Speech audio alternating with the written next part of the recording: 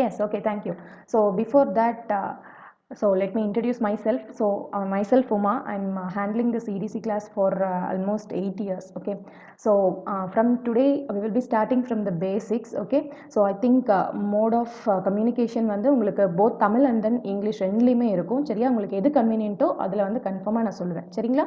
Okay, so before that நமக்கு வந்து syllabus பார்த்தலாம். இந்த 23 ஐ மீன் 22 இருக்கு இல்லைங்களா, 22 23 ரெண்டுக்குமே வந்து ப்ரிப்பேர் பண்ணுறவங்களுக்கு இதுதான் சிலபஸாக இருக்கும். சரிங்களா? ஸோ இதில் பார்த்தீங்க அப்படின்னா ஃபஸ்ட்டு நான் அதான் ஒரு 5 minutes முன்னாடி நான் சொல்லியிருந்தேன், இந்த ரேஷியோ கொஞ்சம் பாருங்க அப்படின்னு சொல்லி நான் சொல்லியிருந்தேன். நமக்கு சிலபஸில் we will be starting with the energy bands in intrinsic and extrinsic semiconductors and equilibrium carrier concentration, direct and indirect band gap semiconductors. So இதில் பார்த்தீங்க அப்படின்னா we are directly starting with energy bands. Okay, not from the basic in the sense நமக்கு வந்து you all know that what is atom, right? So what is an atom? Okay, what is nuclei or what is electron or what is proton, neutron? So அதனோட charges என்ன, mass என்ன, இது எல்லாமே வந்து almost it's very basic thing. Okay, so அது எல்லாமே உங்களுக்கு தெரியும். பட் வந்து இருந்தாலும் இன்றைக்கி கொஞ்சம் ஒரு டச்சப் வந்து ஃபஸ்ட்டு பேசிக் எல்லாமே நான் கொடுத்துட்டு அதுக்கப்புறமா let us start from the syllabus. Okay, so energy bands in intrinsic and extrinsic semiconductors. இந்த டாபிக் போகிறதுக்கு முன்னாடி we will be studying with what is semiconductor, what is conductor, what is insulator and what is called as energy band. Okay, before that how to make an intrinsic semiconductor to an extrinsic semiconductor, right? So இது எல்லாமே வந்து நம்ம டீப்பாக பார்த்துட்டு தான் and then இந்த topic நம்ம ஃபுல்லாக கவர் பண்ணும் போதே நம்ம எங்கே வந்துருவோம், அதுக்குள்ளேயே எல்லாம் என்ன வந்துடும் பார்த்தீங்கன்னா இந்த carrier transport. Okay, so what do you mean by carrier? So கேரியர்னா என்ன? You all know that, right? Because you are all EC student, I think. So உங்கள் எல்லாருக்குமே கேரியர் அப்படின்னா வந்து you are all will be familiar with that word, right? So it is an electron or it is an hole, அந்த மாதிரி உங்களுக்கு தெரியும் இல்லையா? So what you mean by carrier transport? Okay, so carrier டிரான்ஸ்போர்ட்னா நமக்கு என்ன? அப்போ கேரியர் டிரான்ஸ்போர்ட் நமக்கு எப்போ நடக்கும்? டிஃப்யூஷன்னால நடக்குமா, அப்போ ட்ரிஃப்ட்னால நடக்குமா? So what you mean by diffusion ma'am, what you mean by drift ma'am? Okay, so அப்போ டிஃப்யூஷன் அப்படிங்கிற கான்செப்ட் நமக்கு எங்கிருந்து வருது? ஸோ அப்போ டிஃப்யூஷன் ஃபஸ்ட்டு எங்கே நடக்கும், எந்த இடத்துல நடக்கும்? It is in conductor R it is in semiconductor R it is in insulator, right? So அந்த எல்லாமே ஃபஸ்ட் இங்கே நம்ம பார்த்துட்டு தான் இங்கே போவோம், புரியுதுங்களா? ஸோ இந்த டாபிக் நம்ம போகும்போது you all will be clear with the basic concept about everything, right? So what is diffusion, what is drift, what do you mean by mobility? So mobility பார்க்கும்போது you all will be dealing with conductivity also, சரியா? So both are related. Okay, so interrelated னு கூட நம்ம சொல்லலாம். Okay, so what do you mean by mobility and what do you mean by resistivity? Okay, and what do you mean by generation and recombination of carriers? Okay, really I'm surprised. ஏன் அப்படின்னா இந்த topic வந்து இது ஃபர்ஸ்ட்ல இருந்திருக்கணும், சரிங்களா? ஆக்சுவலாக சொல்லணும் அப்படின்னா so generation and recombination of carriers அப்படிங்கிறது ஃபஸ்ட்டு கேரியர் வந்து எப்போ நமக்கு ஜென்ரேட் ஆகும், right? So that is called as generation and recombination of carriers. First வந்து நம்ம ஜென்ரேட் ஆகிடுச்சு அப்படின்னா கண்டிப்பாக ரீகம்பைன் ஆகியே ஆகணும் இல்லைங்களா? ஸோ உங்களுக்கு வந்து தெரியும் இல்லையா, நீங்கள் கேசிஎல்லாம் படிச்சிருப்பீங்க. KCL and then KVL laws network தியரியில் பார்த்துருந்தீங்க அப்படின்னா அங்கே வந்து கன்சர்வேஷன் ஆஃப் சார்ஜ் அப்படிங்கிற ஒரு வேர்ட் படிச்சிருப்பீங்க இல்லையா? ஸோ கேசிஎல் உடைய பேசிக் பிரின்சிபலே it is conservation of charge. நீங்கள் ஒரு நோடில் எடுத்துக்கிட்டிங்கன்னா all the incoming currents will be equal to the outgoing currents அப்படின்னு சொல்லி சொல்வீங்க இல்லையா? அதே மாதிரி நம்ம கேவிஎல்ல பார்த்தீங்க அப்படின்னா it's conservation of power or conservation of energy. Okay, so both are related with time அப்படிங்கிறனால நீங்கள் எது வேணாலும் சொல்லலாம் இல்லையா? ஸோ அந்த டேர்ம் நான் இங்கே ஏன் சொல்கிறேன் அப்படின்னா அந்த கன்சர்வேஷன் அப்படிங்கிறது every charge, okay, every charge whenever it is created and it should be recombined. Okay ma'am, நீங்க created சொல்லிட்டீங்க, recombined சொல்லிட்டீங்க, எந்த டைம் பீரியட்ல தான் நமக்கு வந்து அது recombine ஆகும்? It is called as carrier lifetime. Okay, so carrier lifetime you will be calling with tau. Okay, so இது ஏன் சொல்றேன்னா இந்த இடத்துல carrier lifetime அப்படிங்கிற ஒரு definition இல்ல, பட் வந்து நம்ம படிச்சே ஆகணும். ஏன்னா இந்த mobility, carrier lifetime, okay, இது எல்லாத்துக்குமே வந்து inter relationship நிறைய இருக்கு. ஓகேங்களா? ஸோ நமக்கு carrier lifetime பத்தி பார்ப்போம். ஓகே மேம், இதெல்லாம் சொல்லிட்டீங்க. அடுத்து what do you mean by Poisson and continuity equations? Okay, continuity equations அப்படின்னா எங்களுக்கு தெரியும் மேம், நாங்கள் வந்து ஆல்ரெடி படிச்சிருக்கோம். ஏன்னா சார்ஜ் நியூட்ரலிட்டி ஈக்குவேஷனில் வரும், இல்லைனா ஐன்ஸ்டீன் ரிலேஷன்ஷிப்ஸில் படிச்சிருக்கோம் மேம். இங்கே இந்த கண்டினியூட்டி ஈக்குவேஷன், பாய்சான் ஈக்குவேஷன்ஸில் என்ன பார்ப்பீங்க அப்படின்னா you all will be dealing with, இங்கேருந்து ஸ்டார்ட் பண்ணுவோம் தெரியுங்களா?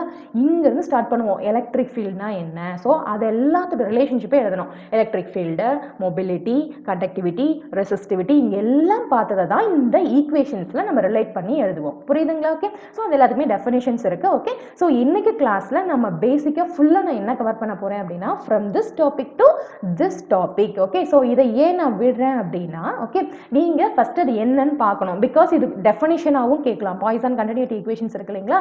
So maybe okay they may ask about definitions or they may ask in some problems. Okay. So அதனால நீங்க அதை ஒரு டைம் மட்டும் ரீட் அவுட் பண்ணணும் ஒரு கோ த்ரூ பண்ணணுங்கிறதுக்காக தான் இதை அப்படியே இன்னைக்கு விடுறேன். Okay. And then I will be starting today with PN junction diode also. Okay. So next class இருக்கு இல்லைங்களா அங்க வந்து நம்ம Zener diode and then BJT, mass capacitors and then MOSFET and then LED photodiode. So இது எல்லாமே it's very very crispy and easy and enjoyable topics. Okay. இது எல்லாமே ஓகேங்களா பிகாஸ் இதெல்லாம் நீங்க படிச்சிட்டீங்க அப்படின்னா இதுல ரொம்ப சூப்பரா கிளியரா படிச்சிடலாம். ஓகே. அண்ட் டுடே இதுல இருந்து நமக்கு ப்ராப்ளம்ஸையும் நம்ம வந்து பார்த்துருவோம். சரியா? ஸோ ப்ரீவியஸ் இயர் எப்படி கொஷின்ஸ் கேட்டிருக்காங்கன்னு ஃபர்ஸ்ட் தெரியணும். ஸோ எப்பவுமே each and every minute while you are preparing for an exam அப்படின்னு சொல்லும்போது ஃபர்ஸ்ட் உங்களுக்கு என்ன தெரியணும் அப்படின்னா அந்த டாபிக்ல எப்படி கொஷின் கேட்பாங்கன்னு தெரியணும். பிகாஸ் யார்கிட்ட வேணாலும் இந்த சிலபஸ் கொடுக்கலாம், எந்த புக் வேணாலும் நீங்க பார்த்து படிக்கலாம் இல்லையா? இந்த டாபிக்ல இருந்து எப்படி கொஷின் கேட்பாங்க அப்படின்னு சொல்லி உங்களுக்கு தெரியணும். சரிங்களா? So whether they will be asking with your problems or they will be asking with like MCQs கேட்குறாங்களா இல்லை வந்து நியூமரிக்கல்ல ஒரு கண்டினியூஷன் கொஷின்ஸ்ல கேட்குறாங்களா, இது எல்லாமே நமக்கு தெரியணும். Right? So okay done. So அந்த மாதிரி உங்களுக்கு தெரியணும். சரியா? ஸோ ஃபர்ஸ்ட் எந்த சப்ஜெக்ட் எடுத்தாலுமே அது கிளியரா இருக்கணும் உங்களுக்கு. சரிங்களா? அதில் எப்படி கொஷின் கேட்பாங்கன்னு கிளியரா இருக்கணும். ஓகே. ஸோ இந்த ஸ்டோரி எல்லாம் அப்படியே இருக்கட்டும். Okay. Stories apart. So let us start from energy bands. Okay. So before that so இந்த சினாரியோ கொஞ்சம் நல்லா பார்க்கணும் நீங்கள். ஸோ நான் இப்போ சொல்லிட்டு இருந்தேன் இல்லையா? ஸோ 2003லேருந்து 2021 வரைக்கும் இங்கே ஜஸ்ட் 1 மார்க் 2 மார்க் கொஷின்ஸ் தான் போட்டிருக்கு. பட் இங்கே அது எப்படி கேட்டிருக்காங்க அப்படிங்கிற ஒரு ரிலேஷன்ஷிப் இங்கே கொடுத்துருக்கேன். சரியா? ஸோ இந்த PDF ஷேர் பண்ணும்போது இதில் நல்லா பாருங்கள். சரிங்களா? நீங்கள் கேட்கலாம் மேம் 2019 வந்து அவங்க கேட்கவே இல்லை மேம் இதிலிருந்து. It doesn't matter. Okay. So இப்போ நம்ம 2022 கூட வந்து they can ask. Okay. So அதை நம்மளால எதுவுமே சொல்ல முடியாது. It's our duty to study everything. Okay. So எல்லாமே உங்களுக்கு ஃபிங்கர் டிப்பில் இருக்கணும். Okay right? So now let's start from energy bands. Okay. So before that as I told so ரொம்ப பேசிக்ஸ் எல்லாத்தையுமே ஒரு டச் அப் கொடுத்துடலாம். சரியா? ஸோ பிஃபோர் தட் என்னோட ஃபாஸ்ட்னஸ் உங்களுக்கு ஓகேவா? விச் மீன்ஸ் நான் என்னோட மோட் ஆஃப் லாங்குவேஜ் உங்களுக்கு ஓகேவா? Yes any one from your side? என்னோட மோட் ஆஃப் லாங்குவேஜ் அண்ட் என்னோட ஸ்பீட் ஓகே ரெண்டுமே தெளிவாக சொல்லணும். நான் கண்டிப்பாக எழுதுறதுல வந்து உங்களுக்கு கண்டிப்பாக நல்லா கிளியராகவே இருக்கும். இது ரெண்டு மட்டும்தான். Yes I think everybody is clear right? Okay let me start. Okay. So semiconductor theory. Okay. So semiconductor தியரியில் பார்த்தீங்க அப்படின்னா நமக்கு வந்து ஃபஸ்ட்டு நீங்கள் ஃபிசிக்ஸில் படிச்சிருப்பீங்க இல்லையா? ஸோ 12th ஃபிசிக்ஸில் கண்டிப்பாக படிச்சிருப்பீங்க. ஓகே. ஸோ எலக்ட்ரான்னா என்ன, பிஃபோர் தட் வந்து ரூதர்ஃபோர்ட் மாடல் பற்றி நல்லாவே படிச்சிருப்பீங்க இல்லையா? ஸோ அந்த ஒரு வேர்ட் மட்டும் நான் சொல்லிக்கிறேன். ஏன்னா அவங்க வந்து நம்ம ஒரு ஆட்டம் எடுத்துக்கிட்டோம் அப்படின்னா அதில் வந்து நியூக்ளியஸ் இருக்கும். ஓகே மேம் நியூக்ளியஸ் தெரியும் உங்களுக்கு. ஸோ நியூக்ளியஸ்குள்ளே பார்த்தீங்க அப்படின்னா எங்களுக்கு வந்து ப்ரோட்டான்ஸ் இருக்கும் அண்ட் தென் வந்து நியூட்ரான்ஸ் இருக்கும் மேம். ஓகே. வெளியில் வந்து நம்ம எலக்ட்ரான்ஸ் வந்து நல்லா இப்படி சுற்றிட்டே இருக்க மாதிரி ரூதர்ஃபோர்ட் வந்து சொல்வார் மேம் எங்களுக்கு. Okay super. ஸோ எலக்ட்ரான் வந்து ஒரு ஸ்பின்னிங் மோஷன்லேயே இருக்கும் மேம். ஓகேங்களா? உள்ளே வந்து நமக்கு நியூட்ரான்ஸ் இருக்கும் ப்ரோட்டான்ஸ் இருக்கும் மேம். எங்களுக்கு வந்து உள்ள ஒரு பாசிட்டிவ் சார்ஜ் இருக்கும் மேம். வெளியில் எலக்ட்ரான் இருக்குது பார்த்தீங்களா? அதுக்கு வந்து நெகட்டிவ் சார்ஜ் மேம். இதெல்லாமே நமக்கு தெரிஞ்சிடும். ஓகே. நான் ஸோ இப்போ நமக்கு எலக்ட்ரானை பற்றி நான் ஸ்டார்ட் பண்ணுறேன். சரியா? பிகாஸ் வந்து உள்ளே இருக்கிற நம்ம ப்ரோட்டானை பற்றியோ நியூட்ரான் பற்றியோ நமக்கு பிரச்சனையே கிடையாது. புரியுதுங்களா? ஸோ நம்ம ஓகே பிஃபோர் தட் ப்ரோட்டானுக்கு பாசிட்டிவ் சார்ஜா நியூட்ரானுக்கு பாசிட்டிவ் சார்ஜா? Which is having positive charge whether proton or neutron? Yes from your side be interactive with me. Proton ma'am. Proton yes. Okay because neutron is having neutral right? So அங்கே வந்து நமக்கு எதுவுமே இல்லை positive or negative எதுவுமே இல்லை. Okay. So electron பார்த்தீங்க அப்படின்னா charge of electron will be 1.602 or 1.6 into 10 - 19 coulomb. Okay. So நீங்கள் என்ன ஸ்டடி பண்ணியிருக்கணும் அப்படின்னா 1 கூலும் ஈக்குவல் டு அப்படிங்கிற அந்த ஃபார்முலாவை ஃபைண்ட் அவுட் பண்ணிக்கணும். சரியா? அந்த கூலும்னா என்னங்கிற டெஃபினேஷன் படிச்சிடணும். Okay. So charge of electron will be 1.602 into 10 - 19 coulomb. Mass of an electron will be so இந்த மாஸில் பார்த்தீங்க அப்படின்னா you will be dealing with two masses. ஓகே. One will be electron will be in the rest mode அப்படிங்கிற மாதிரி இன்னொன்று வந்து effective mass of an electron அப்படின்னு சொல்லிட்டு இருக்கும் சரியா. ஸோ அது வந்து நம்ம கீழே இருக்கும்போது பார்க்கலாம். ஓகே, ஸோ இது வந்து ரெஸ்ட் ஓகேங்களா. ஸோ 9 × 10⁻31 பிகாஸ் நான் ஏன் சொல்கிறேன்னா நம்ம கீழே பார்த்தீங்க அப்படின்னா MNMP அப்படின்னு சொல்லி நம்ம பார்ப்போம் சரிங்களா. நம்ம வந்து ஃபெர்மி டைராக் டிஸ்ட்ரிபியூஷன் ஃபங்க்ஷன் பார்க்கும்போது பார்ப்போம். அங்கே வந்து இது எஃபெக்டிவ் மாஸ் அப்படின்னு சொல்லி சொல்லுவோம். Okay, so this is the mass when my electron is in rest mode. Okay, so 9 × 10⁻31 kilogram. Okay, radius of electron will be 1.9 × 10⁻15 meter. இது தேவையில்லை, இந்த 2 பாயிண்ட் மட்டும் தான் உங்களுக்கு வேணும். ஓகே, ஸோ நமக்கு வந்து ப்ராப்ளம்ஸ்ல மோஸ்ட்லி நமக்கு இந்த மாஸோடைய வேல்யூஸ்லாம் கொடுத்துருவாங்க. கொடுக்கல அப்படின்னாக்கா வந்து you have to remember that. Okay, so charge of electron is very simple, 1.6 × 10⁻19 coulomb. Okay, now electron moving around the nucleus நமக்கு தெரியும் spinning motionல இருக்கும் தெரியும் இல்லையா. so electron which is moving around the nucleus possesses two types of energy. okay, so the first one will be kinetic energy.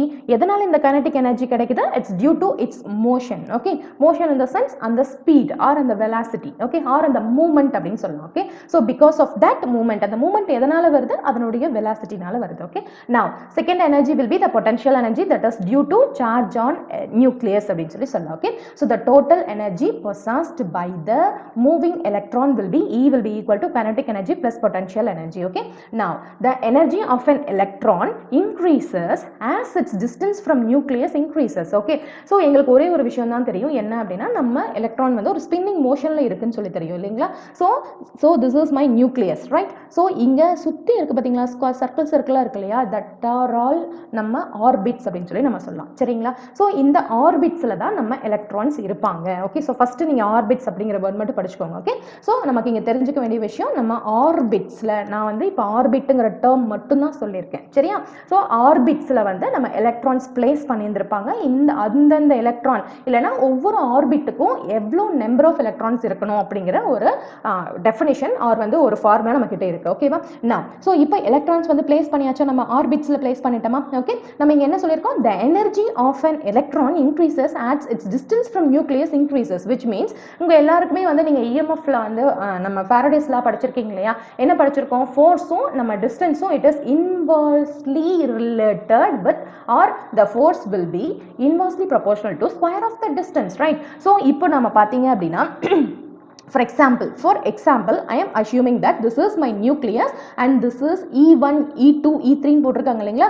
E அப்படிங்கிறது energy level அப்படின்னு சொல்லி நம்ம சொல்லணும். E1, E2, E3. Okay, so E1 will be the first energy level, E2 will be the second energy level, E3 will be the third energy level. We are assuming that only 3 energy levels are present here. Okay, I will give you the formula later. Okay, now so இப்போ இந்த energy level சொல்றோம் இல்லைங்களா, அதுக்குரிய formula கொடுத்திருக்கோம். Before that இங்க E1. Okay, so let us consider the distance of an electron which is present at E1 energy level will be, அதாவது the nucleusக்கும் இந்த E1ல இருக்க E1ங்கற எனர்ஜி லெவல்ல இருக்கக்கூடிய எலக்ட்ரானுக்கு இருக்கக்கூடிய டிஸ்டன்ஸ் R1 எடுத்துக்கலாம். ஓகே, and second பாத்தீங்க அப்படின்னா it's your R2 and then third will be your R3.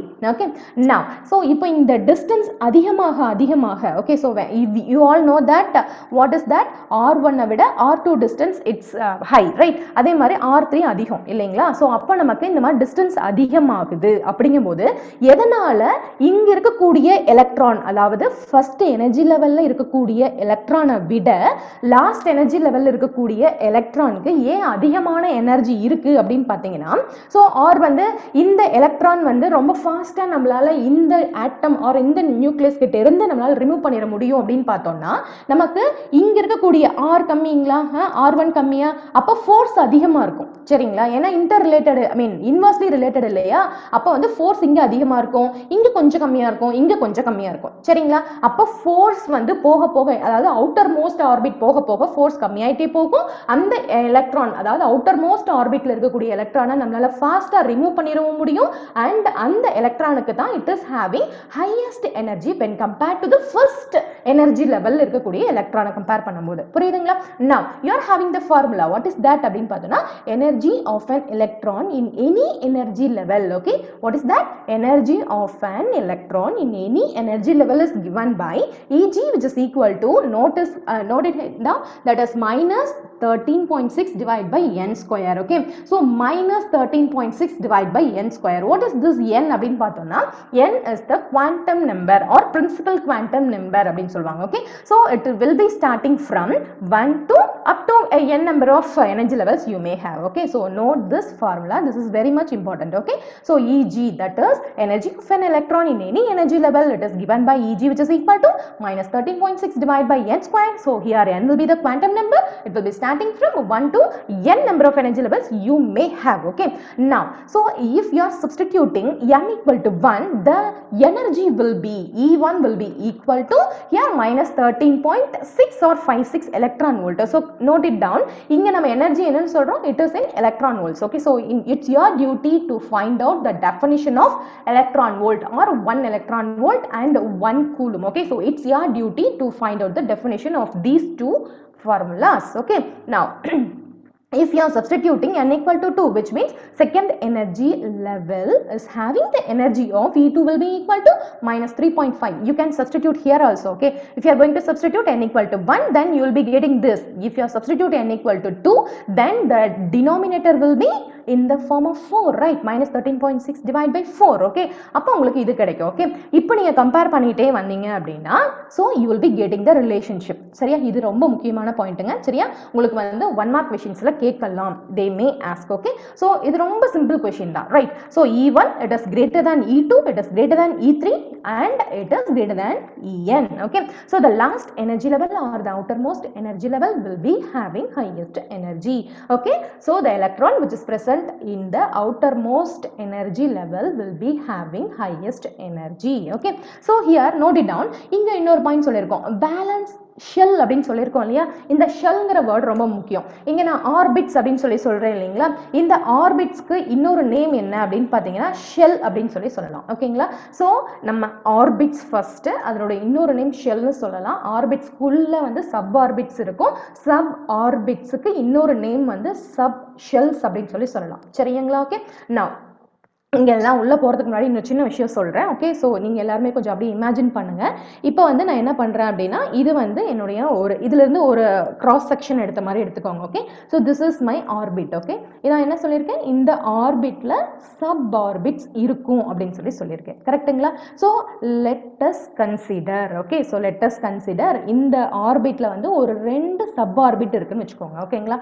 Okay ma'am, அந்த சப் ஆர்பிட்ஸ்க்குள்ள அப்ப எலக்ட்ரான் எப்படி மேம் இருக்கும் அப்படின்னு பார்த்தோம்னா, இந்த சப் ஆர்பிட்ஸ்க்குள்ள எனர்ஜி ஸ்டேட்ஸ் இருக்கும் ஆர் எனர்ஜி லெவல்ஸ் இருக்கும். சரியா, இந்த மாதிரி இருக்கும் எனர்ஜி ஸ்டேட்ஸ். அதுக்குள்ள போயிட்டு பிளேஸ் ஆயிக்குவாங்க.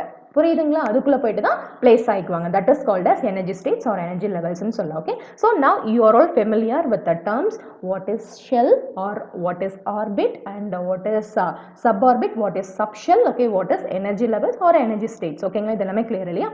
இப்போ நம்ம நேம் கொடுக்க போறோம். Okay, so please wait for 1 minute. Okay, let me drink some water.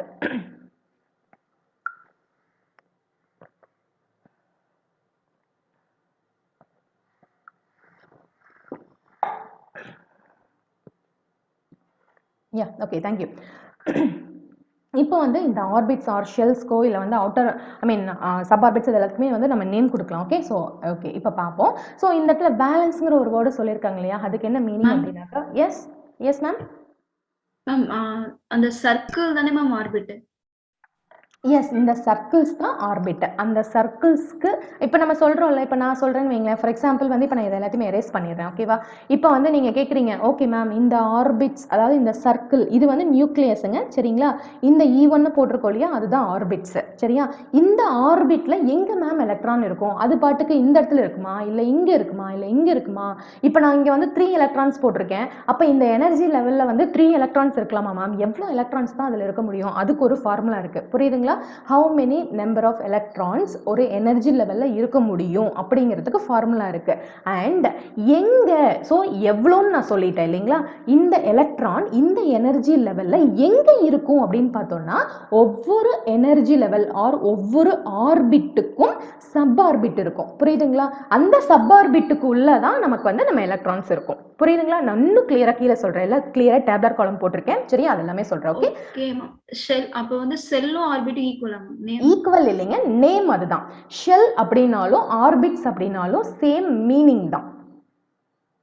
ஓகேங்களா? இப்போ இங்க சொல்லியிருக்காங்க இல்லையா, வேலன்ஸ் ஷெல் அப்படின்னு சொன்னாலும் வேலன்ஸ் ஆர்பிட்ஸ் அப்படின்னு சொன்னாலும் சேம் மீனிங் தான். ஓகே, ஸோ வேலன்ஸ் அப்படிங்கிற வேர்டுக்கு என்ன மீனிங் அப்படின்னா அவுட்டர் மோஸ்ட், அதாவது லாஸ்ட்டாக இருக்கக்கூடிய எனர்ஜி லெவல் இருக்கு இல்லைங்களா, அதைத்தான் நம்ம வேலன்ஸ் அப்படின்னு சொல்லி நம்ம சொல்லுவோம். சரியா? Now, so the outermost orbit or we are dealing with the valence shell அப்படின்னு சொல்லி நம்ம சொல்லலாம், or valence orbit அப்படின்னு சொல்லலாம். ஓகே, ஸோ நம்ம ஆல்ரெடி சொல்லியிருக்கோம் என்ன அப்படின்னா இந்த, அதாவது இது நியூக்ளியஸ், இங்க பக்கத்தில் இருக்கக்கூடிய எனர்ஜி லெவலில் இருக்கக்கூடிய எலக்ட்ரானை ரிமூவ் பண்ணுறதுக்கு நமக்கு அதிகமான எனர்ஜி தேவைப்படும். ஏன்னா இது இங்க நியூக்ளியஸ்க்கு ரொம்ப பக்கத்திலேயே இருக்கு. கரெக்டா? ரொம்ப பாண்டிங், ரொம்ப அட்ராக்டிவ் ஃபோர்ஸ் அதிகமாக இருக்கும்.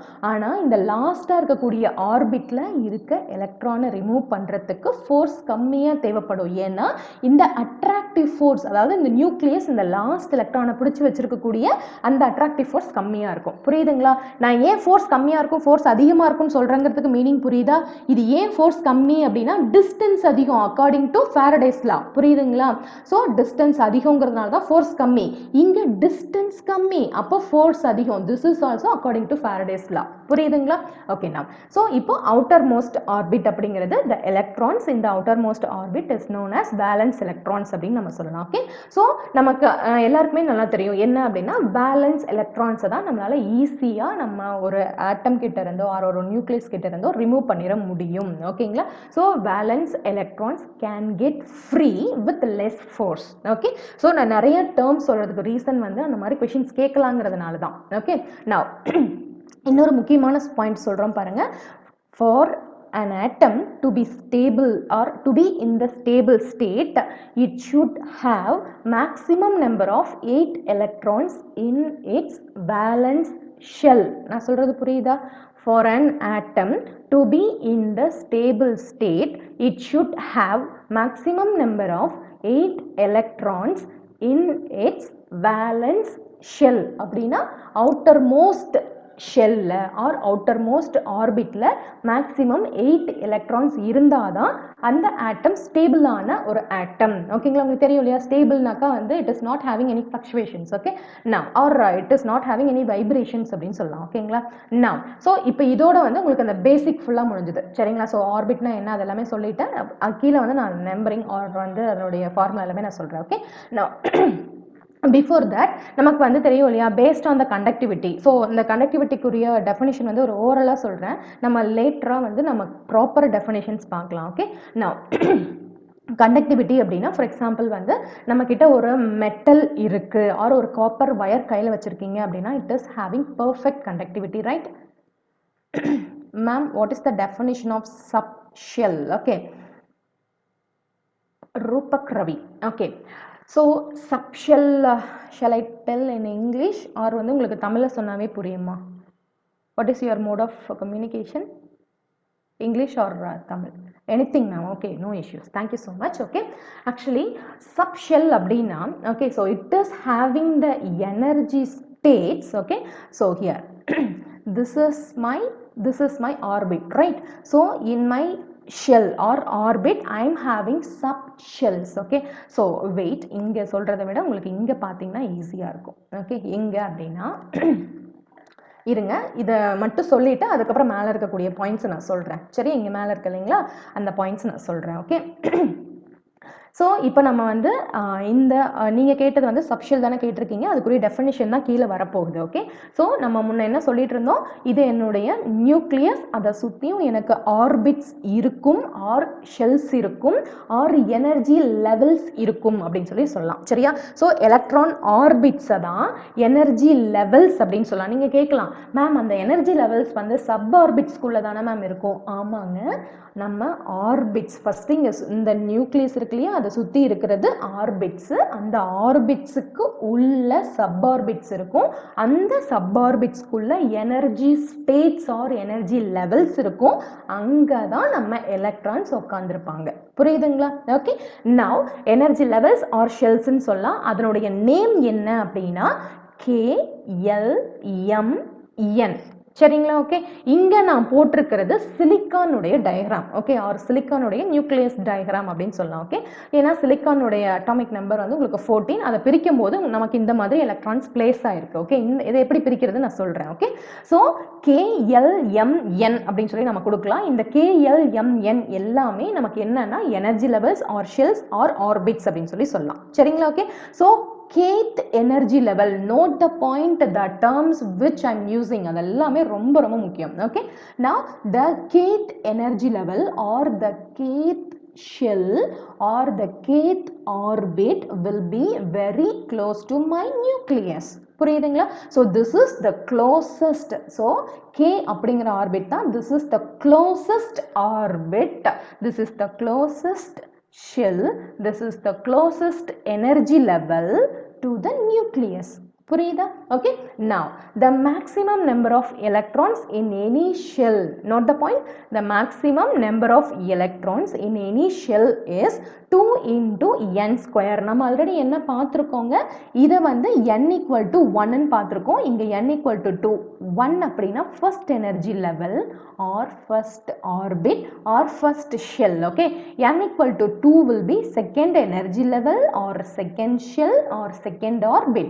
n equal to 3 will be third energy level or third orbit or third cell. புரியுதுங்களா? Okay, now the maximum number of electrons in any shell or orbit or energy level. Okay, before that இதே மாதிரி ஒரு formula பார்த்தோம். என்ன அப்படின்னா, இப்போ நம்ம energy லெவலில் ஆர் இந்த ஆர்பிட்டில் ஒரு எலக்ட்ரான் ப்ரெசென்ட் ஆயிருக்கு, இந்த மாதிரி ப்ரெசென்ட் ஆயிருக்குன்னா அது அதனுடைய எனர்ஜி என்ன, அது பொசஸ் பண்ணியிருக்கக்கூடிய எனர்ஜி என்ன அப்படிங்கிறதுக்கு இஜி ஈக்குவல்ட்டுன்னு சொல்லிட்டு ஒரு ஃபார்முலா பார்த்தோம். அதை ஞாபகப்படுத்திக்கோங்க. Okay, now the maximum number of electrons in any shell is 2 into n square where n is the principal quantum number. உங்க எல்லாருக்குமே தெரியும். ஓகேங்களா? இப்போ for example n equal to 1 which means first energy level or first cell or kth energy level or first orbit. இது எல்லாத்துக்குமே same meaning தான். புரியுதா? So n equal to 1 அப்படின்னு சொல்லி நீங்கள் கொடுக்குறீங்க. இப்போ இந்த ஃபார்முலாவில் சப்ஸ்டியூட் பண்ணோம் அப்படின்னா n equal to 1னா என்னுடைய நியூக்ளியஸ்க்கு ஃபஸ்ட்டாக, அதாவது க்ளோசஸ்ட்டாக இருக்கக்கூடிய இந்த எனர்ஜி லெவலில் எவ்வளோ எலக்ட்ரான்ஸ் இருக்கும் அப்படின்னு சொல்லி நம்ம சொல்ல போகிறோம். ஓகேங்களா? இப்போ 2n ஸ்கொயர் தான் என்னுடைய ஃபார்முலா. அப்போ n equal to 1 சப்ஸ்டியூட் பண்ண அப்படின்னா 2 into 1 squared which is equal to 2 into 1 which is equal to 2, which means maximum, note the point, maximum 2 electrons can be present at the kth energy level. புரியுதா? Is it clear? So K அதாவது first energy levelல only or maximum 2 electrons can be present. புரியுதுங்களா? Now let us take n equal to 2. Okay, now if you are substituting n equal to 2 here, then 2 into 2 square which is equal to 2 into 4 which is equal to 8, which means at the second energy level.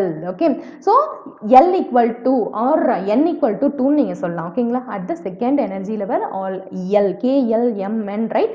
at the Lth energy level you can have maximum number of 8 electrons. So count it out, 1 2 3 4 5 6 7 8. Okay, maximum number of 8 electrons in the present, can be present at the second energy level or Lth energy level னு சொல்லலாம். Okay, so keep on substituting n equal to 3 and n equal to 4 because you know that, right? KLMN தெரியும் இல்லையா உங்களுக்கு? So அப்போ substitute பண்ணீங்க அப்படின்னா உங்களுக்கு எவ்வளோ இருக்கும் அப்படின்னு சொல்லி தெரியும். புரியுதா? ஸோ ஃபார் எக்ஸாம்பிள் எனக்கு வந்து ஒரு சின்ன நான் எடுத்துக்கிறேன். ஓகேங்களா? இப்போ நான் மேலே போட்டிருந்தது வந்து சிலிக்கான் ஆட்டம் உடைய டயக்ராம், சிலிக்கான் உடைய அட்டாமிக் நம்பர் இட் இஸ் 14ங்கிறதுனால அங்கே நான் பிரித்து போட்டிருக்கேன். Okay, now let me take 15ங்கிற அட்டாமிக் நம்பர் இருக்கக்கூடிய ஒரு ஆட்டம் நம்ம எடுத்துக்கலாம். ஓகே, பிஃபோர் தட் நீங்கள் இன்னும் 2 டெஃபினேஷன் படிக்கணும். என்ன தெரியுங்களா?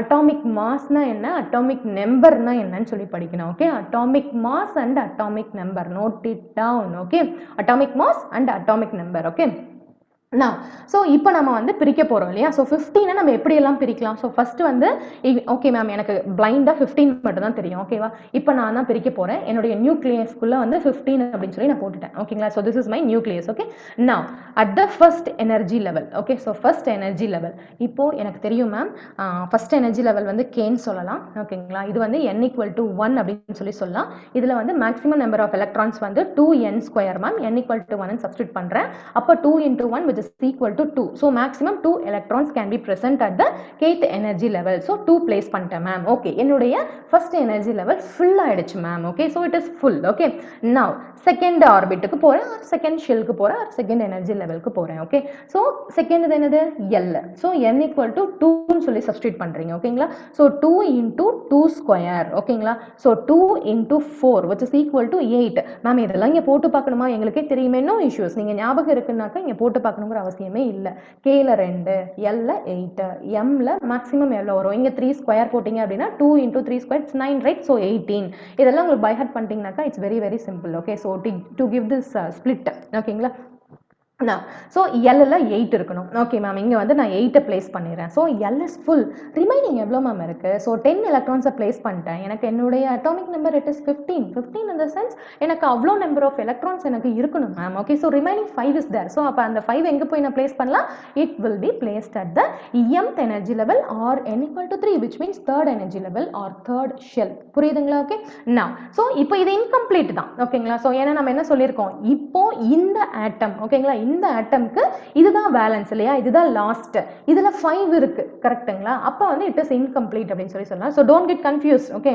so I mean balance in the sense நீங்க கன்ஃபியூஸ் ஆயிக்காதீங்க k l m n தான் நார்மலா valence okay so forget that point okay confuse ஆயிக்க வேண்டாம் நான் அடுத்து சொல்றேன் okay சப் ஆர்பிட்ஸ் எல்லாம் பார்த்துட்டு சொல்றேன் okay k l m okay இப்போதைக்கு நமக்கு m equal to 5 I mean m ல வந்து 5 electrons நம்ம place பண்ணோம்னா or third ல நம்ம 5 electrons place பண்ணோம்னா அது incomplete-ஆ தான் இருக்கு புரியுதுங்களா அது incomplete-ஆ தான் இருக்கு okay now அப்படினா இது ஸ்டேபிளா இல்லன்னு அர்த்தம் புரியுதா ஸ்டேபிளா இல்லன்னு அர்த்தம் okay now let us start with the suborbits or the shub cells okay suborbits or shub cells okay so நம்ம மேல என்ன நேம் கொடுத்திருந்தோம் நம்ம orbits or shells க்கு k l m n right so here you are calling your sub shells or suborbits as s p d f okay இப்போ வந்து டக்கு நீங்க என்ன பண்ணிர கூடாது தெரியுமா அப்ப k க்கு வந்து s இருக்குமா மேம்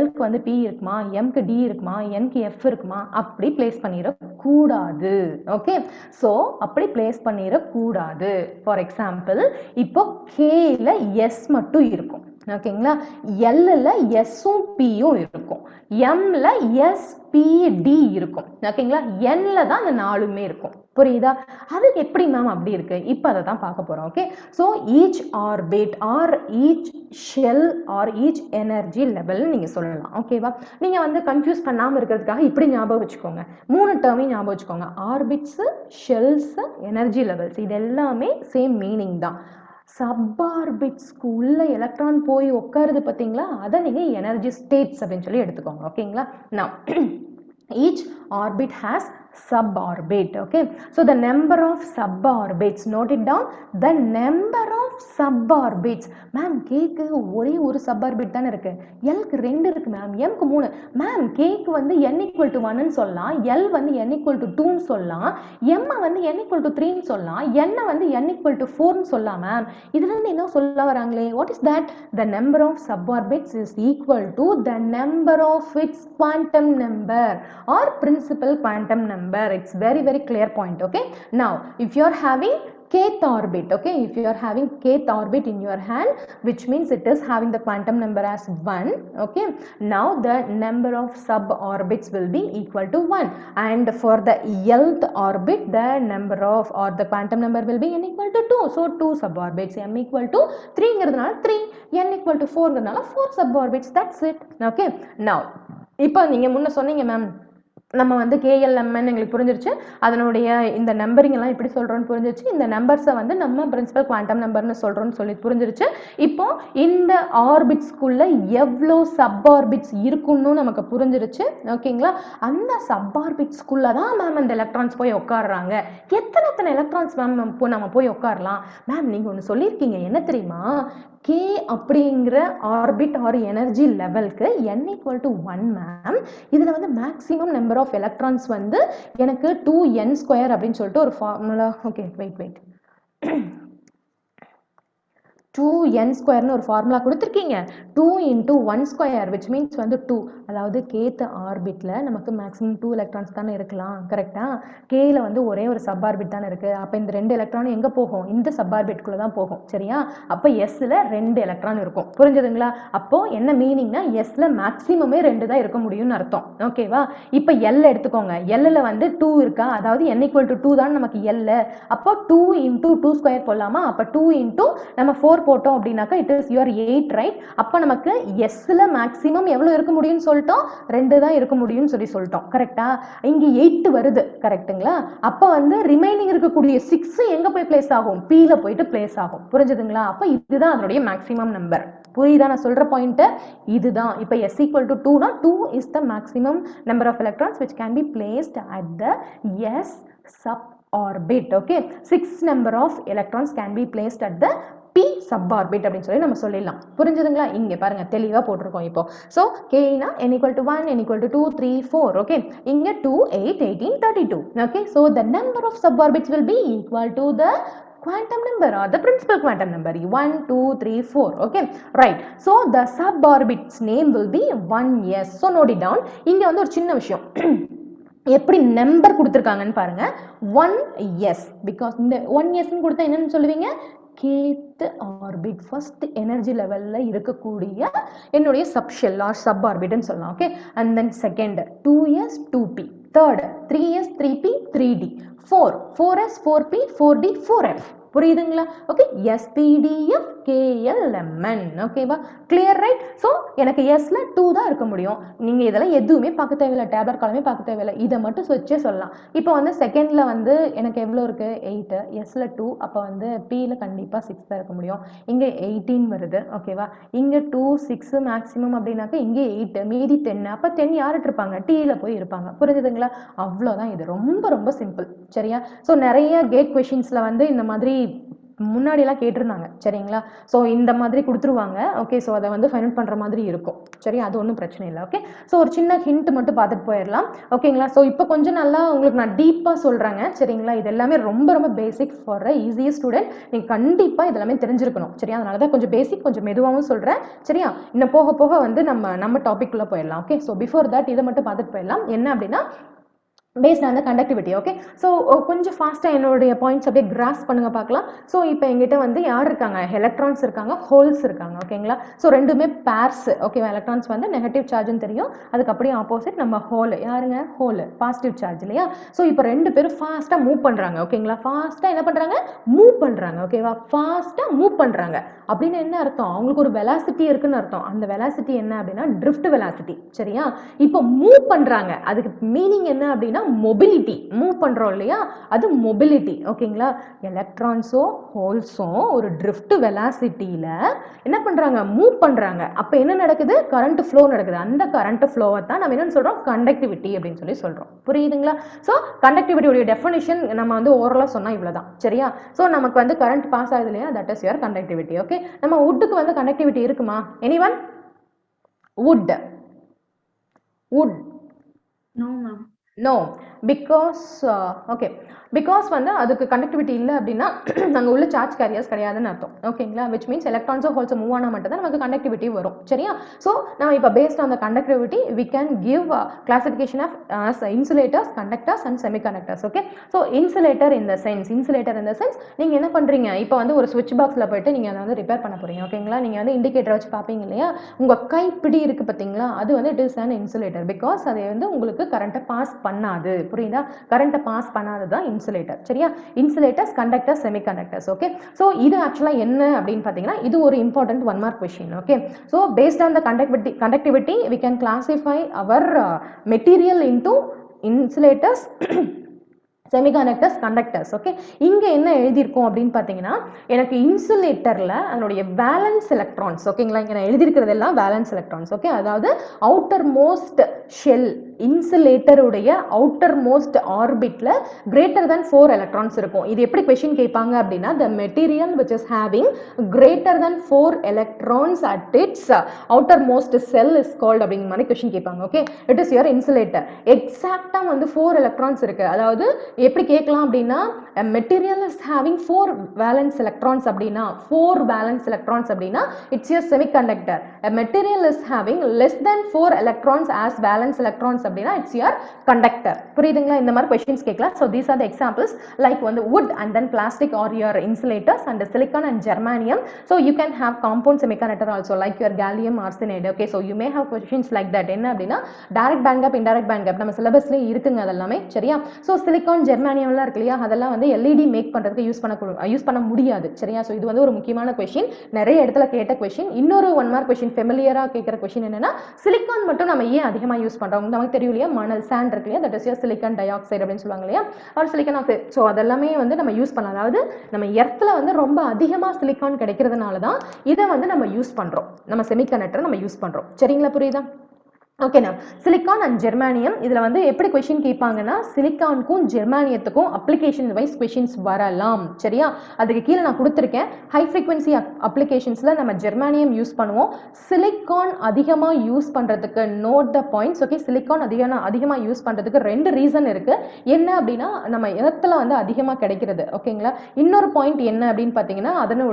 அதனுடைய மைனாரிட்டி கேரியர் கரண்ட் ஆர் வந்து லீக்கேஜ் கரண்ட் வந்து it will be in the terms of nano ampere அப்படின்னு சொல்லி சொல்வாங்க ஓகே பட் வந்து ஜெர்மானியத்துக்கு பாத்தீங்க அப்படின்னா மைக்ரோ ஆம்ப்ஸ்ல அதோட லீக்கேஜ் கரண்ட் இருக்கும் ஓகேவா அதனால தான் வந்து இதை அதிகமா யூஸ் பண்றதுக்கான மேஜர் ரீசன் ஓகே அதே மாதிரி கண்டக்டிவிட்டி இது கொஞ்சம் அதிகமா இருக்கும் ஓகேங்களா so that's it okay and then conductors பாத்தீங்க அப்படின்னா copper aluminium sodium okay so magnesium gold so நீங்க எல்லாமே சொல்லலாம் okay so it's your conductors okay now நீங்க தெரிஞ்சுக்க வேண்டிய பாயிண்ட் இந்த 3 பாயிண்ட்ஸும் ஓகேங்களா so it's very very crispy points okay now so இப்போ உங்களுக்கு KLMN அப்படின்னு என்னன்னு சொல்லி தெரியுது okay so let me ask you some questions okay so யாரெல்லாம் முடியுதோ அவங்க ஆன்சர் போடுங்க ஓகேங்களா P அப்படிங்கிற சப்ஷெல்ல எவ்வளோ maximum number of electrons place பண்ண முடியும் P I'm asking about P parrot okay Pங்கிற சப்ஷெல்ல every one should give answer yes please 6 Divya you are right yes others புரியலன்னா ஒன்றும் பிரச்சனை இல்லை அகைன் நான் உங்களுக்கு சொல்லி தருவேன் ஓகேங்களா பட் இது ரொம்ப ரொம்ப முக்கியம் நீங்கள் இது வந்து அப்படியே கிராஸ் பண்ணி வச்சிருக்கணும் yes others what about others okay no issues உங்களுக்கு தெரிஞ்சா ஓகே ஓகேங்களா ஸோ SPDFல வந்து Pல 6 எலக்ட்ரான்ஸ் இருக்கும் ஓகே ஸோ அது வந்து ரொம்ப கிளியர் இல்லையா இப்போ ஓகே டன் ஸோ இப்போ SPDF வந்து KLMN அது எல்லாமே நமக்கு கிளியராக தெரியுது ஓகேவா ஸோ ஒரு சின்ன ஹிண்ட் என்ன அப்படின்னு பார்த்தீங்கன்னா இது மட்டும் தெரிஞ்சுக்கோங்க ஓகே ஸோ பாசிட்டிவ் டெம்பரேச்சர் கோஎஃபிஷியன்ட்னா என்ன நெகட்டிவ் டெம்பரேச்சர் கோஎஃபிஷியன்ட்னா என்னன்னு சொல்லி தெரியணும் பிஃபோர் தட் நீங்கள் நெட்வொர்க் தியரியில் ரெசிஸ்டன்ஸ்னா என்னன்னு சொல்லி படிச்சிருப்பீங்க கரெக்டுங்களா ரெசிஸ்டன்ஸ் அப்படின்னா படிச்சிருப்பீங்க ரெசிஸ்டர் படிச்சிருப்பீங்க அதில் வந்து முக்கியமான ஒரு ஃபார்முலா இருக்கும் என்ன அப்படின்னா நமக்கு அந்த கோஎஃபிஷியன்ட் இருக்குல்லையே ஆல்ஃபாங்கிற கோஎஃபிஷியன்ட் அதை பேஸ் பண்ணி ஒரு ஃபார்முலா இப்போ நான் ஏன் ஃபார்முலா சொல்லணும்னா நீங்கள் அதை போய் பார்க்கணுங்கிறதுக்காக சரியா ஸோ இப்போ இந்த டேர்ம் நம்ம என்ன சொல்ல போகிறோம் அப்படின்னு பார்த்தீங்கன்னா இப்போ ஒரு மெட்டீரியல் உங்கள் கையில் இருக்குது ஓகேங்களா so I am telling about a material not a metal okay so ஒரு மெட்டீரியல் உங்கள் கையில் இருக்கு இந்த மெட்டீரியலுக்கு வந்து நீங்கள் என்ன பண்ண போறீங்க அப்படின்னா டெம்பரேச்சரை இன்க்ரீஸ் பண்ண போறீங்க ஓகேங்களா ஸோ அந்த மெட்டீரியலுக்கு ஒரு டெம்பரேச்சரை நீங்கள் இன்க்ரீஸ் பண்ண போறீங்க அப்படிங்கும்போது இப்போ நம்ம வந்து ரூம் டெம்பரேச்சரில் இருக்கோம் இல்லைங்களா நீங்கள் அதை ஹீட் பண்ணும்போது அப்படின்னா டெம்பரேச்சரை இன்க்ரீஸ் பண்ணுறீங்கன்னு அர்த்தம் டெம்பரேச்சரை இன்க்ரீஸ் பண்ணும்போது அங்கே வந்து ஒரு கரண்ட் ஃப்ளோ நடக்குது ஆர் கண்டக்டிவிட்டி இன்க்ரீஸ் ஆகுது ஆர் வந்து நமக்கு ரெசிஸ்டன்ஸ் கம்மி ஆகுது நான் சொல்றது புரியுதா டெம்பரேச்சரை இன்க்ரீஸ் பண்ணுறீங்க ரெசிஸ்டன்ஸ் கம்மி ஆயிடுச்சு சரியா டெம்பரேச்சரை இன்க்ரீஸ் பண்ணுறீங்க ரெசிஸ்டன்ஸ் கம்மி ஆயிடுச்சுன்னா கரண்ட் அதிகமாக இருக்குன்னு அர்த்தம் கரண்ட் அதிகமாக போகுதுன்னா கண்டக்டிவிட்டி அதிகம்னு அர்த்தம் கண்டக்டிவிட்டியோட நோட்டேஷன் வந்து சிக்மா சரிங்களா மியூங்கிறது மொபிலிட்டி ஐனா கரண்ட் ஆர்னா ரெசிஸ்டன்ஸ் டீனா டெம்பரேச்சர் இதெல்லாமே you are all familiar right now so இப்போ ரெசிஸ்டன்ஸ் கம்மி temperature increase okay so here note it down இங்கே அதிகம் இங்கே கம்மி இல்லைங்களா ஸோ இது வந்து ஒரு இன்வர்ஸ் ப்ரொபோஷனல் இல்லையா ஸோ அதை வந்து நம்ம நெகட்டிவ் டெம்பரேச்சர் கோஎஃபிஷியன்ட் சொல்லுவோம் சரியா if you are having or if you are increasing the temperature the resistance will also be increasing அப்படினா that is called as positive temperature coefficient அப்படினு சொல்லி சொல்லுவோம் சரியா சோ அதனுடைய just definitions மட்டும் பார்த்துக்கோங்க the resistance of a good conductor note it down the resistance of a good conductor so what are all will be the good conductors yes உங்களுக்கு தெரிஞ்ச conductor சொல்லுங்க இப்பதான் மேல பார்த்தோம் actual example ஒரு good conductor சொல்லுங்க copper gold yes copper gold metal okay yes so அதெல்லாமே நமக்கு good conductors தான் இல்லையா so the resistance of a good conductor increases note it down resistance of a good conductor increases with the increase in the temperature that is called positive temperature coefficient இதை எதிர்பார்க்கலல்ல ஏன்னா நீங்க எல்லாரும் என்ன நினைப்பீங்க அப்படின்னா கொஞ்சம் டெம்பரேச்சர் இன்க்ரீஸ் பண்ணா நார்மலாவே good conductorனா அது நல்லா தான் மேம் கண்டக்ட் பண்ணுது அங்க ஏன் நம்ம டெம்பரேச்சர் இன்க்ரீஸ் பண்ணா இன்னும் கண்டக்டிவிட்டி நல்லா பண்ணலாம்ல மேம் ஏன் வந்து ரெசிஸ்டன்ஸ் அதிகமாகுது மேம் அப்படின்னு என்ன அர்த்தம் கரண்ட் கம்மியாகுது மேம் என் கையில ஒரு காப்பர் வயர் இருக்கு நான் வந்து அது ஒரு குட் கண்டக்டர் அதுக்கு வந்து நான் டெம்பரேச்சர் இன்க்ரீஸ் பண்ண போறேன் இங்க என்ன போட்டிருக்கு அப்படின்னா டெம்பரேச்சர் இன்க்ரீஸ் பண்ணா எனக்கு ரெசிஸ்டன்ஸ் அதிகமாகும்னு போட்டிருக்கு மேம் அதாவது ரெண்டுக்குமே பாசிட்டிவ் டெம்பரேச்சர் கோஎஃபிஷியன்ட் இருக்குன்னு போட்டிருக்கு மேம் ரெசிஸ்டன்ஸ் அதிகமானா எனக்கு கரண்ட் கம்மியாயிடும் மேம் ஆமா அதுதான் நேச்சர் சரியா அதுக்கு ரீசன் என்ன அப்படிங்கறது நான் கீழே சொல்றேன் சரியா சோ நம்ம கிட்ட ஒரு குட் கண்டக்டர் இருக்கு அங்க டெம்பரேச்சர் இன்க்ரீஸ் பண்ண போறீங்க the resistance will be increasing ஓகேங்களா the resistance will be increasing அதுக்கு காரணம் வந்து மொபிலிட்டி குறைஞ்சிரும் உள்ள இருக்கக்கூடிய சார்ஜ் கேரியர்ஸ் இருக்கு இல்லையா அதெல்லாம் ஃபாஸ்டா மூவ் ஆகி என்ன ஆகும்னு பாத்தீங்கன்னா மொபைல் ஒன்னொன்னு இடிச்சு கொலைட் ஆகி மொபிலிட்டி குறைஞ்சாவே கண்டக்டிவிட்டி குறைஞ்சிரும் புரியுதுங்களா கண்டக்டிவிட்டி குறையுதுன்னா கரண்ட் குறையுதுன்னு அர்த்தம் புரியுதா அவ்வளவுதான் ஓகே சோ நம்ம மெட்டல்ல என்ன கோஎஃபிஷியன்ட் இருக்கு பாசிட்டிவ் டெம்பரேச்சர் கோஎஃபிஷியன்ட் நான் இப்ப சொல்லிட்டு இருக்கிறது மெட்டல் பத்தி பேசிட்டு இருக்கேன் சரியா நம்ம மெட்டல்ல நீங்க டெம்பரேச்சர் இன்க்ரீஸ் பண்ணீங்கன்னா ரெசிஸ்டன்ஸ் அதிகமாகும் கரண்ட் குறையும் கண்டக்டிவிட்டி குறையும் மொபிலிட்டி குறையும் புரியுதா ஆக்சுவலி இப்படி ரிவர்ஸ்ல வரணும் இன்னொரு டைம் சொல்றேன் பாருங்க டெம்பரேச்சர் இன்க்ரீஸ் பண்றீங்க ரெசிஸ்டன்ஸ் அதிகமாகுது மெட்டல்ல ஓகேவா மொபிலிட்டி குறையுது அதனால நமக்கு கரண்ட் குறையுது அதனால கண்டக்டிவிட்டி குறையுது புரியுதுங்களா இப்படிதான் வரணும் சரியா சோ இப்போ இது உங்களுக்கு கிளியர் இல்லையா சோ நம்ம குட் கண்டக்டர்ல ஆர் மெட்டல்ல வந்து பாசிட்டிவ் டெம்பரேச்சர் கோஎஃபிஷியன்ட் இருக்கும் சரியா அதே மாதிரி ஒரு பாயிண்ட் ஞாபகம் வச்சுக்கணும் மெட்டல் வந்து ஒரு யூனிபோலார் மெட்டீரியல் ஓகேங்களா அதாவது அதுக்குள்ள வந்து நம்ம பிஜேடி இருக்கு இல்லையா அது வந்து ஒரு பைபோலார் அதாவது பைபோலாரிட்டி அப்படின்னா நமக்கு எலக்ட்ரானாலையும் கரண்ட் கிடைக்கும் ஹோல்னாலையும் கரண்ட் கிடைக்கும் பட் வந்து நம்ம மெட்டல்லாம் எடுத்துக்கிட்டோம் அப்படின்னா it is unipolar material okay அதுல வந்து நமக்கு எலக்ட்ரான்ஸ் மட்டும் தான் இருக்கும் சரியா அதே மாதிரி அந்த எலக்ட்ரான்ங்கிறது கேரியர்னு சொல்லலாம் இல்லையா அந்த கேரியரோட கான்சென்ட்ரேஷன் it's fixed சரியா உங்களால carrier concentration 10 to the power of 23 something இருக்கும் அத வந்து உங்களால இன்கிரீஸ் எல்லாம் பண்ண முடியாது சரியா ஆனா அதோட வேகத்தை வேணா நீங்க கூட்டலாம் அப்ப என்ன ஆகும் உங்களுக்கு இப்படி போய் ஒன்னோட ஒன்னு முட்டி கொலைடா என்ன ஆகும் அப்படியே வேகம் குறைஞ்சு போய்டும் சரியா அதனால நமக்கு என்ன ஆயிடும் கண்டக்டிவிட்டியும் குறைஞ்சு போய்டும் கரண்ட் குறைஞ்சு போய்டும் சரிங்களா okay so that's why we are அதெல்லாம் குறையுதுனா ரெசிஸ்டன்ஸ் அதிகமாகுதுன்னு அர்த்தம் சரியா அதனால தான் positive temperature coefficient and then the resistance of a semiconductor material is decreased okay so இப்போ நான் என்ன சொல்லிட்டு இருக்கேன் semiconductor பத்தி பேசிட்டு இருக்கோம் இல்லையா so semiconductor material உடைய resistance என்ன ஆகுது குறையுது when you are increasing the temperature which means you are having negative temperature coefficient for semiconductor material and உங்களுக்கு நல்லா தெரியும் silicon and germanium are the semiconductor materials னு தெரியும் சரியா and then insulators also have negative temperature coefficient you may ask me question என்ன அப்படினா ma'am அப்படினா வந்து என் wood எடுத்து நான் என்ன பண்றேன் இப்போ temperature increase பண்றேன் மேம் அப்ப resistance கம்மியாகி வந்து அங்க current flow ஆகுமா இந்த மாதிரி questions என்கிட்ட நிறைய ஸ்டூடண்ட்ஸ் கேட்பாங்க ஏன்னா insulators also have the negative temperature coefficient போட்டிருக்கீங்க மேம் அப்படின்னா டெம்பரேச்சர் அதிகமாகும் போது ரெசிஸ்டன்ஸ் கம்மியாக கரண்ட் கண்டக்ட் பண்ணுமா அப்படிலாம் ஆகாதுங்க டெம்பரேச்சர் அதிகமாகும் போது அது அதனுடைய நேச்சரை மாத்திரும் கரெக்டா நேச்சர் இந்த சென்ஸ் அதனுடைய ஃபார்மை மாத்திரும் இப்போ வந்து ஒரு சாலிட் ஃபார்ம்ல இருக்கு இல்ல இப்போ நம்ம கிட்ட வந்து ஒரு வுட் எடுத்துக்கோங்க சரிங்களா அப்ப வந்து நீங்க நல்லா ஹீட் பண்றீங்க என்ன ஆகும் அப்படியே கருகி சாம்பலாயிடும் சரியா அதுதான் வந்து அதனுடைய ஃபார்மை மாத்திக்கும் அப்படின்னு சொல்லி சொல்லுவாங்க okay so insulators also have the negative temperature coefficient ஓகேங்களா சோ இப்போ இது எல்லாமே முடிஞ்சிருச்சு ஓகே now so இப்போ உங்களுக்கு வந்து temperature coefficient பத்தி clear-ஆ தெரியுது so which is having positive temperature coefficient and negative temperature coefficient-ங்கிறது தெளிவா தெரியணும் okay and then conductors and then semiconductors and then insulators உடைய valence electrons எவ்வளவு இருக்குங்கிறதும் தெரியணும் okay and energy levels ஓகேங்களா energy levels இப்போ வந்து நம்ம என்ன பார்க்க போறோம் அப்படினா இந்த பாயிண்ட பார்க்க போறோம் சரி இது எதுக்காக மேம் நம்ம பார்க்கணும் அப்படினா நமக்கு ஃபர்ஸ்ட் டாபிக் என்ன இருக்கு எனர்ஜி பேண்ட் அப்படினு சொல்லி இருக்கு energy bands in intrinsic and extrinsic semiconductors அப்படினு சொல்லி இருக்கு இல்லீங்களா சோ எனர்ஜி பேண்ட்ஸ் தெரியணும்னா பிஃபோர் தட் உங்களுக்கு எனர்ஜி லெவல் தெரியணும் சரிங்களா ஓகே சோ எனர்ஜி லெவல்ஸ் தெரியணும் அத வந்து இந்த டயகிராம்ல பிளேஸ் பண்ண தெரியணும் சரியா பிளேஸ் பண்ண இந்த சென்ஸ் இங்க என்னென்ன இருக்குன்னு தெரிஞ்சா போதும் அவ்வளவுதான் சரியா now சோ இப்போ energy level each orbit has fixed amount of energy உங்களுக்கு எல்லாருக்கும் தெரியும் சரியா அந்த எனர்ஜியோட ஃபார்முலா என்னது Yes, Eg which is equal to the electron which is present in any energy level possesses the energy Eg which is equal to, yes, 13.6 divided by n square. Okay, வெறும் 13.6 it's positive or negative? Positive. Positive மறந்துட்டீங்களா? Negative. Negative. Yes, right. So this is இது இந்த மாதிரி questions கேட்குறது அதுக்கு தாங்க, வேற எல்லாம் எதுக்கும் இல்லை. தப்புருந்தா உங்களுக்கு ஞாபகம் இல்லைன்னா ஞாபகப்படுத்திக்கிறதுக்காக தான், சரியா? Eg which is equal to minus 13.6 divided by n squared. Okay, so here n. Okay, so this is the energy possessed by any electron which is present in any energy level. Okay, Eg which is equal to minus 13.6 divided by n squared, where n will be the principal quantum number. ஓகேங்களா?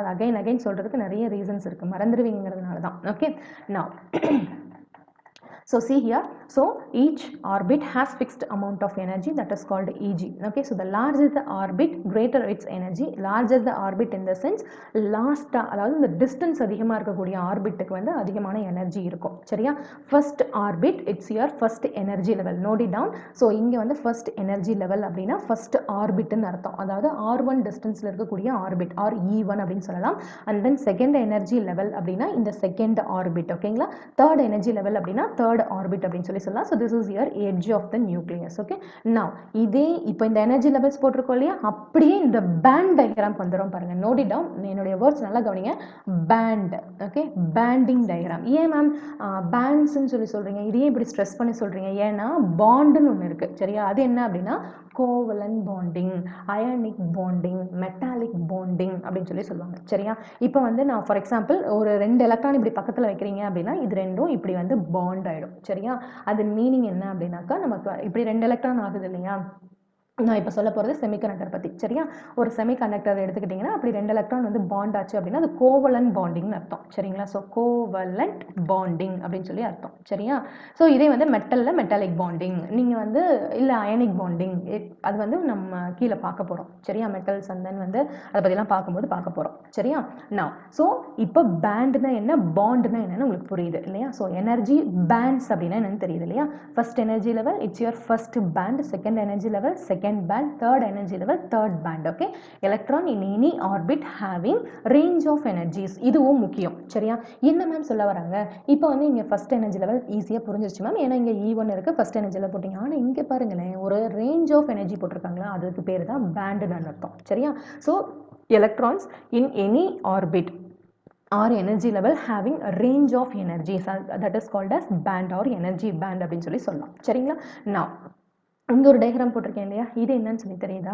இப்போ வந்து நம்ம இது n = 1, r வந்து kth energy, ஓகேங்களா? r energy லெவல்னு சொல்லலாம். Okay, n = 2 r k l m n அப்படின்னு சொல்லி போட்டேன், சரியா? ஸோ இது வந்து அதனுடைய எனர்ஜிஸ் நான் போட்டேன், ஓகேங்களா? மேம் இங்கே இன்னமும் போட்டிருக்காங்க, ஆக்சுவலாக இதெல்லாம் நீங்கள் படிக்கணுங்கிறது இல்லைங்க, சரிங்களா? ஸோ இந்த பிராக்கெட் சீரிஸ் லைமன் சீரிஸ்லாம் வேண்டியதில்லை, சரியா? இது நான் போட்டதுக்கு ரீசன் என்ன அப்படின்னா, for example I'm saying, okay?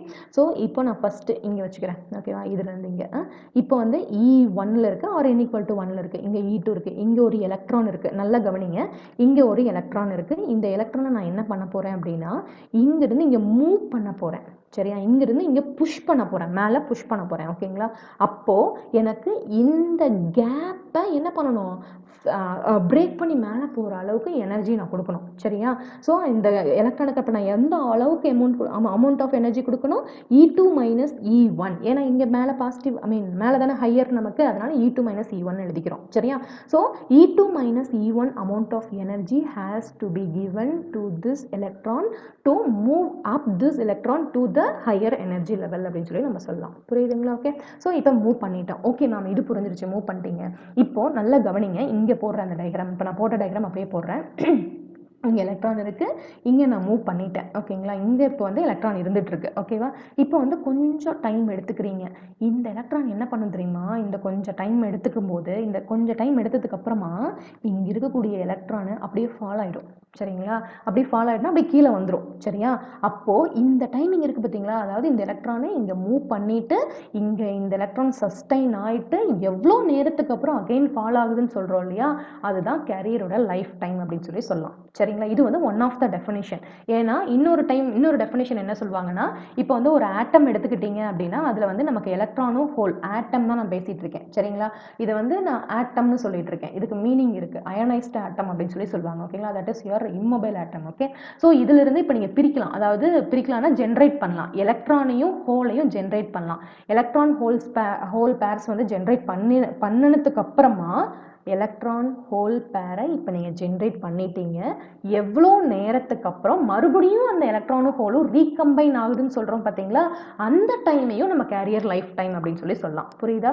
The time at which the electron and hole pairs has been generated to the time at which again it is recombined. அதாவது ஜென்ரேஷனுக்கும் அந்த ரீகம்பினேஷனுக்கும் இருக்கக்கூடிய அந்த டைம் டியூரேஷனை நம்ம கேரியர் லைஃப் டைம் அப்படின்னு சொல்லலாம். சரியா? ஓகேண்ணா. ஸோ இப்போ பாருங்க, இதையும் நீங்கள் கேரியர் லைஃப் டைம் அப்படின்னு சொல்லலாம். சரியா? இப்போ நான் என்ன பண்ணேன், இந்த அதாவது லோயஸ்ட் எனர்ஜி லெவல் E1ல இருக்கக்கூடிய எலக்ட்ரானுக்கு இந்த கேப்பை மூவ் பண்ணுற அளவுக்கு எனர்ஜி கொடுத்து மேலே அனுப்பிட்டேன். இது கொஞ்ச நேரம் இங்கே சஸ்டெயின் பண்ணிட்டு அகெயின் வந்து கீழே ஃபால் ஆயிடுச்சு. ஃபால் ஆகும்போது சும்மா ஃபால் ஆகுமா? இங்கே எவ்வளோ எனர்ஜி நம்ம கொடுத்து மேலே அனுப்பியிருக்கோம் அந்த எனர்ஜியை ரிலீஸ் பண்ணிட்டு ஃபால் ஆகும். சரியா? அப்படி ரிலீஸ் பண்ணுறது இந்த ஃபார்ம் ஆஃப் ஹீட்டில் இல்லைன்னா லைட்டாக இருக்கும். புரியுதா? அதை தான் இங்கே போட்டிருக்காங்க. ஓகேங்களா? ஸோ ஒவ்வொரு சீரீஸுமே அதை பற்றி சொல்லுவாங்க. ஓகேவா? ஸோ நான் என்ன சொன்னேன், இங்கே மேலே இருக்கக்கூடிய அதாவது ஹையஸ்ட் எனர்ஜி லெவலில் இருக்கக்கூடிய எலக்ட்ரான் வந்து அது எவ்வளோ எனர்ஜியை பொசஸ் பண்ணி வச்சுருந்ததோ அதை அப்படியே வந்து ரிலீஸ் பண்ணிட்டு தான் கீழே வரும். கரெக்டாக? It will be released in the form of photons அப்படின்னு சொல்லுவாங்க. ஓகேங்களா? ஆர் வந்து ஹீட் ஆர் லைட் அப்படின்னு சொல்லுவாங்க. அதனுடைய வேவ் லென்த் தான் இங்கே நம்ம கொடுத்துருக்கோம். இது அதனுடைய formula. Lambda will be equal to 12,400 divided by E2 minus E1 அப்படின்னு சொல்லுவாங்க. ஓகேங்களா? So this is your general formula. Okay, so இது இப்போ கிளியர் இல்லையா? ஸோ இது வந்து இன்னும் கொஞ்சம் கீழே போய் பார்ப்போம், அந்த மொபிலிட்டியிலலாம் பார்க்கலாம். சரியா? ஸோ இப்போ கொஞ்சம் ரிவைஸ் பண்ணிக்கலாமா? ஸோ நமக்கு என்ன தெரியும்? ஷெல் தெரியும், சப்ஷெல்ஸ் தெரியும், நம்பர் ஆஃப் எலக்ட்ரான்ஸ் தெரியும், KLMN 1 2 3 4. 1 2 3 4ங்கிறது என்னது? நம்ம பிரின்சிபல் குவாண்டம் நம்பர்ஸ். ஓகேங்களா? ஸோ அதில் வந்து எப்படி ப்ரெசென்ட் ஆயிருக்கு, அதாவது நம்பர் ஆஃப் சப்ஷெல்ஸ் என்னென்ன, அந்த சப்ஷெல்லில் எவ்வளோ எலக்ட்ரான்ஸ் இருக்குது அப்படின்னு சொல்லி நமக்கு ப்ரெசென்ட் பண்ணியிருக்காங்க. ஓகே, ஸோ இது தேவையில்லை, இதை விட்டுருங்க. ஓகேங்களா? நம்ம தேவையான மட்டும் படித்தா போதும். ஓகே, அண்ட் தென் நம்ம முன்ன சொன்ன இல்லையா, அந்த சிலிக்கான் ஜெர்மானியத்துடைய அப்ளிகேஷன்ஸ் பாருங்க அப்படின்னு சொன்னேன் இல்லையா? அப்ளிகேஷன்ஸில் தெரியறதுக்கு முன்னாடி நம்ம யார் வேணாலும் படிச்சிடலாம். கேலியம் ஆர்சனைடு வந்து எல்இடி மேக் பண்ணுறதுக்கு தான் யூஸ் பண்ணுறோம். நம்ம சிலிக்கானை வந்து எல்இடி மேக் பண்ணுறதுக்கு யூஸ் பண்ண முடியாது. ஏன்னா வந்து சிலிக்கான் வந்து நமக்கு இன்டைரக்ட் பேண்ட் கேப் மெட்டீரியல், அதனால் வந்து நம்ம எல்இடி மேனுஃபேக்சர் பண்ணுறதுக்கு யூஸ் பண்ண முடியாது. கேலியம் ஆர்சனைடுங்கிறது ஒரு compound semiconductor. Gallium arsenide. Okay, so கேலியமும் இருக்குது, ஆர்சனைடும் இருக்குது. It is a compound semiconductor and also it is a direct band gap semiconductor. அதனால தான் கேலியம் ஆர்சனைடை நம்ம எல்இடி மேக் பண்ணுறதுக்கு யூஸ் பண்ணுறோம். சரிங்களா? இதெல்லாம் யார் வேணாலும் சொல்லலாம். ஆனால் நமக்கு சிலிக்கானுக்கும் ஜெர்மானியத்துக்கும் இருக்கக்கூடிய டிஃப்ரென்ஸ் தெரியணும். அதில் இருக்கக்கூடிய அந்த பாயிண்ட்ஸ் தெரியணும். சிலிக்கான் வந்து எதெல்லாம் பண்ணும், அதில் வந்து லெஸ் லீக்கேஜ் கரண்ட் இருக்குது. ஓகேங்களா? இந்த டேர்ம்ஸ் ஆஃப் நானோ ஆம்பியரில் இருக்குது, கண்டக்டிவிட்டி அதிகம். இந்த பாயிண்ட்ஸ் எல்லாம் நமக்கு தெரியணும். சரியா? So it is important to note that the elemental semiconductor silicon is preferred over the another elemental semiconductor germanium. ஓகேங்களா? So for the following reasons என்ன அப்படின்னு பார்த்தோம்னா, higher temperature stability, higher band gap. We are comparing silicon with germanium, both are semiconductors. Okay, not a compound semiconductor. புரியுதா? so silicon germanium ரெண்டுமே indirect band gap semiconductor தான். indirect band gap semiconductor தான். சரியா? இது ரெண்டையும் தான் நம்ம இப்போ கம்பேர் பண்றோம். silicon is having higher temperature stability when compared to germanium. It is having higher band gap, it is having lower leakage current. ஓகேங்களா? நான் சொன்னேன் இல்லையா? இப்போ நீங்கள் என்ன தெரியணும் உங்களுக்குன்னா, லீக்கேஜ் கரண்ட்னா என்னன்னு சொல்லி தெரியணும். சரியா? லீக்கேஜ் கரண்ட்டை வந்து மைனாரிட்டி கேரியர் கரண்ட்னு சொல்லுவாங்க. Okay, and then higher break down voltage, technically easier fabrication process than germanium, because அது வந்து easily it is available on the earth அப்படின்னு சொல்லலாம். Okay, now in this context it is worth remarking that the compound, ஏன் காம்பவுண்ட்னு சொன்னேன்னு புரியுதா? Third group எலமெண்ட்டையும் fifth group எலமெண்ட்டையும் நம்ம என்ன பண்ணியிருக்கோம், இங்கே சேர்த்துருக்கோம். ஓகே, இப்போ யாரோ ஒருத்தர் சொல்லுங்க பார்ப்போம், சிலிக்கான் அண்ட் ஜெர்மானியம் வந்து எந்த group element? Yes, silicon and germanium fourth. எப்படி சொல்றீங்க? Valence electron 4. எஸ் குட் அவ்வளோதான்.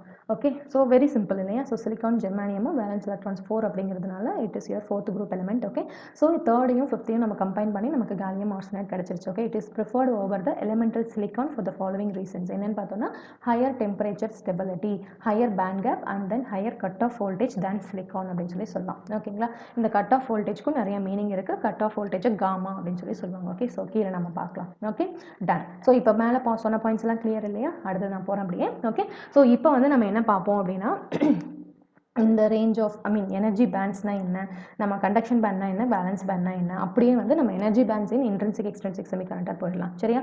So let as all have break from 11:30 to 35. Okay ஒரு 5 minutes பிரேக் எடுத்துக்கலாம்ல. ஃப்ரம் 11:30 ஐம் செய்யுங்க. ஓகே 11:30 to 35 வரைக்கும். சரியா?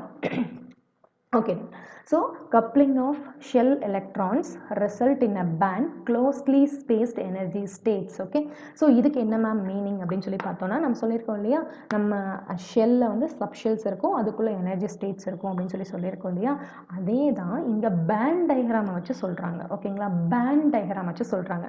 Pant diagram again I'm saying confuse ஆகக்கூடாதுக்காக தான் சொல்கிறேன். பேண்ட் டயக்ராம் எனர்ஜி பேண்ட் டயக்ராமோட டெஃபினேஷன் இது. Okay coupling of shell electrons result in a band of closely spaced energy states அப்படின்னு சொல்லலாம். சரியா? so energy bands in solids, that is here two energy bands will be present. ஓகேங்களா? ஒன்று வந்து valence band, இன்னொன்று conduction band. Okay so நம்ம இப்போ வந்து energy bands பற்றி பார்க்க போகிறோம். the range of energies எதை பற்றி பார்க்குறோம்? valence band. Okay the range of energies or band possessed by valence electron is called as valenced band. சரியா? ஓகே வேலன்ஸ் பேண்டை நம்ம என்னன்னு சொல்கிறாங்க, லாஸ்ட்டாக அதாவது வந்து வேலன்ஸ் எலக்ட்ரான் இருக்கு இல்லையா, அது எங்கே ப்ரெசென்ட் ஆயிருக்குன்னு பார்த்தீங்கன்னா நம்ம வேலன்ஸ் பேண்டில் ப்ரெசென்ட் ஆயிருக்கு. Okay or the range of energies possessed by the valence electron is called as or it is present in the valence band அப்படின்னு சொல்லி முடிச்சிடலாம். சரியா? ஸோ வேலன்ஸ் எலக்ட்ரான் உங்களுக்கு தெரியும் இல்லையா, it is your outer most ஆர்பிட்டில் இருக்கக்கூடிய electron and it is having the highest energy. அவ்வளோதான். சரியா? ஸோ இங்கே பாருங்கள், so this is your band diagram. ஓகேங்களா? Band diagram. So this is your valence band, this is your conduction band. இந்த ரெண்டுக்கும் இருக்கக்கூடிய கேப் வந்து ஃபார்பிடன் எனர்ஜி கேப் அப்படின்னு சொல்லுவாங்க. ஓகே இஎஃப்ங்கிற வேர்ட் யூஸ் பண்ண வேண்டாம், இஜி அப்படின்னு சொல்லி யூஸ் பண்ணுங்க. சரிங்களா? So that is your forbidden energy gap. ஏன்னா இஎஃப்னா ஃபெர்மி எனர்ஜி லெவலாக மாறிடும். சரியா? So E that is your capital. Okay and then so conduction பேண்டில் வந்து இசின்னு சொல்லலாம், வேலன்ஸ் பேண்ட் இவின்னு சொல்லலாம். இது எங்கே நம்ம பிளேஸ் பண்ணணும் அப்படின்னு பார்த்தீங்கன்னா டெஃபினிஷன் சொல்கிறேன். சரியா? ஸோ இசி இங்கே நம்ம பிளேஸ் பண்ணோம். சரியா? That is your minimum of your conduction band. E V வந்து maximum of your valence band தான் ரெப்ரசன்ட் பண்ணும். சரியா? இந்த எனர்ஜி கேப்பை நம்ம இஜி அப்படின்னு சொல்லலாம். சரிங்களா? ஓகே ஸோ இந்த கேப் வந்து நம்ம ஃபர்பிடன் எனர்ஜி கேப் அப்படின்னு சொல்கிறோம் இல்லையா, இந்த கேப்பை வச்சு தான் இந்த கேப் வந்து எவ்வளோ எலக்ட்ரான் வோல்ட், நான் இப்போ என்னங்க சொல்லிட்டு இருக்கேன், எவ்வளோ எலக்ட்ரான் வோல்ட்டுன்னு சொன்னேன். கரெக்டாக? இந்த ஃபர்பிடன் எனர்ஜி கேப் இருக்குல்ல, இது எவ்வளோ எலக்ட்ரான் வோல்ட்டுங்கிறத பொறுத்து தான் உங்களுக்கு வந்து இது கண்டக்டரா, இன்சுலேட்டரா, செமிகண்டக்டரா அப்படின்னு சொல்லி நம்ம பிரிக்கலாம். சரியா? So before that conduction band சொல்லி பார்க்கலாம். உங்களுக்கு வேலன்ஸ் பேண்ட் சொல்லி தெரியுது இல்லையா, வேலன்ஸ் எலக்ட்ரான்ஸ் அதனுடைய ரேஞ்ச் ஆஃப் எனர்ஜி தான் நம்ம எங்கே இருக்குது, வேலன்ஸ் பேண்டு. புரியுதா? ஸோ கண்டக்ஷன் பேண்ட் அப்படின்னு சொல்லி சொன்னோன்னா electrons that are free from their parent atom, electrons that are free from their parent atom possesses higher energy and it will be lying in the conduction band. Okay ma'am எப்படி ma'am தானாக வந்து ஒரு ஆட்டம்ல இருந்து அதனோட parent ஆட்டம்ல இருந்து electron வெளியில் வரும் பார்ப்போம் எப்படின்னு சொல்லிட்டு. Okay fifth group element add பண்ணிங்கன்னா அதுவே ஃப்ரீயாக தான் இருக்கும். சரியா? ஆர் ஃப்ரீயாக இருக்குங்கிறத விட தானாக இருக்காது, ரொம்ப லெஸ் அமௌண்ட் ஆஃப் ஃபோர்ஸ் தான் அந்த பேரண்ட் ஆட்டமோட அட்டாச் ஆகிருக்கும். சரியா? ஸோ எலக்ட்ரான்ஸ் வந்து எப்போ அதனோட பேரண்ட் ஆட்டம் கிட்ட இருந்து வெளியில் வரும் அப்படின்னு சொல்லி பார்க்கலாம் அப்படின்னா நமக்கு வந்து the valence electrons are loosely coupled, அதாவது இன்னொரு டைம் சொல்கிறேன். Okay so the free electrons இருக்குது பார்த்தீங்களா, அது எங்கே இருக்குன்னா நமக்கு கண்டக்ஷன் பேண்டில் இருக்கும். சரியா?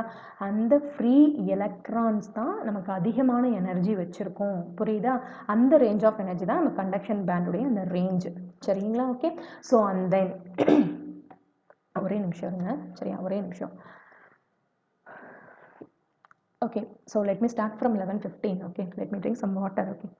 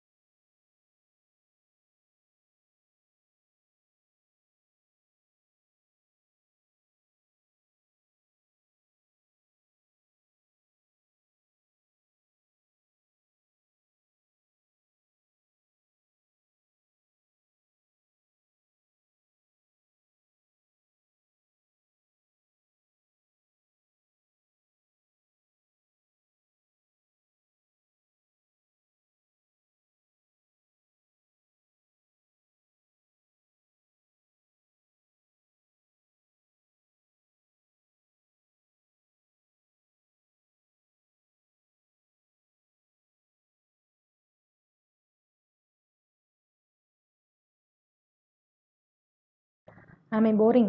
ரொம்ப போரா இருக்கா? S.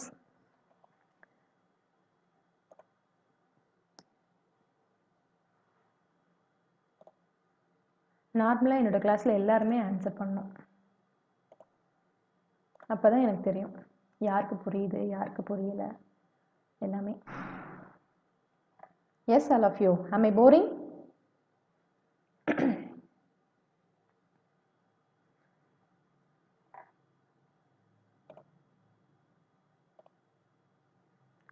No reply from your side. What happened?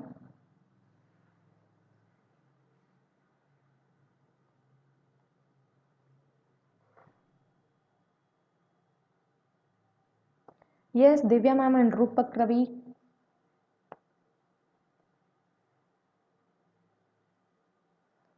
Okay. மௌனம் சம்மதமா? Okay, no issues. Okay, so bore அடித்தா சொல்லுங்கள், சரிங்களா? Okay done. Yes ma'am, you are following. Okay, thank you thank you thank you. Be interactive. Okay, interact பண்ணால் மட்டும்தான் உங்கள் டவுட்ஸ் நல்லா clear பண்ணிக்க முடியும். ஓகே, ஸோ இது ரொம்ப ரொம்ப ஈஸியான லெசன். ஓகே, ஸோ EDC வந்து ரொம்ப ஈஸி. இது ரொம்ப பேசிக்குங்கிறனால மட்டும்தான் நான் பேசிக்லேருந்து போகிறேன். ஓகே, ஸோ நத்திங், வேறெல்லாம் எதுவுமே இல்லை. ஓகே, இதில் போர் அடிக்கிறதுக்கு ஒன்றுமே இல்லை. ஸோ இன்னும் கொஞ்சம் ஃபாஸ்ட் அப்படி கிறிஸ்பியாக போகலாம். ஓகேவா? சட சடான்னு போகலாம். Okay done. ஸோ நான் 11:15 சொல்லியிருந்தேன் இல்லையா? ஒரு 1 minute இருக்குது. ஓகேவா? ஸோ நீங்கள் எல்லாருமே பேசிக் ஈஸி ஸ்டூடெண்ட்ஸ் தானே?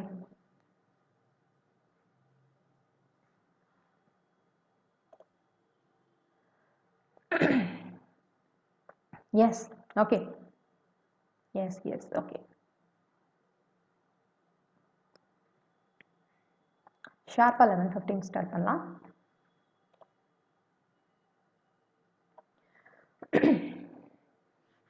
ஓகே, சின்ன கதை மட்டும் அப்படியே, சரியா?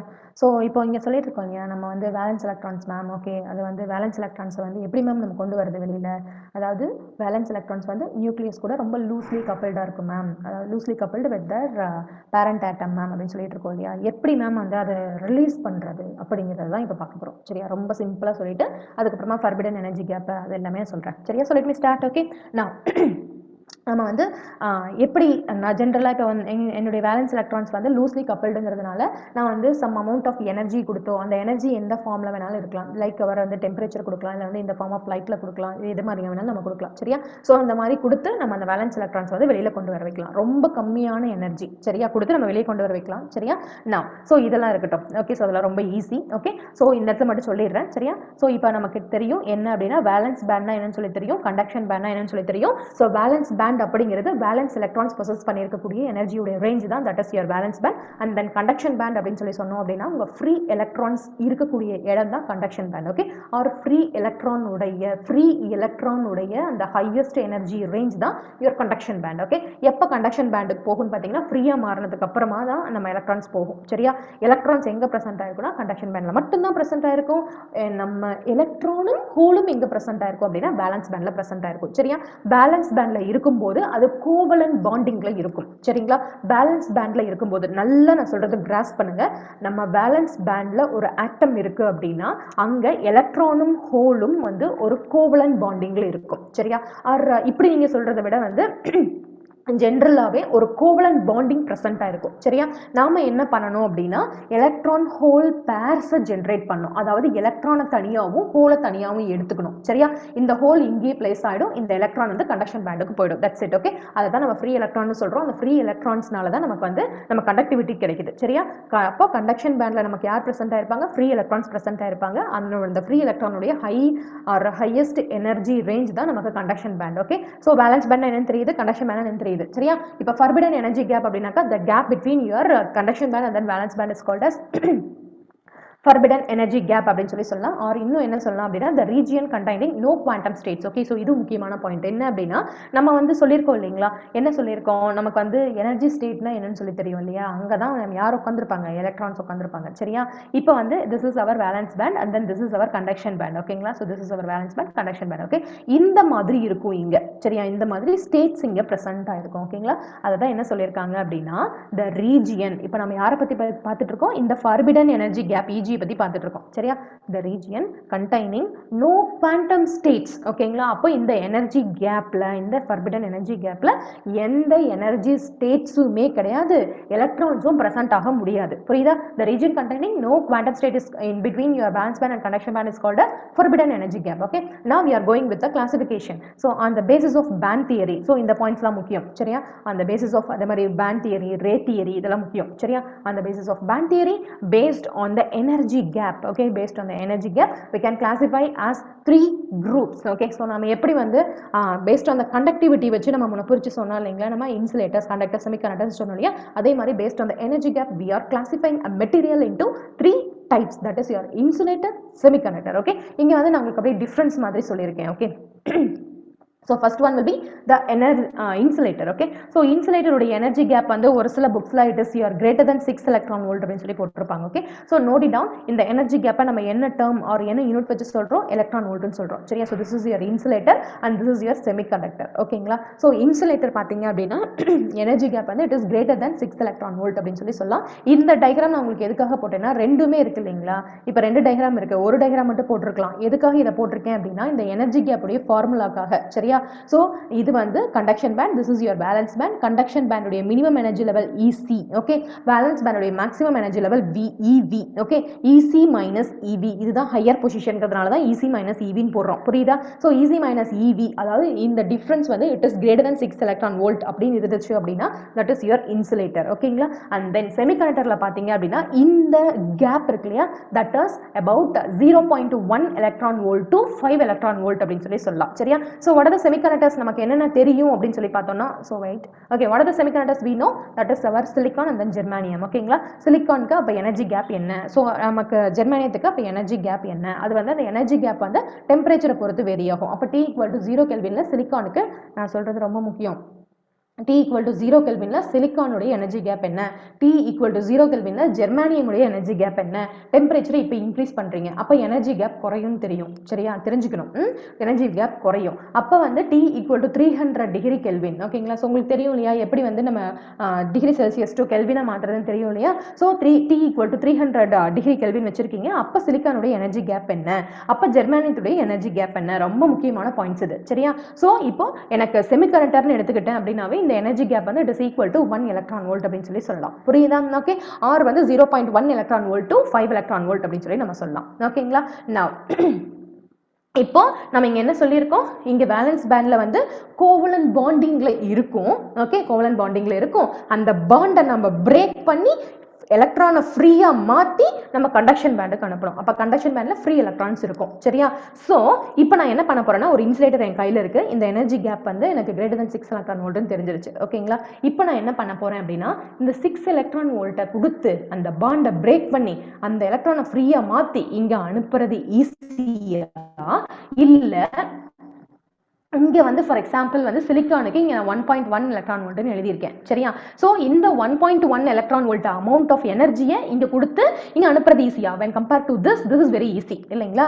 சோ அதனால தான் நம்ம இன்சுலேட்டர் பக்கம் போறதே கிடையாது. ஓகே, எனர்ஜி கேப் அதிகங்கிறதுனால. Okay, so high electric field, இங்க என்ன நான் சொல்லியிருக்கேன், எலக்ட்ரிக் ஃபீல்டு. அப்ப எலக்ட்ரிக் ஃபீல்ட் ஞாபகம் இருக்கா, எலக்ட்ரிக் ஃபீல்டுடைய யூனிட் வந்து நம்ம முன்னாடி அங்க எனர்ஜிக்கும் வந்து இந்த எலக்ட்ரான் வோல்ட்ங்கிற அந்த டேர்ம் நம்ம யூஸ் பண்ணியிருந்தோம் சரியா.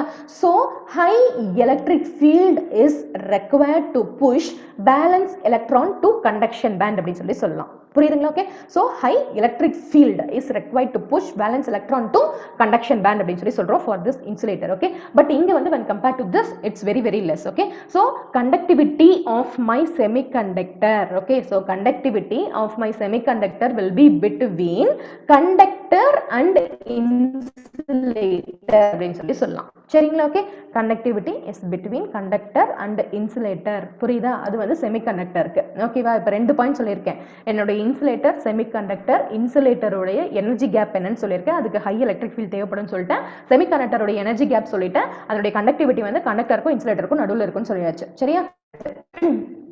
இப்போ எனக்கு அட் ரூம் டெம்பரேச்சர், அதாவது இப்போ நான் என்னுடைய 300 டிகிரி கெல்வின்ங்கிறது தான் ரூம் டெம்பரேச்சர். உங்களுக்கு தெரியும் இல்லையா, 273 ப்ளஸ் நம்மளுடைய 27 போட்டிங்க அப்படின்னா தான் உங்களுக்கு 300 டிகிரி கிடைக்கும், டிகிரி கெல்வின் கிடைக்கும். Okay, so at room temperature valence band electrons are to not have enough energy to move to conduction band. Okay, so இப்போ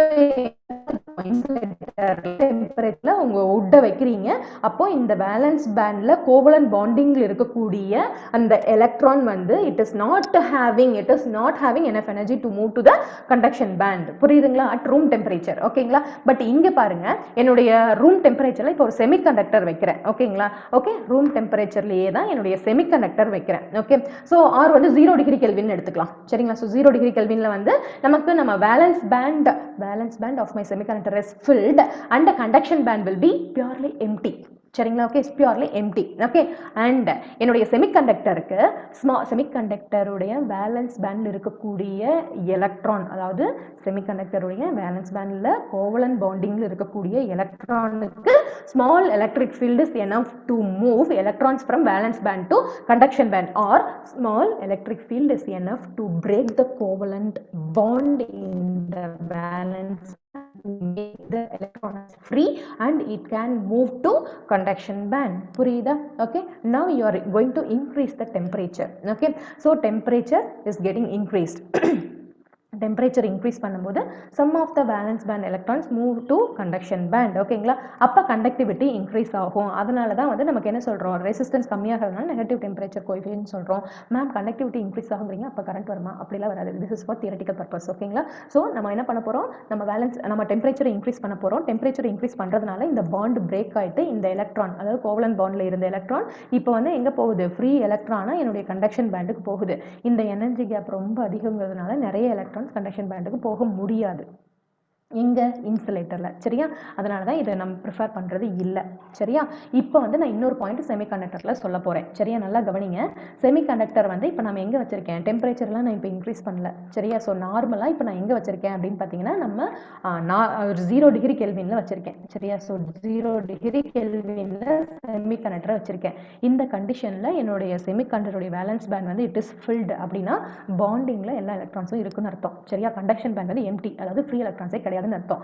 அப்ப வந்து என்ன மீனிங், கண்டக்டிவிட்டியே கிடையாதுன்னு அர்த்தம். கண்டக்டிவிட்டினா சிக்மா. சரியா, ஏன்னா ஃப்ரீ எலக்ட்ரான் கான்சன்ட்ரேஷனே இல்லை, அதனால conductivity it is equal to 0 அப்படின்னு சொல்லிடலாம். சரியா, அப்போ கரண்ட்டும் கிடையாது. அப்படின்னா என்ன மீனிங்னா இது லோ டெம்பரேச்சர்னு நம்ம சொல்லணும். புரியுதுங்களா, இது லோ டெம்பரேச்சர். ஓகேவா, ரூம் டெம்பரேச்சர் வேற, லோ டெம்பரேச்சர் வேற. ரூம் டெம்பரேச்சர்னா 300 டிகிரி கெல்வின் அர்த்தம். சரியா, so at low temperature my semiconductor is not having any conductivity or not having any carrier concentration. So it behaves like an insulator. ஏன்னா இன்சுலேட்டரும் அப்படிதான் இருக்கு, அதுலேயும் கேரியர் கான்சன்ட்ரேஷன் இல்லை.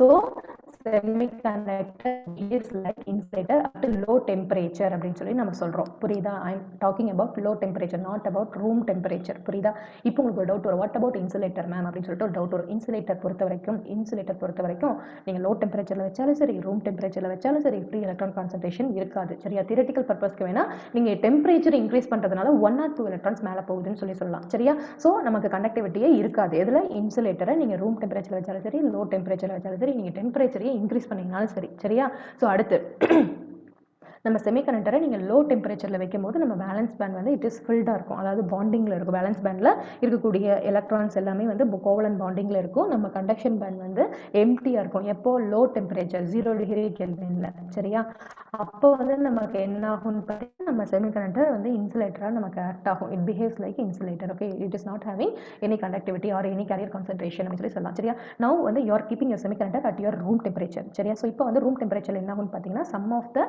Valence band electrons or the electrons which is present with covalent bonding will be having enough energy. சரியா, at room temperature வைக்கும்போது some electrons move from valence band to conduction band அப்படின்னு சொல்லலாம். சரியா, at room temperature you are keeping your semiconductor, some of the valence band electrons will be will acquire some energy to break the covalent bond and it will become free electron to move to conduction band அப்படின்னு சொல்லலாம். சரியா, which means you are having free electron concentration now where at room temperature. temperature. Okay, at room temperature you are having free electron concentration, some of the free electron concentration now. Okay, which means when you are having some conductivity. Okay, so you are increasing the temperature, the conductivity is increasing, which means the resistance is decreasing. Correct?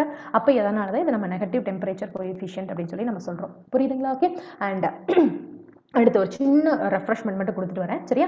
So இப்போ என்ன அப்படின்னா நமக்கு என்ன ஒரு விஷயம் தெரியும், நமக்கு no electron can exist at forbidden energy gap. ஏன்னா நான் ஃபர்ஸ்ட் பாயிண்டே ஃபார்பிடன் எனர்ஜி கேப் தானே நான் சொன்னேன். நம்ம பேண்ட் டயக்ராம் இருக்கு இல்லையா, அதில் வந்து this is our valence band, this is our conduction band. இந்த ஃபார்பிடன் எனர்ஜி கேப்பில் எந்த எலக்ட்ரான்ஸுமே ப்ரெசென்ட்டாக இருக்காது, or no quantum or energy states will be present in this forbidden energy gap அப்படின்னு சொல்லி நான் சொல்லிட்டேன். கரெக்டாக? ஓகே, ஸோ வேலன்ஸ் பேண்டில் இருக்கக்கூடிய ஆர் வேலன்ஸ் பேண்டில் கோவலன்ட் பாண்டிங் இருக்கக்கூடிய எலக்ட்ரான்ஸை நான் மேல அனுப்பணும்னு சொல்லிட்டேன். இந்த அமௌண்ட் ஆஃப் எனர்ஜி கொடுத்து மேல அனுப்பணும்னு நான் சொல்லிட்டேன். கரெக்டா? இப்போ இந்த அமௌண்ட் ஆஃப் எனர்ஜி கொடுக்குறேன்னு சொல்றேன் இல்லையா, அந்த அமௌண்ட் ஆஃப் எனர்ஜி எந்த ஃபார்ம்ல வேணாலும் இருக்கலாம்னு சொல்லியாச்சு. எலக்ட்ரிக் ஃபீல்டு, டெம்பரேச்சர் ஆர் லைட்டுங்கிற ஃபார்ம்ல நம்ம இருக்கலாம்னு சொல்லியாச்சு. ஓகேங்களா? That's it. ஓகே, நவ insulators have ionic bonding அப்படின்னு சொல்லி நம்ம சொல்றோம். ஓகேங்களா? நம்ம semiconductors it is having covalent bonding அப்படின்னு சொல்லி நம்ம சொல்லலாம். சரியா? covalent bonding அப்படின்னா என்ன மீனிங்னா, இப்படி ரெண்டு எலக்ட்ரான் இருக்கு இல்லைங்களா, இப்படி பாண்டிங்ல இருக்கிறது தான் covalent bonding அப்படின்னு சொல்லி சொல்லுவாங்க. ஓகேங்களா? ரெண்டு எலக்ட்ரான் இருக்கிறது. Okay, so now insulators having ionic bonding. now இங்க நம்ம covalent bonding இருக்குன்னு சொல்லி சொல்லியாச்சு. at 0 Kelvin carrier concentration is 0. இதை தான் ஃபர்ஸ்ட் நான் சொன்னேன் இல்லையா, செமிகண்டக்டரை 0 கெல்வின்ல வைக்கிறீங்க, லோ டெம்பரேச்சர்ல வைக்கும் போது கான்சன்ட்ரேஷன் இருக்காது. அதுக்கு மீனிங் ஃப்ரீ எலக்ட்ரான்ஸே கண்டக்ஷன் பேண்ட்ல இருக்காது. அப்போ நம்ம செமிகண்டக்டர் இன்சுலேட்டரா பிஹேவ் பண்ணணும்னு சொல்லியாச்சு. ஓகே, இது வந்து பேட் கண்டக்டர்ஸ் ஆஃப் கரண்ட், அதெல்லாம் நமக்கு தெரியும். Insulators it's like theory. Okay, நான் ஸோ இப்போ வந்து அந்த கோவலன்ட் பாண்டை பிரேக் பண்றதுக்கு என்னெல்லாம் கொடுக்கணும்னு நான் சொல்லிட்டேன். சரிங்களா? ஓகே, ஸோ இப்போ அடுத்து இங்க பாருங்க, இன்னொரு சின்ன விஷயம் நம்ம சொல்ல போறோம். சரியா? என்ன அப்படின்னா அபவுட் செமிகண்டக்டர் பத்தி. ஓகேங்களா? ஸோ பிஃபோர் தட் வந்து ஒரு சின்ன கொஸ்டின் மட்டும் கேட்கணும்னு நினைக்கிறேன். Okay, so energy gap of semiconductor will be energy gap. Semiconductor I'm asking pa. Fast. 0.1. 1 to 5. 5 electron volts. Okay, so 0.1 to 5. And for insulators, yes, 1.1 electron volt is for silicon. ஓகேங்களா? 1.1 electron volt is for silicon. Okay, so இப்போ கீழே பார்க்க போறோம். ஓகேங்களா? now thank you. okay, so carrier concentration, இப்போ ஒரு சின்ன விஷயம் சொல்லிட்டு இருக்கோம் இல்லைங்களா, என்ன அப்படின்னாக்கா வந்து carrier concentration is increased with the temperature. ஆமா தானே? ஏன்னா வந்து 0 Kelvin ஆர் லோ டெம்பரேச்சர்ல வைக்கும்போது வந்து நம்ம ஃப்ரீ எலக்ட்ரான் கான்சன்ட்ரேஷனே எங்க கிடையாது, கண்டக்ஷன் பேண்ட்ல கிடையாது. நாம பார்க்கறதெல்லாம் செமிகண்டக்டர் பத்தி. சரியா? ஸோ இப்போ நான் என்ன பண்றேன் அப்படின்னா, டெம்பரேச்சரை இன்க்ரீஸ் பண்ணும்போது எனக்கு என்ன ஆச்சுங்க, என்னுடைய கண்டக்ஷன் பேண்ட்ல வந்து என்னோட ஃப்ரீ எலக்ட்ரான் கான்சன்ட்ரேஷன்ஸ் வந்துச்சு. சரிங்களா? ஓகேவா? அப்படின்னா என்ன meaning, carrier concentration is increasing, carrier concentration is increasing with increasing the temperature. ஓகேங்களா? ஸோ இப்போ நான் என்ன பண்ண போறேன் அப்படின்னா, அதாவது இப்போ ஒரு ஃபார்முலா மட்டும் நம்ம போட்டு சரியா? இந்த ஃபார்முலா வந்து உங்களுக்கு இன்ட்ரின்சிக் கேரியர் கான்சன்ட்ரேஷன் சொல்லும்போது நான் சொல்றேன். சரியா? சோ Ni², Ni அப்படினா இன்ட்ரின்சிக் கேரியர் கான்சன்ட்ரேஷன் மீனிங். ஓகேவா? Ni, ஓகே, சஃபிக்ஸ் இது. சரிங்களா? Ni² which is directly proportional to T³ அப்படினு சொல்வாங்க. இத வந்து நம்ம ரெண்டு சைடுமே நீங்க வந்து 1/2 ஆல மல்டிப்ளை பண்ணீங்க அப்படினா Ni into 2 into 1/2 which is directly proportional to T⁻3/2 அப்படின்னு சொல்லி நமக்கு கிடைக்கும். அப்போ வந்து Ni it is directly proportional to T⁻3/2 அப்படின்னு சொல்லி நம்ம சொல்லலாம். சரிங்களா? ஓகே, இது ஒரு முக்கியமான formula. Okay, so carrier concentration is increasing when you are increasing the temperature. அதுக்கு இதுதான் reason. Intrinsic carrier concentration or Ni² which is directly proportional to T³ it is a non-linear relationship. சரியா? ஏன்னா square இருந்தால் மட்டும்தான் linear, இது வந்து ஒரு நான் லீனியர் ரிலேஷன்ஷிப். இது ஒரு முக்கியமான பாயிண்ட். ஓகேங்களா? ஸோ இன்னொரு சின்ன பாயிண்ட்டும் நம்ம சொல்லலாம். என்ன அப்படின்னா, energy gap will be decreasing. இது முக்கியமான பாயிண்ட்ங்க. சரியா? energy gap will be decreasing when you are increasing the temperature. Energy gap will be decreasing. Okay, note the point. Energy gap will be decreasing when you are increasing the temperature. அதுக்கு proof யாரு அப்படினு சொல்லி பாத்தீங்கன்னா, நம்ம semiconductors இருக்காங்க இல்லையா, ஜெர்மானியம், silicon, அவங்க தான் proof. இங்க பாருங்க, Eg0 அப்படின்னா energy gap at 0 kelvin, Eg300 அப்படின்னா எனர்ஜி கேப் அட் 300 கெல்வின் அப்படின்னு சொல்லி சொல்லலாம். சரியா? ஸோ இப்போ Eg0, சரியா, அதாவது 0 கெல்வின்ல, அதாவது லோ டெம்பரேச்சர்ல, இது ரூம் டெம்பரேச்சர். சரியா? ஸோ லோ டெம்பரேச்சர்ல 0.785 electron volt, so for silicon 1.21 electron volt. Okay, note it down. Eg at 300 degree kelvin or வந்து நம்ம ரூம் டெம்பரேச்சருக்கு வரீங்க. சரியா? இப்போ நமக்கு எவ்வளோ இருக்குன்னு பார்த்தீங்கன்னா 0.72 எலக்ட்ரான் வோல்ட், இங்கே வந்து 1.1 எலக்ட்ரான் வோல்ட். ஓகே, இங்கே பாருங்க குறைஞ்சிருக்கு இல்லையா, அதாவது values குறைஞ்சிருக்கு. கரெக்ட்டா? அப்படினா என்ன மீனிங்னா, energy gap will be reducing when you are increasing the temperature. இது ரொம்ப முக்கியமான பாயிண்ட். சரியா? ஓகே, சோ இப்போ நம்ம ஃபார்முலா பார்க்கிறோம். கொஞ்சம் பை ஹார்ட் பண்ணுங்க. இப்போ கொஸ்டின் கேட்பேன், ஒரே ஒரு நிமிஷம் பை ஹார்ட் பண்ணுங்க.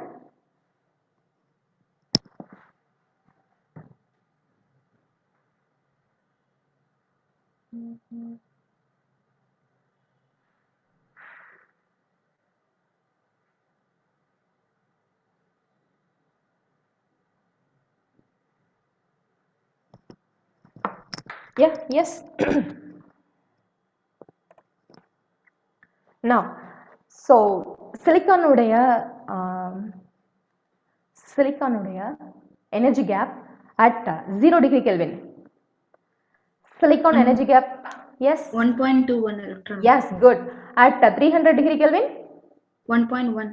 1.1, yes. What about germanium? It's 300 degree Kelvin. 0.72. Okay, what about 0 degree Kelvin? 0.785.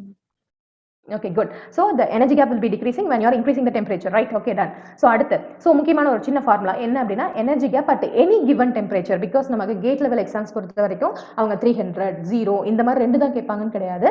Okay, at any given temperature. Okay, so Eg, that is energy gap at any given temperature is Eg of T, which is equal to Eg naught minus B naught into T electron volt அப்படின்னு சொல்லலாம். சரியா? So B naught, it is the material constant. T is the temperature in Kelvin அப்படின்னு சொல்லி நம்ம சொல்லலாம். ஓகேங்களா? Now for germanium அப்படின்னா இந்த மெட்டீரியல் கான்ஸ்டன்ட் மட்டும்தான் வேரி ஆகும். இந்த ஃபார்முலா பை ஹார்ட் பண்ணி தான் ஆகணும். சரியா? ஸோ அதே மாதிரி இன்னொரு விஷயம் என்ன பை ஹார்ட் பண்ணிக்கணும்னா NI, நான் சொன்னேன் இல்லையா, இன்ட்ரின்சிக் கேரியர் கான்சன்ட்ரேஷன், இந்த வேல்யூவும் ஜெர்மானியத்துக்கும் சிலிக்கானுக்கும் பை ஹார்ட் பண்ணி தான் ஆகணும். சரியா? ஓகே, நான் கீழே சொல்றேன். So Eg of T, which is equal to 0.785 because Eg naught, okay, minus 2.2 into 10 to the power of 4 into T.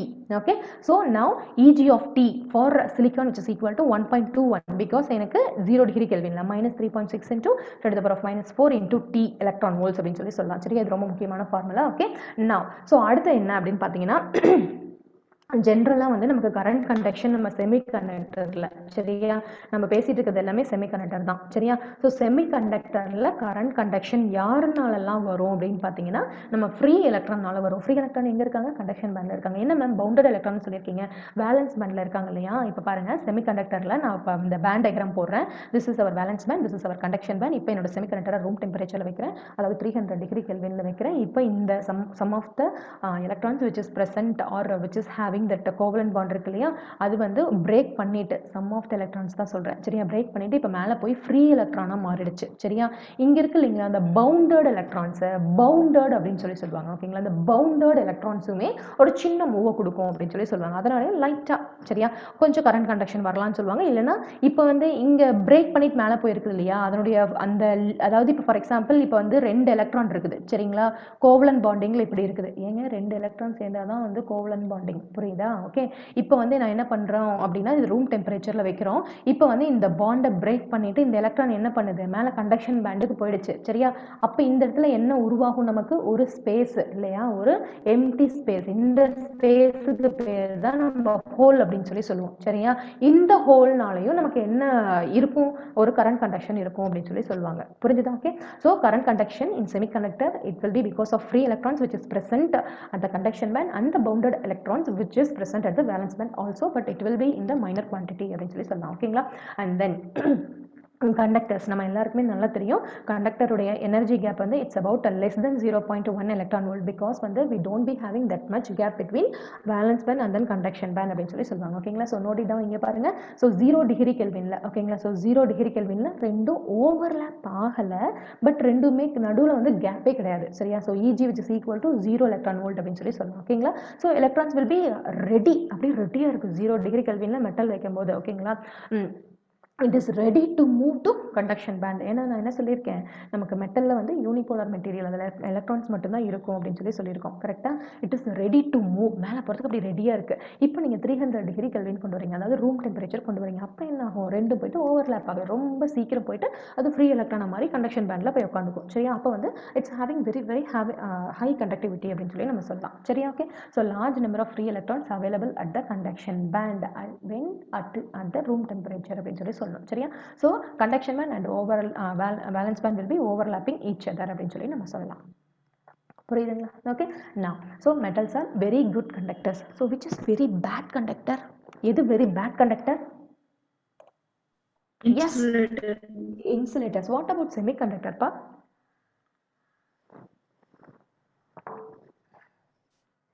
Its conductivity is between Insulator and the conductor. conductors. That's it. Okay. Done.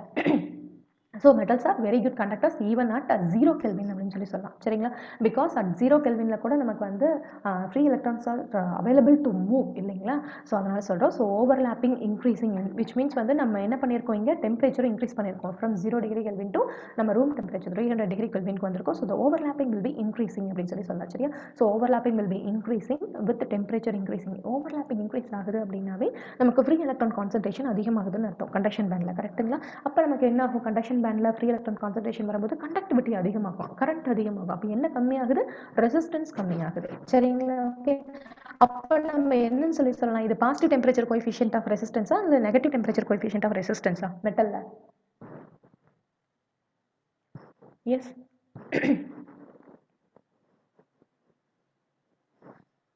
got confused right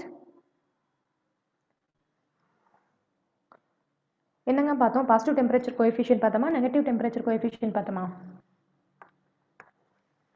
Positive temperature coefficient. Positive temperature coefficient because நமக்கு என்ன ஆகும் அப்படின்னு சொல்லி பார்த்தீங்கன்னா நிறைய electrons இருக்கு இல்லையா ஏன்னா வந்து லார்ஜ் நம்பர் ஆஃப் எலக்ட்ரான்ஸ் வந்து கண்டக்ஷன் பேண்டில் இருக்குன்னு பார்த்தோம் இல்லைங்களா அது எல்லாமே கொலைட் ஆகிட்டு அதனுடைய மூவ்மெண்ட் கம்மியாகிறதுனால தான் வந்து ரெசிஸ்டன்ஸ் அதிகமாகும்னு சொல்லுவாங்க அதனால தான் வந்து பாசிட்டிவ் டெம்பரேச்சர் கோஎஃபிஷியன்ட் ஆஃப் ரெசிஸ்டன்ஸ்னு சொல்கிறோம் புரியுதா நான் சொல்கிற பாயிண்ட்ஸ் நல்லா நோட் பண்ணுங்கள் இப்போ எல்லாரும் என்ன யோசிச்சுருந்துருப்பீங்க அப்படின்னா ஓகே மேம் நம்ம வந்து டெம்பரேச்சரை அதிகம் பண்ணுறோம் 0 டிகிரி கெல்வின் டு நம்ம என்ன பண்ணுறோம் 300 டிகிரி கெல்வினுக்கு போகிறோம் மேம் நீங்கள் சொன்னீங்க பேலன்ஸ் பேண்டில் இருந்து நமக்கு என்ன ஆகும் அதாவது ரெண்டு ஓவர்லாப் ஆயிரும் ma'am valence band conduction band ரெண்டுமே ஓவர்லாப் ஆகிட்டு நமக்கு என்ன ஆகும் அப்படின்னு பார்த்தீங்கன்னா கண்டக்ஷன் மேலே நிறைய ஃப்ரீ எலக்ட்ரான்ஸ் இருக்கும் மேம் எல்லாமே கரெக்டுங்க சரியா overlapping will be increasing with temperature ஓகேவா அதாவது டெம்பரேச்சர் அதிகம் பண்ணும்போது நமக்கு ஓவர்லாப் ஆகிட்டு large number of free electrons present ஆகிருக்கும் சரியா அப்போ என்ன ஆகும்னு பார்த்தீங்கன்னா கண்டக்டிவிட்டி கண்டிப்பாக அதிகம் தான் ஆகும் இல்லைன்னா சொல்ல ஆனால் ஒரு சர்டன் ஸ்டேஜ்லேயே என்ன ஆகிடும்னு பார்த்தீங்கன்னா எல்லாம் கொலைட் ஆகிடும் ஃபாஸ்ட்டாக கொலைட் ஆகிடும் சரிங்களா கண்டக்டிவிட்டி ஃபஸ்ட்டு இனிஷியலாக இன்க்ரீஸ் ஆகிற மாதிரி இருக்கும் பட் என்ன ஆகும் பார்த்தீங்கன்னா ஃபாஸ்ட்டாக கொலைட் ஆகிட்டு உங்களுக்கு வந்து மொபிலிட்டி கம்மியாகிட்டு ரெசிஸ்டன்ஸ் அதிகமாகிடும் கரண்ட் எல்லாம் குறைஞ்சிடும் அதனால பாசிட்டிவ் டெம்பரேச்சர் கோஎஃபிஷியன்ட் சொல்கிறாங்க இப்போ எல்லாருக்கும் கிளியர் இல்லையா ஸோ அடுத்தது இந்த பாயிண்ட் தான் நீங்கள் இதில் பார்த்தீங்கன்னு சொன்னேன் இல்லையா ஸோ நெட்வொர்க் தியரியில் படிச்சிருப்பீங்க ரெசிஸ்டர்ஸ் இருக்கு இல்லையா அந்த டாப்பிக்கில் பார்த்துருப்பீங்க RT that is temperature or resistance at any temperature RT which is equal to R naught that is at 0 degree Kelvin into 1 plus alpha coefficient into T அப்படின்னு சொல்லி நம்ம சொல்லலாம் சரிங்களா okay so that is important formula okay now metallic molecular metals okay so free electron concentration as சொன்னலையா 10 to the power of 28 per meter cube அப்படின்னு சொல்லணும் ஓகேங்களா so இந்த free electron concentration it is fixed you cannot increase ஓகேங்களா so நம்ம metals பொறுத்த வரைக்கும் இந்த free electron concentrations வந்து நீங்கள் டெம்பரேச்சர் இன்க்ரீஸ் பண்ணியோ இல்லை வந்து டோப்பிங் அதிகம் பண்ணியோ அதெல்லாம் எதுவுமே பண்ண முடியாது அப்படியே தான் இருக்கும் சரியா so it is independent of temperature okay இன்னும் சொல்ல போனால் நாங்கள் டோப்பிங்கே பண்ண முடியாது ஏன்னா டோப்பிங்கில் எங்கே போய் பண்ண போகிறோம் செமிகண்டக்டரில் எதுக்காக போய் கண்டக்டர்ஸில் போய் டோப் பண்ண போகிறோம் இல்லையா ஸோ நம்ம செமிகண்டக்டரை வந்து டோப் பண்ணி தான் நம்ம கண்டக்டராக மாற்றுறோம் சரிங்களா ஸோ இப்போ சின்ன சின்ன இம்பார்ட்டன்ட் பாயிண்ட்ஸ் மட்டும் சொல்லிடுறேன் சரியா இன்னும் கொஞ்சம் ஃபாஸ்ட்டாகவே மூவ் பண்ணிடுறேன் ஓகேங்களா ஏன்னா நிறையா இருக்குது இல்லையா ஃபுல்லாக தியரியாகவே போனோம் இதெல்லாம் பேசிக்னால தாங்க போக வேண்டியதாக இருக்குது சரியா வேறெல்லாம் ஒன்றும் இல்லை பேசிக் சரியா கன்ஃபார்மாக உங்களுக்கு நான் ஃபுல்லாக ப்ராப்ளம்ஸோட சால்வ் பண்ணி கொடுப்பேன் okay don't worry so electric field intensity சரியா ஸோ வந்து ஜென்ரலாக பார்த்தீங்க அப்படின்னா it is equal to the potential gradient அப்படின்னு சொல்லி சொல்லுவாங்க ஓகேங்களா ஸோ எதில் அப்படின்னா நம்ம EMF இருக்கு இல்லையா அதில் வந்து நமக்கு பொட்டன்ஷியல் டிஃப்ரென்ஸ்னு ஒரு டாபிக் இருக்கும் சரிங்களா ஸோ V அப்படிங்கிற ஒரு பாயிண்ட் நீங்கள் பார்ப்பீங்க between 2 points A to B VA minus VB அந்த மாதிரி பார்ப்பீங்க ஓகேங்களா ஸோ ஃபீல்டு இன்டென்சிட்டி அப்படிங்கிறது எலக்ட்ரிக் ஃபீல்டு இன்டென்சிட்டி அப்படின்னு சொல்லலாம் it is equal to the potential gradient அப்படின்னு சொல்லுவாங்க இந்த நெகட்டிவ் சிம்பிளுக்கு ஒரு ரீசன் இருக்குது okay find the reason okay now minus dV by dx volt per metre அப்படின்னு சொல்லி சொல்லுவாங்க ஓகேங்களா ஸோ வோல்ட் பர் மீட்டர்னு இருக்கு பார்த்தீங்களா இதுதான் கீவேர்டு அதாவது வந்து வோல்ட் பர் மீட்டர் அப்படின்னா existing voltage divide by space or distance அப்படின்னு சொல்லி சொல்லுவாங்க ஓகேங்களா ஸோ இப்போ ஃபார் எக்ஸாம்பிள் வந்து ஒரு பீஸ் ஆஃப் செமிகண்டக்டரோ ஒரு வந்து ஒரு மெட்டீரியல் எடுத்துக்கோங்க இப்போ x equal to 0 x equal to 1 micrometre அப்படின்னா என்னங்க meaning x equal to 0ங்கிறது distance ஒரு ஸ்கேல் வச்சுக்கிற மாதிரி எடுத்துக்கோங்க ஓகேங்களா இது 0 இது 1 மைக்ரோமீட்டர் ஓகேங்களா இது ஏங்கிற பாயிண்ட் எடுத்துக்கோங்க இது பிங்கிற பாயிண்ட் எடுத்துக்கோங்க இங்கே வந்து நீங்கள் 1 வோல்ட் கொடுக்குறீங்க சரியா இப்போ நீங்கள் என்ன ஃபைண்ட் அவுட் பண்ண போறீங்க அப்படின்னா நல்லா ஞாபகம் வச்சுக்கோங்க நீங்கள் என்ன ஃபைண்ட் அவுட் பண்ண போறீங்கன்னா எலக்ட்ரிக் ஃபீல்டு வந்து இந்த இடத்துல ஃபைண்ட் அவுட் பண்ண போறீங்கன்னு வச்சுக்கோங்க ஓகேங்களா எக்ஸாக்டாக பிரிச்சா 0.5 வரும் இல்லையா இந்த இடம்னா ஒரு 0.6ன்னு எடுத்துக்கலாம் சரியா 0.6 மைக்ரோமீட்டர் ஓகே இப்போ என்ன பண்ணணும் அப்படின்னா எக்ஸிஸ்டிங் வோல்டேஜ் சரிங்களா divide by spacing or distance அப்படின்னு சொல்லி நம்ம சொல்லலாம் சரிங்களா ஓகே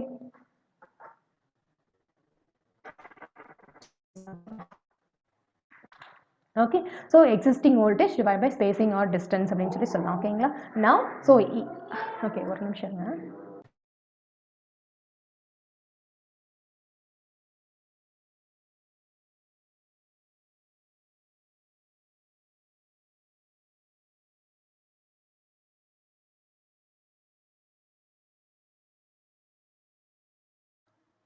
ஓகே கேக்குது இல்லையா?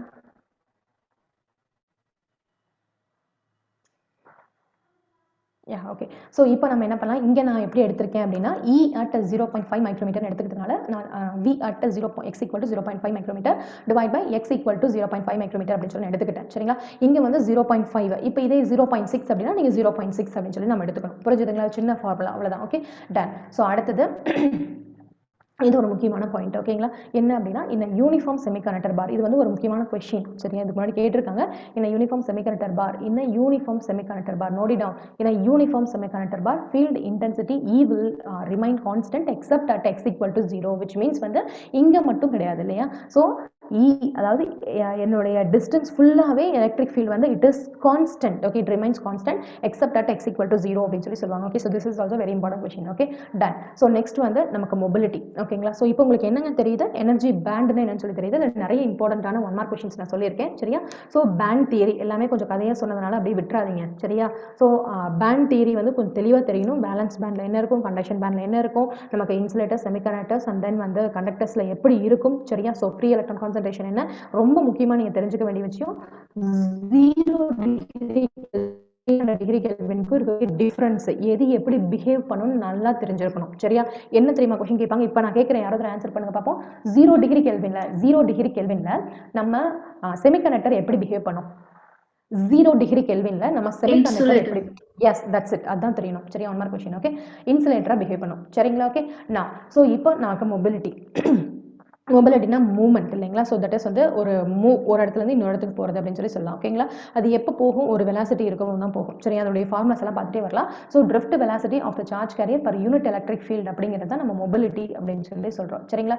ஸோ மொபிலிட்டியுடைய நோட்டேஷன் பார்த்தீங்கன்னா மியூன்னு சொல்லலாம், which is equal to drift velocity per unit electric field ஓகேங்களா. ஸோ இப்போ வந்து ட்ரிஃப்ட் வெலாசிட்டின்னு சொல்லிட்டாங்க இல்லையா. வெலாசிட்டினா உங்களுக்கு தெரியல, மீட்டர் பர் செகண்ட். ஓகே, அதோட யூனிட், இந்த மொபிலிட்டியுடைய யூனிட் வந்து 1 மார்க் கொஸ்டின் சரியா. So metre per second into electric ஃபீல்டுக்கு வந்து மேலே நம்ம பார்த்துருந்த ஞாபகம் இருக்கா, என்ன பார்த்தோம், voltage divide by the distance அப்படின்னு சொல்லி பார்த்தோமா, அதான் இங்கே மீட்டர்னு சொல்லியிருக்காங்க. ஏன்னா இங்கே வந்து நமக்கு V/m அப்படின்னு மேலே போகும்போது M/V மாறிடும் இல்லையா. So metre per second into metre per voltage அப்படின்னு சொல்லலாம். இங்கே வந்து metre square divide by volt into second அப்படின்னு சொல்லி போடலாம். அது centimetre square divide by volt second அப்படின்னு சொல்லி நம்ம போட்டுக்கலாம். இது ரொம்ப முக்கியமான ஃபார்முலா ஓகேங்களா.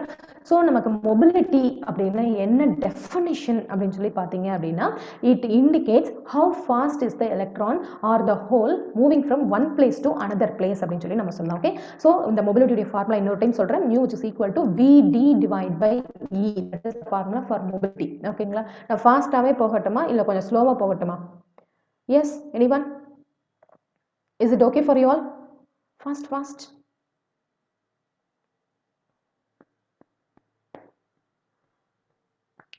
ஃபாஸ்டாவே போகலாமா இல்லை இப்படியே போகலாமா? Fast reply.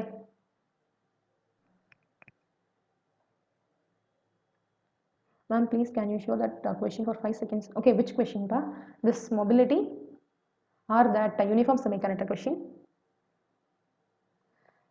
Feel free to ask any doubt. Okay, so now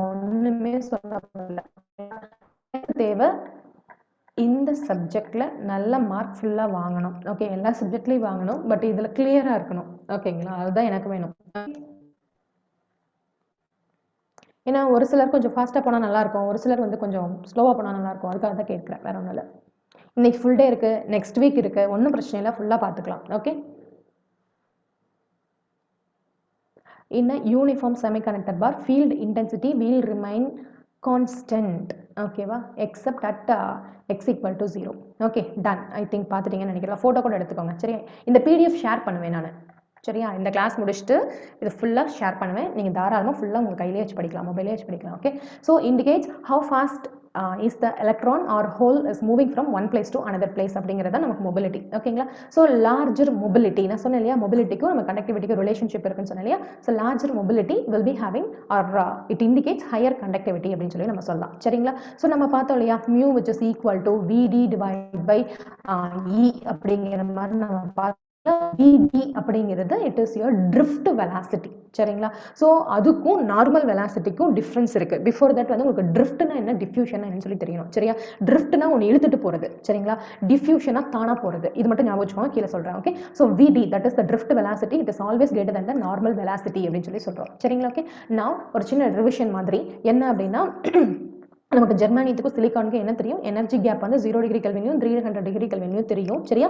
இப்போ வந்து நம்ம என்ன பார்க்க போறோம் அப்படின்னா மொபிலிட்டி. சரியா? ஸோ நமக்கு இன்னொரு விஷயம் தெரியணும், என்ன அப்படின்னாக்கா எலக்ட்ரானுக்கும் ஹோலுக்கும் தனித்தனியாக மொபிலிட்டி இருக்குன்னு தெரியும் இல்லையா. அது ஒரு பிளேஸ் டு இன்னொரு பிளேஸ் வந்து ஹோலும் மூவ் ஆகும், எலக்ட்ரானும் மூவ் ஆகும். சரியா? அந்த மூவ்மெண்ட் தான் மொபிலிட்டி. ஸோ எலக்ட்ரானுடைய மொபிலிட்டி, ஹோலுடைய மொபிலிட்டி அப்படின்னு சொல்லி சொல்லிடுறோம். சரியா?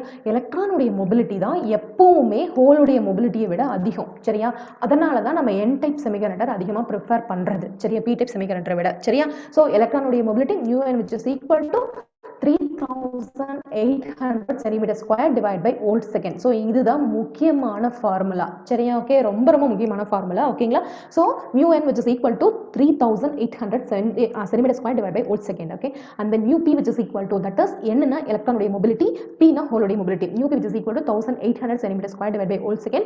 இது அதனுடைய ratio. Okay, and then for silicon பாத்தீங்க அப்படின்னா this is your electron mobility, this is your hole mobility. ஓகேங்களா? ஸோ இதுலயே நீங்க பாத்தீங்கன்னா தெரியும், எலக்ட்ரானுடைய மொபிலிட்டி தான் ஹோலுடைய மொபிலிட்டியை விட அதிகமா தெரியுது. ஸோ இன்னும் பாருங்க, இன்னொரு சின்ன விஷயம் சொல்லியிருக்கோம், electrons mobility or electrons in germanium move 3 times faster than silicon அப்படின்னு சொல்லி சொல்றோம். இன்னொரு டைம் சொல்றேன், electrons in germanium moves 3 times. Okay, note the point, 3 times, right? More almost 3 points. Okay, almost 3 points or 3 times faster than silicon அப்படின்னு சொல்லி நம்ம சொல்லலாம். சரிங்களா? Okay, and then germanium is suitable for high frequency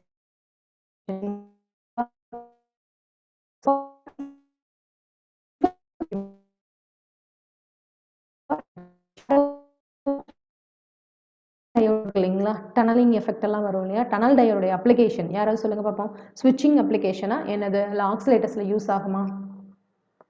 high frequency ஸ்விட்சிங்கா இல்லை வந்து ஆக்சிலேட்டர்ஸ்ல use ஆகுமா? இதுக்கு am I audible? Yes ma'am. Yes, voice breaking, அதான் நெட்வொர்க் ஏதோ பிரச்சனை. ஓகே, இந்த பாயிண்ட்டும் முக்கியமான பாயிண்ட். ஓகேங்களா? இப்போ கேக்குது இல்லையா? Okay. Okay, done. Okay, so அந்த பாயிண்ட் முக்கியம். சரி, ஸோ டனலோட அப்ளிகேஷன் பார்த்துக்கோங்க, அது முக்கியம். So germanium it is suitable for high frequency applications. ஓகேங்களா? ஸோ ஜென்ரலானா இப்போ நம்ம மேலே வந்து ஜெர்மானியத்துக்கும் சிலிக்கானுக்கும் சொன்னேன் இல்லையா, அதே மாதிரி ஜென்ரல் கான்செப்ட் இது. எப்பவுமே எலக்ட்ரான் வந்து, அதாவது எலக்ட்ரானுடைய மொபிலிட்டி 3 times ஹோலோட மொபிலிட்டி விட அதிகமாக இருக்கும் அப்படின்னு சொல்லி நம்ம சொல்றாங்க. ஓகேங்களா? ஸோ இங்கே சொல்லியிருக்கோம் இல்லையா, germanium it is suitable for high frequency applications அப்படின்னு சொல்லிட்டு. அதுக்கு இன்னொரு ரீசன் என்ன அப்படின்னா, ஜெர்மானியத்துக்கு ஹையர் கெயின் பேண்ட்வித் ப்ராடக்ட் இருக்கு அப்படின்னு சொல்லி நம்ம சொல்றோம். சரியா? ஜெர்மானியத்துக்கு ஹையர் கெயின் பேண்ட்வித் ப்ராடக்ட் இருக்கிறதுனால தான் அது ஹை ஃப்ரீக்வன்சி அப்ளிகேஷன்ஸ்ல நம்ம யூஸ் பண்றோம் அப்படின்னு சொல்லி சொல்றோம். சரியா? Okay, and conductivity of germanium is increased. Conductivity sigma of germanium increased by 6% per degree rise in temperature. இதெல்லாம் ரொம்ப ரொம்ப கோல்டன் பாயிண்ட்ஸ்ங்க. சரிங்களா? Golden points. Okay, I'm repeating.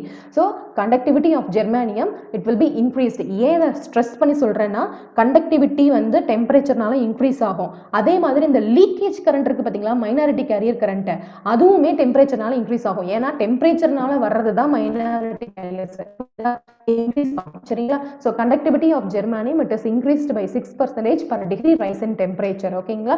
And இதோட வந்து நமக்கு எதுனா ஜெர்மானியம். ஓகேங்களா? So it's over.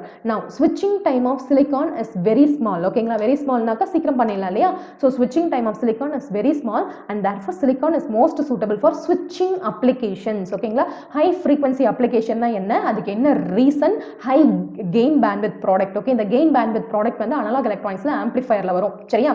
And then நமக்கு switching time of silicon படிக்கணும் சரியா so switching time of silicon is very small and therefore silicon is more suitable for switching applications ஓகேங்களா and then so இங்க mobility will be decreased ஓகேங்களா with the temperature increase இதுக்கு reason என்ன அப்படின்னா நம்ம ஒன்னொன்னு மோதிக்கிறது தான் சரி அந்த ஸ்கேட்டரிங் அப்படின்னு சொல்லுவாங்க ஓகேங்களா அது ரெண்டு ஸ்கேட்டரிங் இருக்கு impurity scattering நார்மலா வரக்கூடிய scattering அது தேவையில்லை விடுங்க சரியா so mobility will be decreased with the temperature increase இப்போ வந்து இந்த இடத்துல எல்லாத்துக்கும் ஒரு டவுட் வரும் என்ன தெரியுமா நானே கிளியர் பண்றேன் பாருங்க இப்போ நம்ம என்ன பண்றோம் செமிகண்டக்டர் தான் நம்ம கையில் இருக்கு இல்லையா ஸோ நம்ம வந்து மொபிலிட்டி பற்றி பார்த்துட்டு இருக்கோம் கரெக்ட்டுங்களா ஸோ மொபிலிட்டி என்ன ஆகும் மொபிலிட்டிக்கும் நமக்கு யாருக்கும் கண்டக்டிவிட்டிக்கும் ரிலேஷன்ஷிப் இருக்குன்னு ஃபர்ஸ்டே நான் சொல்லிட்டேன் மொபிலிட்டியும் அதாவது மொபிலிட்டி அதிகமான கண்டக்டிவிட்டி அதிகமாகும்னு சொல்லிட்டோம் கரெக்டா இப்போ கண்டக்டிவிட்டி அதிகமாகும் டெம்பரேச்சர் அதிகமானான்னு சொல்றீங்க மொபிலிட்டி குறையும் டெம்பரேச்சர் அதிகமானான்னு சொல்றீங்க என்னதான் நடக்குது அப்படின்னு பார்த்தீங்கன்னா இன்னும் ஒரு ஃபேக்டர் இங்க வந்து இன்ஃப்ளூயன்ஸ் பண்ணும் சரியா நல்லா கவனிங்க நான் சொல்றத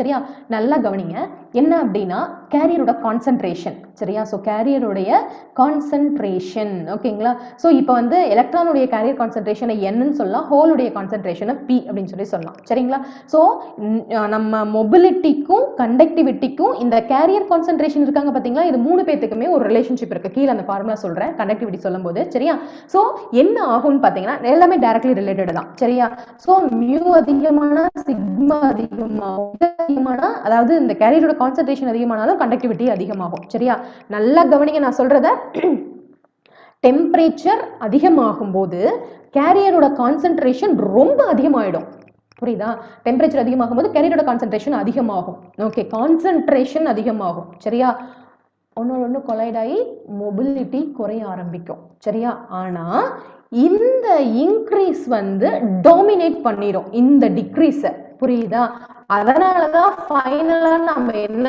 சொல்லுவோம்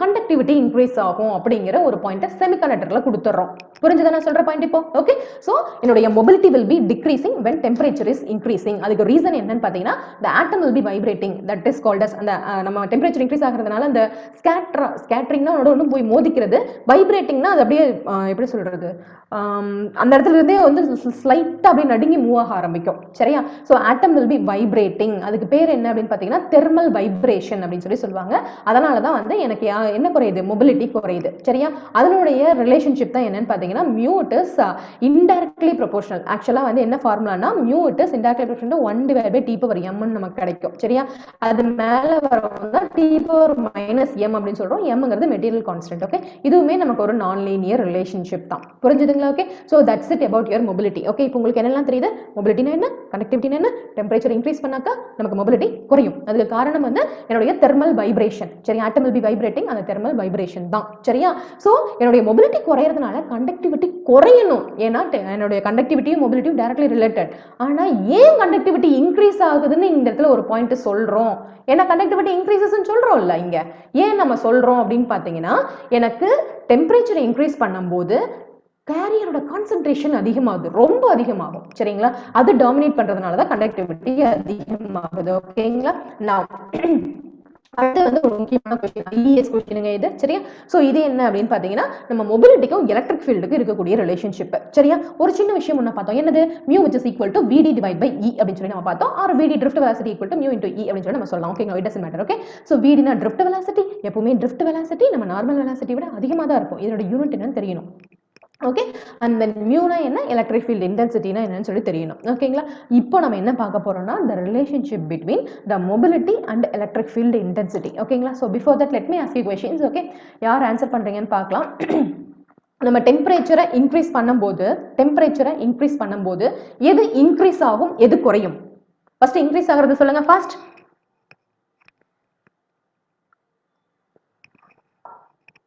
temperature increase பண்றம்போது concentration increase ஆகும் கேரியரோட concentration okay because of that conductivity will be increased yes ma'am and mobility okay எது குறையும் mobility decrease yes because of thermal vibration yes that's it okay now so ipo the relationship between the mobility and the electric field intensity okayங்களா so again இந்த unit சொல்றதுக்கு reason இருக்குங்க question papers பாருங்க சரியா previous question papers okay so here electric field intensity நமக்கு volt divided by meter okayங்களா and then இங்க அப்படினா நம்மளுடைய mobility. ஓகேங்களா? இங்க பாருங்களேன், இந்த ஸ்மாலான எலக்ட்ரிக் ஃபீல்டு, இந்த 10⁻³ இருக்கு பார்த்தீங்களா? இங்க வந்து கான்ஸ்டன்ட். ஓகேங்களா? ஸ்மால் எலக்ட்ரிக் ஃபீல்டில் நம்ம mobility it is constant. You are increasing your electric ஃபீல்டுங்கும் போது தான் நம்ம மொபிலிட்டி குறைய ஆரம்பிக்குது. சரிங்களா? இது எல்லாமே உங்களுக்கு நான் தியரி ஃபார்மில் இங்கே சொல்லியிருக்கேன் பாருங்க. ஃபார் ஸ்மால் எலக்ட்ரிக் ஃபீல்டு, இது ரொம்ப முக்கியம். சரியா? ரொம்ப ரொம்ப முக்கியமான points. For smaller electric field அப்படிங்கும் போது நம்ம மொபிலிட்டி மியூ இருக்கு இல்லையா, it is your constant smaller electric field. Okay, and தென் அப்போ நமக்கு டி இருக்காங்க இல்லையா, நம்ம linearly increasing அப்படின்னு சொல்லி சொல்லுவாங்க. சரியா? so you all know that linear relationship, exponential relationship அதெல்லாமே தெரியும் இல்லையா? linearனா நமக்கு straight curve, exponential நமக்கு இந்த மாதிரி இருக்கும். சரியா? இந்த மாதிரி ஒரு decaying, இது வந்து exponential increasing. so இது இந்த பாயிண்ட்ல எல்லாமே இப்படி கூட இருக்கலாம். so அதெல்லாமே வந்து உங்களுக்கு தெரியும். சரியா? so for smaller electric fieldல mobility mu it is constant. அதே சமயத்துல இதே smaller electric fieldல drift velocity will be linearly increasing அப்படின்னு சொல்லி நம்ம சொல்லலாம். சரிங்களா? ஓகே, and then இப்போ நீங்க எலக்ட்ரிக் ஃபீல்டை இன்க்ரீஸ் பண்றீங்க. ஓகேங்களா? So for larger electric field வந்துட்டீங்க. இப்போ இங்க ரெண்டு சொல்லிட்டு இருக்கிறது ஜென்ரலா சொல்லிட்டு இருக்கேன், ஸ்மாலருக்கும் லார்ஜருக்கும். புரியுதா? ஃபார் லார்ஜர் எலக்ட்ரிக் ஃபீல்ட மொபிலிட்டி குறைஞ்சிரும். அப்போ drift velocity will remain almost constant and enters into saturation region அப்படின்னு சொல்லி சொல்லலாம். சரிங்களா? இப்போ நான் என்ன சொல்லியிருக்கேன், smaller electric field, larger electric field. புரியுதா? இன்னும் இந்த ரிலேஷன்ஷிப்பை பத்தி நான் சொல்லல. புரியுதா? ஸ்மாலர் எலக்ட்ரிக் ஃபீல்டுல மொபிலிட்டி கான்ஸ்டன்ட், இந்த சமயத்துல drift velocity linearly increasing, larger electric fieldல mobility decreasing, இந்த சமயத்துல என்னோட drift velocity it remains constant. remains constantனாவே உங்களுக்கு என்ன ஞாபகத்துக்கு வரணும்னா, JFET இருக்காங்க இல்லையா, ஜங்ஷன் ஃபீல்ட் எஃபெக்ட் டிரான்சிஸ்டர், அங்க IDSS னு ஒரு பாயிண்ட் வருது இல்லையா, that is your saturation current. அப்படின்னா என்னன்னா, உங்களுக்கு ஒரு அந்த பாயிண்ட்டுக்கு போயிடுவீங்க, IDSS அப்படிங்கிற மாதிரி. இது வந்து ஆக்சுவலா எக்ஸ்போனன்ஷியல் ரிலேஷன்ஷிப். இப்போ நம்ம drift velocity பத்தி பேசணும் இல்லையா, இவனை பத்தி drift velocity, அவன் என்ன பண்ணுவாங்க அப்படின்னா, இப்படி லீனியரா இன்க்ரீஸ் ஆயிட்டு இப்படி கான்ஸ்டன்டா போயிடுவாங்க. புரியுதுங்களா? okay, now so for larger electric field la drift velocity will remain almost constant and enters into the saturation region அப்படினு சொல்றோம். சரியா? இப்ப பாருங்க, நான் வந்து உங்களுக்கு அந்த terms வச்சு சொல்ல போறேன். okay, when electric field is gradually increasing, இப்பதான் இந்த கீழ smaller, அதுக்கப்புறம் 10⁻³ 10⁻⁶ ல சொன்னோம் இல்லையா, அதெல்லாம். okay, when electric field gradually increasing, okay, the drift velocity linearly increases. Fast, okay, linearly increases. எப்போ? first smaller electric field ல. okay, அடுத்தது sublinearly increases. அடுத்து enters into the saturation region. that's it. ஓகேங்களா? இது smaller electric field, இது இந்த region. புரியுதுங்களா? இங்க போடுறேன் பாருங்க, smaller electric field sublinearly increases and then enters into the saturation region. what is that? drift velocity. புரியுதா? இங்கேயும் அதே அப்படியே சொல்றோம் பாருங்க. இங்க என்ன சொல்றோம் அப்படின்னா, நம்ம மொபிலிட்டி வந்து ஸ்மாலர் எலக்ட்ரிக் ஃபீல்டில் it remains constant, and then நம்ம அகெயின் வந்து எலக்ட்ரிக் ஃபீல்டு இன்க்ரீஸ் பண்ணும்போது இது என்னது, நமக்கு it is not at all linear relationship இல்லைங்களா, இது வந்து ஒரு சப்லீனியரா குறையும், அதுக்கப்புறமா நல்லாவே குறைஞ்சிரும். புரிஞ்சுங்களா? Okay, done. அது வந்து ஒரு லீனியரா குறையும், அதாவது குறையுங்கிறத விட இங்க 1 தானே, அதனால தான் லீனியர்ங்கிற டேர்ம் நம்ம சொல்றோம். பட் அது தியரிட்டிக்கலா கொடுக்கறது இல்லை லீனியர்னு சொல்லிட்டு. சரியா? விடிக்கு மட்டும்தான் அது லீனியர் அப்படின்னு சொல்லி சொல்லுவாங்க. ஓகேங்களா? டன். ஸோ இப்போ உங்களுக்கு என்னென்ன தெரியுது, mobility and then electric field intensity and then drift velocity, மூணுக்கு இருக்கக்கூடிய ரிலேஷன்ஷிப் தெரியுது. most important forms இதெல்லாமே. சரியா?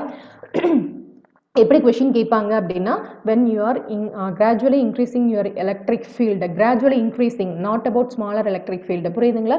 gradually increase ஆகும்போது VD என்ன ஆகும்னு கேட்பாங்க. it is substantially increases. அதே சமயத்துல நம்ம mobility என்ன ஆகும், substantially decrease ஆகும். புரியுதா? VD வந்து சேச்சுரேஷனுக்கு போற சமயத்துல நம்ம mobility லீனியராகவே டிக்ரீஸ் ஆக ஆரம்பிச்சிடும். புரியுதுங்களா? ஓகே, now so இப்போ அடுத்த முக்கியமான பாயிண்ட் என்ன அப்படின்னு பார்த்தீங்கன்னா, நமக்கு டிஃப்யூஷன் கரண்ட்னா என்னன்னு சொல்லி பார்க்க போறோம். சரியா? அதுக்கு முன்னாடி ஒரு சின்ன ஒரு பாயிண்ட் மட்டும் சொல்றேன். ட்ரிஃப்ட்னா என்ன, டிஃப்யூஷன் என்ன, ஆல்ரெடி ஒரு பாயிண்ட் சொன்ன ஞாபகம் இருக்கா? ட்ரிஃப்ட்னா இழுத்துட்டு போறது. சரியா? ஒரு புல் பண்றது. ஓகே, டிஃப்யூஷன் அப்படின்னாக்கா வந்து அதிகமான இடத்துல இருந்து தண்ணி எப்படி கொஞ்சமா கம்மியா இருக்கக்கூடிய இடத்துக்கு போகுது இல்லையா, அதுதான் வந்து டிஃப்யூஷன். சரியா? diffusion அப்படின்னா this is due to concentration gradient. concentration gradient அப்படின்னா என்ன மீனிங்னா, from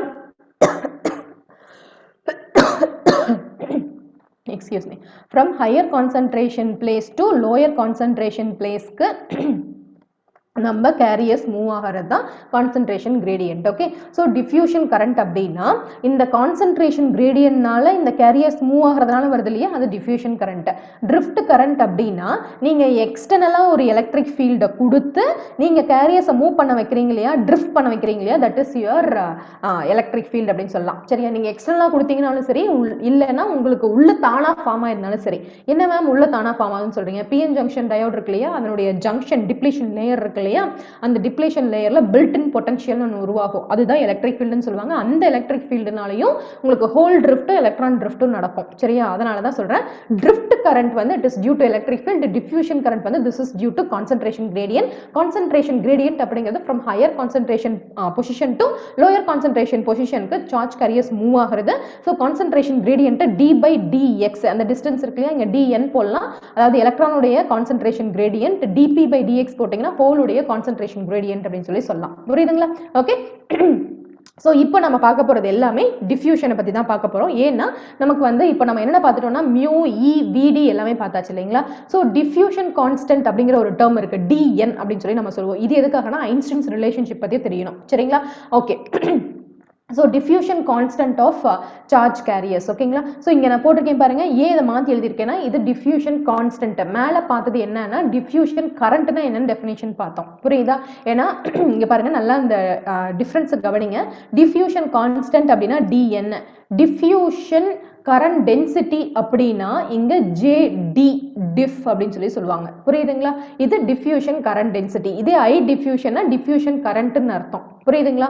இதே ஐஎன் அப்படின்னாக்கா வந்து என்னன்னா எலக்ட்ரான், எலக்ட்ரானோட கரண்ட். ஐபி அப்படின்னாக்கா வந்து ஹோலுடைய கரண்ட் அப்படின்னு சொல்லி சொல்லுவாங்க. புரியுதுங்களா? Okay, and then JN diffusion அப்படின்னு சொல்லி சொன்னோம்னா எலக்ட்ரானுடைய டிஃப்யூஷன் கரண்ட் டென்சிட்டி அப்படின்னு சொல்லி மீனிங். புரியுதா? எலக்ட்ரான் டிஃப்யூஷன் கரண்ட் டென்சிட்டி இதெல்லாம் டேர்ம்ஸ் தெரிஞ்சிருக்கணும். சரியா?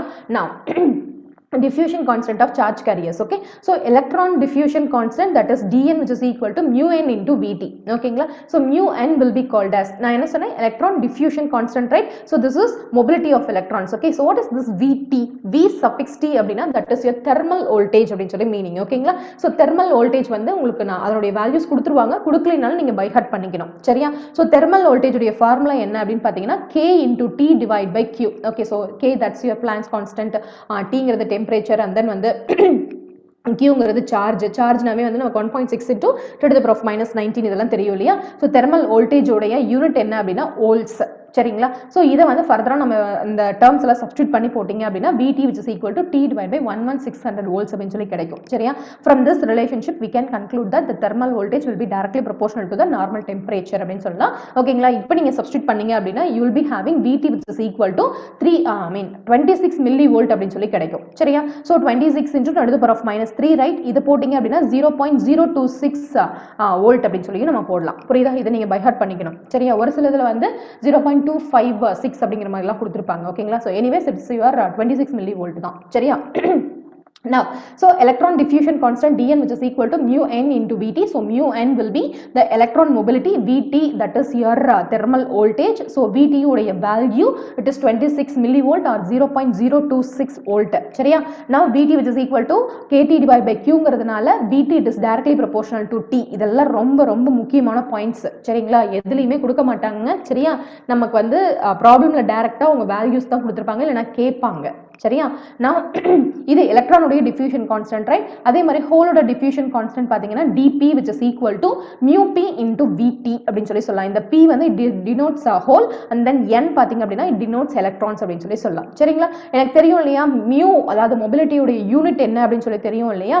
So that is your centimeter square divided by volt seconds ன்னு சொல்லலாம் இல்லையா, into thermal voltage க்கு volt. ஸோ இதை ரெண்டையும் கேன்சல் பண்ணீங்கன்னா centimeter square divided by second or வந்து meter square divided by seconds அப்படிங்கிறது உங்களுக்கு டிஃப்யூஷன் கான்ஸ்டன்ட் உடைய யூனிட் வந்து மஸ்ட் எல்லாத்துக்குமே தெரிஞ்சிருக்கணும். சரியா? now இது ரொம்ப முக்கியம். சரியா? அடுத்தது என்ன அப்படின்னா இது வந்து டிஃப்யூஷன் கான்ஸ்டன்ட் அப்படின்னு சொல்லி சொல்றோம் இல்லையா, அதுக்கு மீனிங் என்னன்னா it is a material constant. Okay, material constant and it is responsible for the property called diffusion அப்படின்னு சொல்றோம். புரியுதுங்களா? இப்போ வந்து ஒரு சின்ன எக்ஸாம்பிள் மட்டும் இங்கேயே சொல்றேன். PN ஜங்ஷன் டயோடு தான் சொல்றேன். ஓகேங்களா? நான் அடுத்த கிளாஸ்ல எடுப்பேன். சரியா? ஸோ PN ஜங்ஷன் டயோடு எடுப்பேன், don't worry. Okay, so P type material N type material. P type அப்படின்னு சொல்லி சொன்னீங்கன்னா அங்கே ஹோல்ஸ் அதிகமாக இருக்கும். ஓகேங்களா? என் டைப்பில் வந்து நமக்கு எலக்ட்ரான்ஸ் அதிகமாக இருக்கும். ஸோ ஹோல் சைடில் இது வந்து அதிகம்னு சொல்லிட்டேன் இல்லையா? அப்போ அது மெஜாரிட்டி. சரிங்களா? ஸோ ஹோல்ஸ் வந்து நமக்கு மெஜாரிட்டி, இங்கே வந்து எலக்ட்ரான்ஸ் மெஜாரிட்டி. சரிங்களா? இப்போ இங்கே ஹோல்ஸ் மெஜாரிட்டி, இங்கே எலக்ட்ரான்ஸ் மெஜாரிட்டி. அப்போ இங்கே யார் மைனாரிட்டி? எலக்ட்ரான். இங்கே என் சைடில் வந்து எலக்ட்ரான் மெஜாரிட்டி. அப்போ யார் மைனாரிட்டி? ஹோல்ஸ். சரிங்களா? ஸோ மெஜாரிட்டியாக இருக்கக்கூடிய ஹோல்ஸ் இங்கே வந்து மைனாரிட்டி தானே ஹோல்ஸ். அப்போ என்ன ஆகும்? இப்படி மூவ் ஆக ஆரம்பிக்கும். புரியுதுங்களா? இங்கே அதிகம், இங்கே கம்மி. இன்னும் தெளிவாக சொல்லணும்னா இப்போ இந்த மாதிரி எடுத்துக்கிட்டிங்கன்னா இது ஹையர் டென்சிட்டி, இது வந்து லோயர் டென்சிட்டின்னு எடுத்துக்கிட்டிங்கன்னா இப்படி மூவ் ஆக ஆரம்பிக்கும். புரியுதா? ஓகே. ஸோ அதான் சொல்கிறாங்க இந்த டிஃப்யூஷன் கான்ஸ்டன்ட் அப்படிங்கிறது it is the material constant and it is responsible for the property called diffusion அப்படின்னு சொல்லலாம். சரியா? So dN divided by dt, that is diffusion constant, or வந்து electron diffusion constant divided by the thermal voltage which is equal to mobility of electrons அப்படின்னு சொல்லலாம். ஓகேங்களா? So that's it about your diffusion. ஓகேங்களா? இன்னும் கொஞ்சம் கீழே போயிட்டு diffusion லென்த்னா என்னன்னு சொல்லி நம்ம பார்க்கலாம். சரியா? அதுதான் ரொம்ப முக்கியம். அதில் தான் கரியர் லைஃப் டைம் வச்சு ஒரு சின்ன ரிலேஷன்ஷிப் பார்ப்போம். சரியா? நவ் நெக்ஸ்ட் என்ன அப்படின்னா most important law. What is that? Mass action law. What happen? Okay, mass action law எதுக்கு யூஸ் ஆகுதுன்னு யாரோ ஒருத்தர் சொல்லுங்களேன். Yes, mass action law. It is used to find minority carrier concentration. Yes, that's it. The minority carrier concentration. ஓகேங்களா? So இப்போ நான் சொன்னேன் இல்லையா, இங்கே இது வந்து பி டைப் மெட்டீரியல் அப்படின்னு சொல்லி சொன்னேன் இல்லைங்களா? இங்கே வந்து யார் இருக்காங்க? Majority it is holes and then minority it is electrons. And then வந்து இங்கே என் சைடில் பார்த்தீங்க அப்படின்னா majority it is electrons and then வந்து மைனாரிட்டி இட் இஸ் ஹோல்ஸ்னு சொன்னேன் இல்லையா? இந்த மைனாரிட்டி கேரியர் கான்சன்ட்ரேஷனை ஃபைண்ட் அவுட் பண்ணுறதுக்கு மட்டும்தான் மேஜராக நம்ம மாஸ் ஆக்ஷன்லாம் யூஸ் பண்ணுறோம். சரியா?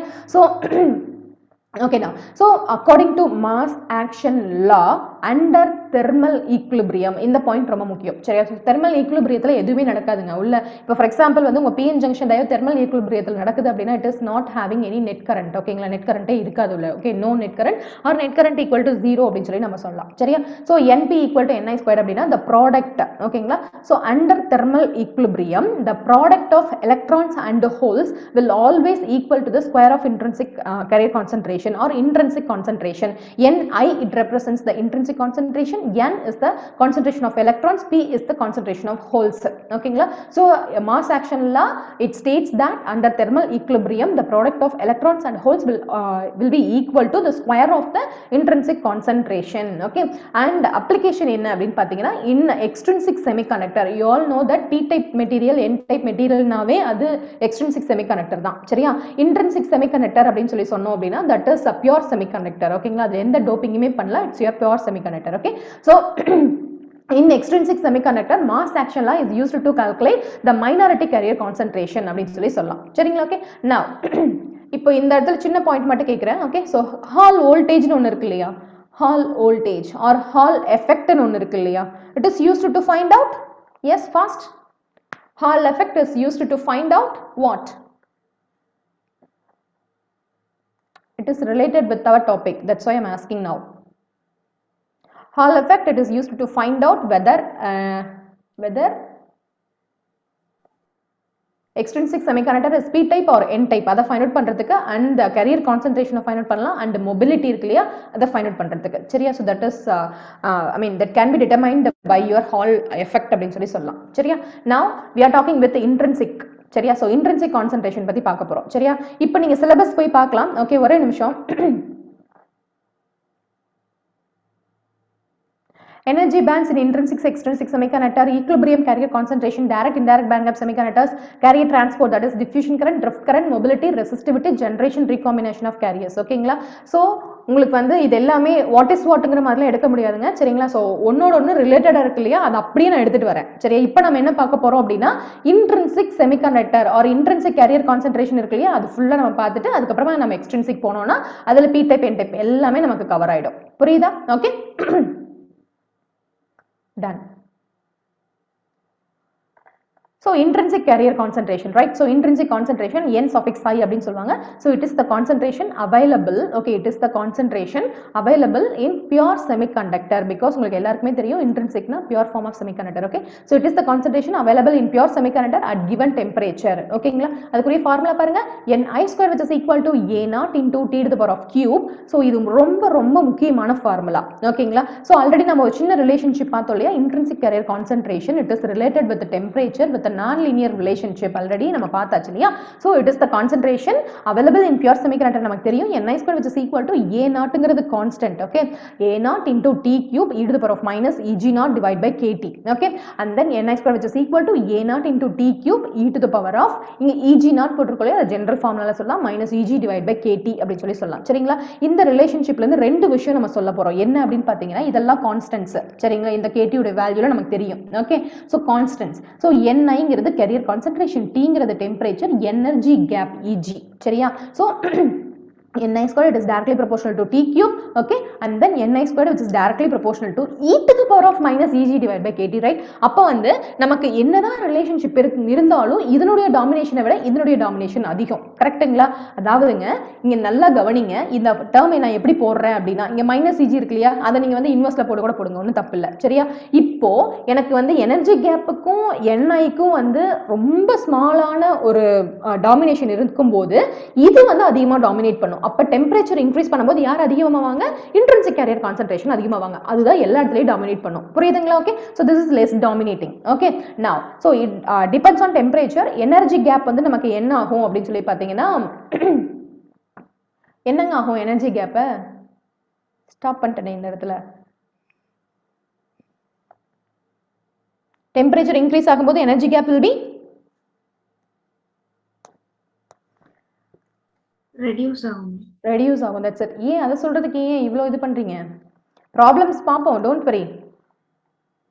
Okay, done. So it நம்ம intrinsic concentration வந்து it is depending on temperature and then energy gap. ஓகேங்களா, so intrinsic concentration it is directly proportional to T to the power of 3/2 and then Ni square which is directly proportional to T cube அப்படின்னு சொல்லி நம்ம சொல்லலாம். so இது ரெண்டு தான் ரொம்ப முக்கியமான formula. for germanium the intrinsic concentration will be equal to 2.5 into the power of 13 atoms per centimeter cube. for silicon the intrinsic concentration will be 1.5 into the power of 10 atoms per centimeter cube. இது ரொம்ப முக்கியமான formula, you have to by heart. Okay, done. so இந்த PDF share பண்ணும்போது படிச்சுக்கோங்க. ஓகேங்களா, so the next will be resistivity. ஓகேங்களா, ஏன் இப்போ வந்து நம்ம இதை பார்க்குறோம் அப்படின்னு பார்த்தீங்கன்னா நம்ம முன்ன என்ன பார்த்தோம்? மொபிலிட்டி பார்த்தோம் இல்லைங்களா. ஸோ மொபிலிட்டினா மூவ்மெண்ட். ஓகேவா, ஸோ அந்த மூவ்மெண்ட்டை ஸ்டாப் பண்ணுறது தான் தட் இஸ் யுவர் ரெசிஸ்டன்ஸ் இல்லைங்களா. ஸோ அந்த ரெசிஸ்டிவிட்டி பற்றி தான் சொல்ல போகிறோம். ஸோ ரெசிஸ்டிவிட்டி அதாவது ரெசிஸ்டன்ஸ் வேற, ரெசிஸ்டர் வேற, ரெசிஸ்டிவிட்டி வேற. கரெக்டாக? ஸோ இன்னொரு ஃபார்முலா நீங்கள் வந்து நெட்வொர்க்கில் ஃபஸ்ட்டு படிச்சிருப்பீங்களே, R = rho into A/L. ஓகேங்களா, ஸோ இந்த ஃபார்முலாவும் ரொம்ப ரொம்ப முக்கியமான ஃபார்முலா. Okay, ton.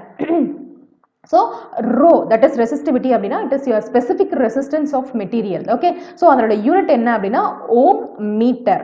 ஓகேங்களா, ஆர் ஓம் சென்டிமீட்டர் அப்படின்னு சொல்லலாம். இதுவும் முக்கியம். சரியா, எத்தனை பேர் பார்த்தீங்கன்னு எனக்கு தெரியல, ரோ எஸ் இருக்கு இல்லையா நம்ம இஎம்எஃப்ல சர்ஃபேஸ் சார்ஜ் டென்சிட்டி அதனுடைய யூனிட் கேட்டிருந்தாங்க. சரிங்களா, அதனுடைய யூனிட் கேட்டிருந்தாங்க. Okay, so done. ஸோ ரெசிஸ்டிவிட்டியோட யூனிட் வந்து it is ohm metre. Okay, or ohm per centimetre அப்படின்னு சொல்லலாம். சரிங்களா, பர்ல ஓம் சென்டிமீட்டர் அப்படின்னு சொல்லலாம். சரியா, ஸோ மெட்டல்ஸ் பார்த்தீங்க அப்படின்னா ஸோ நமக்கு தெரியும் இல்லையா, ரெசிஸ்டிவிட்டி வந்து நம்ம மெட்டல்ஸ்ல எப்படி இருக்கும்? பாசிட்டிவ் டெம்பரேச்சர் கோஎஃபிஷியன்ட்டா இருக்கும், நெகட்டிவ் டெம்பரேச்சர் கோஎஃபிஷியன்ட்டா இருக்கும். சரியா, ஸோ எதுல? நம்ம செமிகண்டக்டர்ஸ் அதுல எல்லாம். சரியா, அதை தான் வந்து நான் இங்க சொல்லியிருக்கேன் இந்த இடத்துல. சரியா, பார்த்துக்கோங்க அதை. Okay, so semiconductors have negative temperature coefficient of resistance. ஏன்னா டெம்பரேச்சர் இன்க்ரீஸ் பண்ணும்போது நமக்கு ரெசிஸ்டன்ஸ் கம்மி ஆயிடும், நமக்கு கரண்ட் வந்து அதிகமாயிடும். புரியுதா? கண்டக்டிவிட்டி அதிகமாயிடும். சரியா, that's about your resistivity. Okay, and then conductivity அப்படின்னு சொல்லி சொன்னோம்னா இட்ஸ் யுவர் சிக்மா. ஓகேங்களா, ஸோ நமக்கு கண்டக்டிவிட்டிக்கு ரெசிஸ்டிவிட்டிக்கு இருக்கக்கூடிய ரிலேஷன்ஷிப் வந்து it is inversely proportional or ரெசிப்ரோக்கல்னு சொல்லலாம். It is reciprocal of resistivity. சரிங்களா, so sigma which is equal to 1 divided by rho ன்னு சொல்லலாம். அப்ப சிக்மாவுடைய யூனிட் நமக்கு என்னவா இருக்கும்? மோ. சரியா, சோ இங்க வந்து 1 divided by ஓம் மீட்டர் போட்டிருக்கோம் இல்லையா, ஆர் மோ. அப்படின்னா 1 divided by ஓம் தான் நம்ம மோ அப்படின்னு சொல்றோம். சரியா, சோ மோ பர் மீட்டர்னு சொல்லலாம், ஆர் சிமெண்ட்ஸ் பர் மீட்டர் அப்படின்னு சொல்லி நம்ம சொல்லலாம். புரியுதுங்களா? இது வந்து conductivity. Okay, so don't worry, இன்னும் கீழே வந்து என்ன பார்ப்போம் அப்படின்னா இது எல்லாத்துக்குரிய ஃபார்முலாவை வந்து ரிலேட் பண்ணி நான் சொல்லுவேன். சரியா, டோன்ட் வரி. ஓகே, இது எல்லாமே தியரிஸ் தான். ஓகே, சோ சிக்மா அப்படிங்கிறது it is current carrying capacity of a material. Okay, conductivity அப்படின்னா it is current carrying capacity of a material. Okay, so சிக்மாவுடைய ஃபார்முலா பாருங்க, it's about carrier concentration into charge. ஓகேங்களா, so கேரியரோட concentration into charge into mobility. இது ரொம்ப முக்கியமான formula, நிறைய क्वेश्चंसல கேட்டிருக்காங்க. ஓகேங்களா, இத முடிச்சிட்டு உங்களுக்கு நான் சம் சொல்றேன். ஓகேங்களா, இதோட ரிலேட்டட் சம் சொல்றேன். சோ சிக்மாங்கிறது conductivity which is equal to carrier concentration either at it is a hole or electron. ஓகேங்களா, carrier concentration into charge into mobility. Okay, so carrier concentration it is variable. நமக்கு தெரியும் ஏன்னா temperature increase பண்ணும்போது carrier concentration increase ஆகும், into charge that is constant, qங்கிறது constant. okay. Mobility also variable, right? So because of temperature அங்க increase decrease இருக்கும், okay. Done. இப்போ so let me ask you question. Yes, be ready. இப்போ சொல்லுங்க பாப்போம். so நீங்க வந்து gradually electric field increase பண்றீங்க, gradually increase பண்றீங்க, ஓகேங்களா? gradually increase பண்றீங்க. What will happen to your drift velocity? Yes, your sublinear variation. Okay, sublinear increase ஆகுங்களா decrease ஆகுங்களா? Increase ஆகும். Okay, then you are applying large electric field அப்படிங்கும்போது VD saturate ஆகும். It remains constant, right? So it will be in the saturation mode. Okay, done. Quick. Adutha, so what happened to your mobility at that time? You are applying larger electric field. What happened to your mobility? Linearly decrease. Okay, it will be நல்லாவே decrease ஆயிடும், ஓகேங்களா? so deep decrease அப்படினு கூட நீங்க சொல்லலாம், ஓகேங்களா? now so இப்போ பாத்தீங்க அப்படினா so see here, so sigma which is equal to carrier concentration into q into mu n, சரிங்களா? Okay, n into q into mu n னு சொல்லலாம், or p into q into mu p அப்படினு சொல்லலாம், சரியா? so இது ரொம்ப ரொம்ப முக்கியமான பாயிண்ட், ஓகே. so conductivity எதெல்லாம் டிபெண்ட் பண்ணி இருக்கு? it is depending on carrier concentration and mobility of charge carriers, ஓகேங்களா? so that's it, okay. இப்போ என்ன பார்க்கறோம் அப்படினு பாத்தீங்கன்னா நமக்கு வந்து இதே conductivity, okay, மெட்டல்ல எப்படி இருக்கும், இன்ட்ரின்சிக்ல எப்படி இருக்கும், அதை தான் பார்க்க போறோம், சரிங்களா? so for metals என்ன பண்றோம் அப்படினு சொல்லி பாத்தீங்கன்னா இது வந்து யூனிபோலார் மெட்டீரியல்னு சொல்லி தெரியும் இல்லையா நம்ம மெட்டல்ஸ், ஏன்னா எலக்ட்ரான்ஸ் மட்டும் தானே இருக்கு. so due to unique polarity, அதாவது எலக்ட்ரான்ஸ் இருக்கும் இல்ல ஹோல்ஸ் இருக்கும்னு சொல்லுவாங்க, பட் எலக்ட்ரான்ஸ் மட்டும் தான் இருக்கும், சரியா? so in metal it is electrons, ஓகேங்களா? அப்ப நமக்கு conductivity which is equal to carrier oda concentration into charge into mobility, right? அப்போ n into q into mu அப்படினு சொல்லி நம்ம சொல்றோம். n னா எலக்ட்ரான் உடைய carrier concentration, q னா charge, mu னா mobility, right? அப்போ நம்ம என்ன சொல்லலாம், இந்த இடத்துல நம்ம என்ன இடத்துல சொல்லலாம் அப்படினு பாத்தீங்கன்னா நமக்கு இந்த ரிலேஷன்ஷிப் சொல்லிட்டு அதுக்கு அப்புறம் இத ரெண்டையும் சொல்றேன். சிக்மா கண்டக்டிவிட்டியும் ரெசிஸ்டிவிட்டியும் இன்வெர்ஸ்லி ப்ரொபோர்ஷனல், அது நமக்கு தெரியும், கரெக்ட்டுங்களா? இந்த ரிலேஷன்ஷிப் படி நம்ம என்ன சொல்றோம் அப்படினா டெம்பரேச்சரை இன்க்ரீஸ் பண்ணும்போது நமக்கு என்ன ஆகுது? சிக்மா குறையுது. என்ன மேம் முன்னதான் தெளிவா சொன்னீங்க, டெம்பரேச்சரை இன்க்ரீஸ் பண்ணும்போது மியூ குறையும், அதனால சிக்மா குறையிற மாதிரி தெரியும். அதே டெம்பரேச்சரை இன்க்ரீஸ் பண்ணும்போது கேரியர் கான்சென்ட்ரேஷன் இன்க்ரீஸ் ஆகும், இதுதான் டாமினேஷன், அதனால சிக்மா அதிகமாயிடும். புரிஞ்சுதுங்களா? சிக்மா அதிகமானா ரோ கம்மி ஆயிடும். புரியுதா? அததான் இந்த இடத்துல நான் தெளிவா சொல்லியிருக்கேன், புரியுதா? சோ நமக்கு மெட்டல் பொறுத்த வரைக்கும், சரியா? இது வந்து இந்த கேஸ் யாருக்கு, இப்ப நான் சொன்னேன் இல்லையா, இந்த கேஸ் யாருக்கு? யாரோ ஒருத்தர் தெளிவா சொல்லுங்க பாப்போம், ஞாபகம் இருக்கவங்க. இந்த கேஸ் யாருக்கு? இங்க நான் சொன்ன கேஸ், இந்த கேஸ் அப்படியே ஏன் மெட்டலுக்கு அப்ளை பண்ண முடியாது? ஏன்னா positive temperature coefficient ma'am. Yes, of course நீங்க சொல்றது கரெக்ட் மேம், ஓகேங்களா? இந்த கேஸ் அப்படியே ஏன் மெட்டலுக்கு அப்ளை பண்ண முடியாதுன்னா நல்லா கவனிங்க. மெட்டல்ல நான் என்ன சொல்லியிருக்கேன், கேரியர் கான்சென்ட்ரேஷனை எதுவுமே பண்ண முடியாது, கரெக்டா? அது ஃபிக்ஸ்டு. அப்புறம் எப்படி மெட்டல்ல வந்து நம்ம டெம்பரேச்சரை இன்க்ரீஸ் பண்ணும்போது கேரியர் கான்சென்ட்ரேஷன் உங்களுக்கு இன்க்ரீஸ் ஆகும்? ஆகாது இல்லையா? அதனால தான் மெட்டல்ல என்ன ஆகுது, நமக்கு டெம்பரேச்சரை இன்க்ரீஸ் பண்ணும்போது மொபிலிட்டி குறையிறதுனால, சிக்மா குறையிறதுனால ரெசிஸ்டிவிட்டி எல்லாம் அதிகமாகுது. புரியுதுங்களா? ஸோ மெட்டல் இப்போ நம்ம பார்த்துட்டு இருக்கிறது மெட்டலுங்க. இங்க நான் சொன்னிருக்கேன் பாத்தீங்களா, இது யாருக்கு? நம்ம செமிகண்டக்டருக்கு. புரியுதா? ஓகே, இப்போ everything is clear I think, right? நவ சோ இப்போ as temperature increase ஆகும்போது free electron concentration remains constant. புரியுதுங்களா? நான் பார்த்துட்டு இருக்கிறது மெட்டலுடைய கண்டக்டிவிட்டி டெம்பரேச்சர் இன்க்ரீஸ் பண்ணும்போது குறையும் because of ரெசிஸ்டன்ஸ் அதிகமாகிறதுனால, சரியா? புரியுதா? சோ ரெசிஸ்டன்ஸ் அதிகமாகுதுன்னா அங்க பாசிட்டிவ் டெம்பரேச்சர் கோஎஃபிஷியன்ட் இருக்குன்னு அர்த்தம், புரியுதா? சோ அதான் இந்த இடத்துல தெளிவா சொல்லியிருக்கேன். இப்போ இதுவே வந்து செமிகண்டக்டர்ல எடுத்துக்கிட்டீங்க அப்படின்னா, சரியா? சோ செமிகண்டக்டர் பைபோலார் இல்லையா? அப்படின்னா அங்க வந்து ஹோலும் இருக்கும் எலக்ட்ரானும் இருக்கும் இல்லைங்களா? அந்த கேரியர் கான்சென்ட்ரேஷனை நம்மளால என்ன பண்ண முடியும்? இன்க்ரீஸ் பண்ண முடியும், சரியா? So carrier flows due to two types of charge carriers, electrons and then holes அப்படின்னு சொல்லலாம். நம்ம கண்டக்டிவிட்டி டியூ டு எலக்ட்ரான்ஸ் வந்து sigma n which is equal to mu n into nn into q. இந்த n வந்து it represents your electron, சரியா? ஏன்னா என்னங்கிறது கான்சென்ட்ரேஷனுங்க, இது எலக்ட்ரான், இது ஹோல், புரியுதா? So conductivity due to holes வந்து it is equal to mu p into np into q அப்படின்னு சொல்லலாம். சோ தி டோட்டல் கண்டக்டிவிட்டி, ஏன்னா மேல பார்த்தது சிங்கிள் கண்டக்டிவிட்டி, ஏன்னா எலக்ட்ரான் மட்டும் தான் இருந்துச்சு, கரெக்ட்டா? இங்க பார்க்கிறது காம்பினேஷன் ஆஃப் கண்டக்டிவிட்டிஸ், பிகாஸ் அங்க வந்து எலக்ட்ரானும் இருக்கும் ஹோலும் இருக்கும், சரியா? So sigma will be equal to mu n nn plus mu p into np. என்ன காமனா வந்து q வெளியில எடுத்துடலாம், சரியா? இப்போ நம்ம என்ன பண்றோம் அப்படின்னு சொல்லி பாத்தீங்கன்னா, இந்த ஃபார்முலா இருக்கு இல்லையா, அது அப்படியே எழுதிட்டு அடுத்து ஒரு சின்ன பாயிண்ட் சொல்றேன் பாருங்க. ஓகே, இத வந்து அடுத்தது என்ன பண்ணுவோம் அப்படின்னா மாஸ் ஆக்ஷன்லாம் இருக்கு இல்லையா, அதை யூஸ் பண்ணி மறுபடியும் நம்ம பேசுவோம்.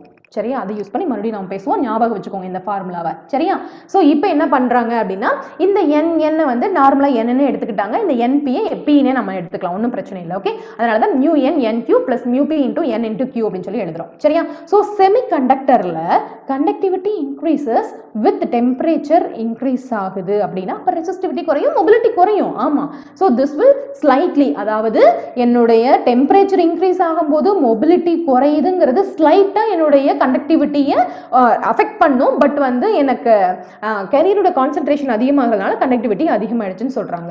புரிஞ்சுதுங்களா? So in semiconductor conductivity mainly depends upon the carrier concentration. So carrier concentration is much dominating அப்படின்னு சொல்லலாம். சரியா, அடுத்து கரண்ட் டென்சிட்டி. சரியா, இப்போ நம்ம பார்த்தது கண்டக்டிவிட்டி, எதில் பார்த்தோம்? மெட்டல்லையும் பார்த்தோம், அண்ட் தென் செமிகண்டக்டரில் பார்த்தோம். ரெண்டு ஃபார்முலா பார்த்துருக்கோம். சரியா, இன்னும் நான் இன்ட்ரின்சிக் எக்ஸ்ட்ரின்சிக் பக்கம் போகவே இல்லை. சரியா, மெட்டல் அண்ட் தென் செமிகண்டக்டர் பார்த்துருக்கோம். கண்டக்டிவிட்டி ஃபார்முலா பார்த்தாச்சு, மொபிலிட்டி ஃபார்முலா பார்த்தாச்சு, மொபிலிட்டியோட ரிலேஷன்ஷிப்ஸ் எல்லாமே பார்த்துட்டோம். சரியா, அண்ட் தென் கரண்ட் டென்சிட்டி. சரியா, இந்த ஃபார்முலா எதுக்காகனா இந்த ஒரு டேர்ம் சொல்றதுக்காக தான். சரியா, ஸோ உங்களுக்கு எல்லாருக்குமே தெரியும் இல்லையா, ஓம்ஸ் லா உடைய செகண்ட் ஃபார்ம் என்னதுங்க? ஓம்ஸ் லா உடைய ஃபர்ஸ்ட் ஃபார்ம் என்ன? ஃபர்ஸ்ட் ஓம்ஸ் லா உடைய first form V equal to IR, J equal to sigma E. படிச்சிருப்பீங்கல்ல? Yes ma'am. Okay, done. So இப்போ வந்து நமக்கு அக்கார்டிங் டு ஓம்ஸ்ல நமக்கு வந்து J equal to sigma E அப்படின்னு சொல்லி நமக்கு தெரியும் இல்லைங்களா? ஸோ சிக்மா அப்படிங்கிறத நமக்கு conductivity, sigma which is equal to 1 divide by rho, that is resistivity, அது நமக்கு தெரியும் இல்லையா?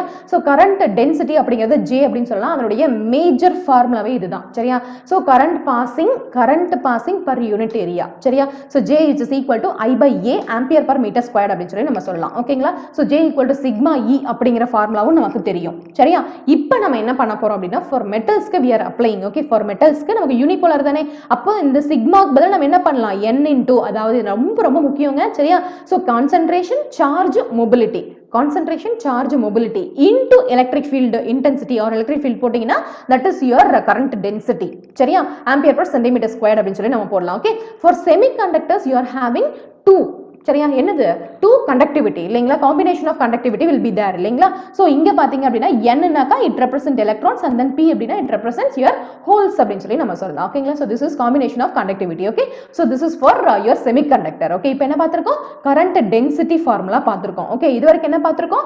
conductivity உங்களுக்கு formula தெரியும், mobility mu உடைய formula தெரியும், drift velocity vd தெரியும், electric field intensity தெரியும், diffusion constant தெரியும். சரியா, diffusion constant, diffusion என்னன்னு சொல்லி தெரியும், drift னா என்னன்னு சொல்லி தெரியும், due to what-ங்கிறது தெரிஞ்சிருக்கணும். சரியா, drift is due to, yes, drift is due to electric field. yes, that's it. okay, diffusion constant or diffusion is due to concentration gradient. okay, done. so இப்போ நம்ம வந்து Einstein's relationship பார்க்க போறோம். ஓகேங்களா? so it gives the relationship between diffusion constant, mobility and the thermal voltage. okay, so thermal voltage உடைய value என்னது? Vt, it's 26 millivolt. yes, 26 millivolt னு சொல்லலாம், 0.026 volt னு சொல்லலாம். சரி, அது ரொம்ப முக்கியம். ஓகே, அதே மாதிரி இன்னொரு விஷயம் தெரிஞ்சுக்கணும், intrinsic concentration Ni இருக்கு இல்லையா, Ni for germanium and then for silicon தெரிஞ்சிருக்கணும். சரிங்களா, அதே மாதிரி mobility உடைய values கண்டிப்பா ஞாபகம் வச்சுக்கணும். சரி, அவங்களே கொடுத்துருவாங்க, இருந்தாலும் ஞாபகம் வச்சுக்கோங்க. சரியா, எப்பவுமே எலக்ட்ரானுடைய மொபிலிட்டி ஹோலோட மொபிலிட்டி விட அதிகமாகத்தான் இருக்கும். சரியா, ஓகே, புரியுதா? அடுத்து Einstein's relationship பாத்தீங்க அப்படின்னா it gives the relationship between the diffusion constant, okay, and mobility thermal voltage. ஓகேங்களா, சோ இந்த ரிலேஷன்ஷிப் ரொம்ப முக்கியம். இதுல எப்படி क्वेश्चन கேட்பாங்க அப்படின்னா இத வந்து அப்படியே மாத்திட்டு அதனுடைய யூனிட் கேட்கலாம். Okay, so dn by mu n which is equal to dp by mu p which is equal to Vt, that is thermal voltage, which is equal to temperature divided by 11600. ஓகேங்களா, so T divided by 11600 அப்படினு சொல்லி சொல்லலாம். ஓகேங்களா, dN அப்படினா diffusion constant, it is a material constant, right? so it is responsible for the diffusion. okay, diffusion is called the concentration gradient, or from higher concentration side to lower concentration side the charge carriers will be moving. okay, so electron diffusion constant and then electron mobility, hole diffusion constant, hole mobility. புரியுதுங்களா? so dN by mu n which is equal to dP by mu p which is equal to Vt which is equal to T divided by 11600. okay, now so இது அப்படியே ஆப்போசிட்ல மாத்துனீங்கன்னா உங்களுக்கு தெரியும். சரியா, அப்படியே inverse relationship relationship. So இன்னொரு சின்ன விஷயம் தெரியணும் அப்படின்னா it is equal to VT சொல்லியிருக்கீங்க இல்லையா, அப்போ அதனுடைய யூனிட் வந்து வோல்ட்ஸ் இல்லையா, அப்போ D/μ இதுல இருந்து எழுதியிருக்கேன். D by mu or diffusion constant divided by mobility, it is directly proportional to the temperature. Okay, இதனோட யூனிட் வந்து volts.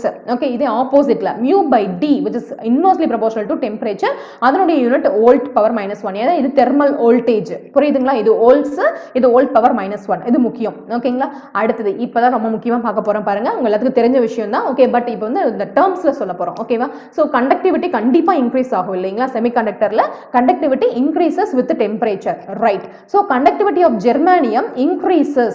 Okay, conductivity of germanium increases by 6% per rise in 1 degree Celsius temperature. Okay, so conductivity of silicon increases by 8% for 1 degree rise in temperature அப்படினு சொல்லலாம். இது ரெண்டும் ரொம்ப முக்கியமான points. ஓகேங்களா, so அடுத்து என்ன அப்படினு பாத்தீங்கன்னா, நமக்கு when compared to germanium, silicon is more sensitive to temperature, but silicon is widely used for high temperature applications because of smaller value of leakage current. இதுதான் ரொம்ப முக்கியமான பாயிண்ட். சரிங்களா, ஓகே.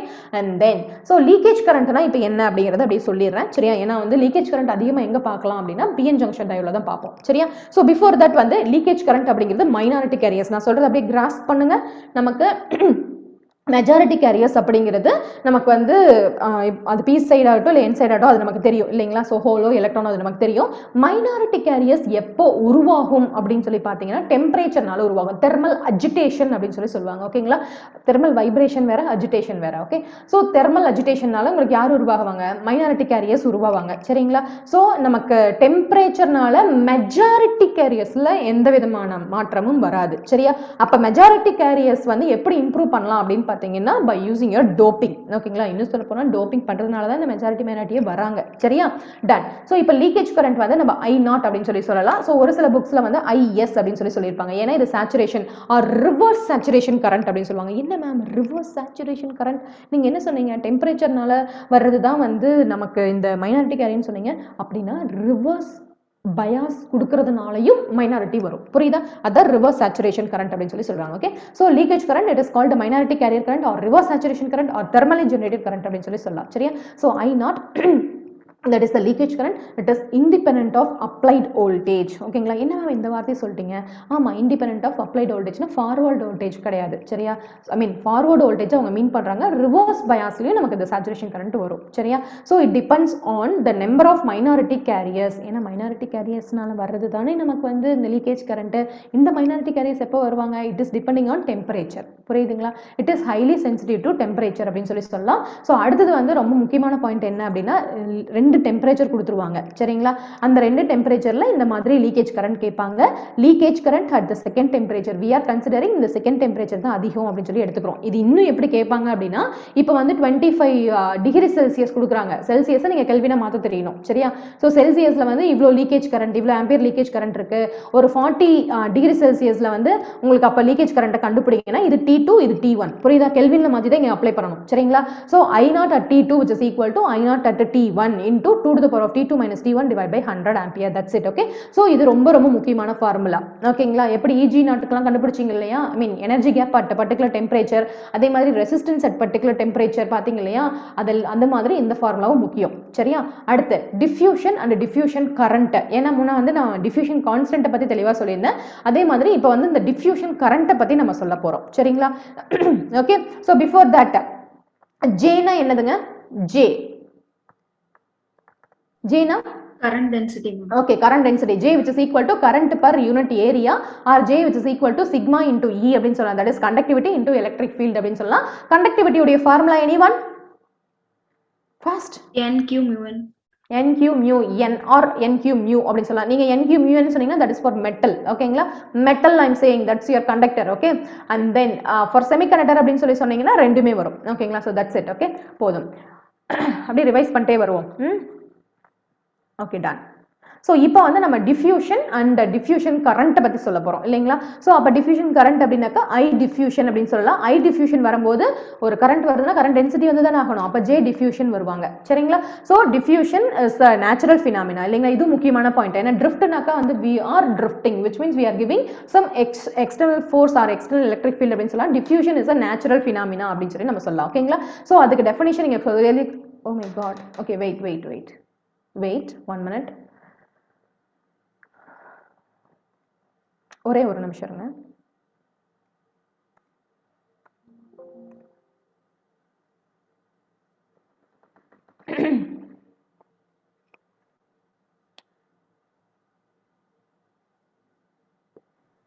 திவ்யா மேம் தவிர மற்றவங்க யாருமே பேச மாட்டேங்கிறீங்களே. மோகன் Vijay sir, Rupak sir, Srinath sir, Subhashini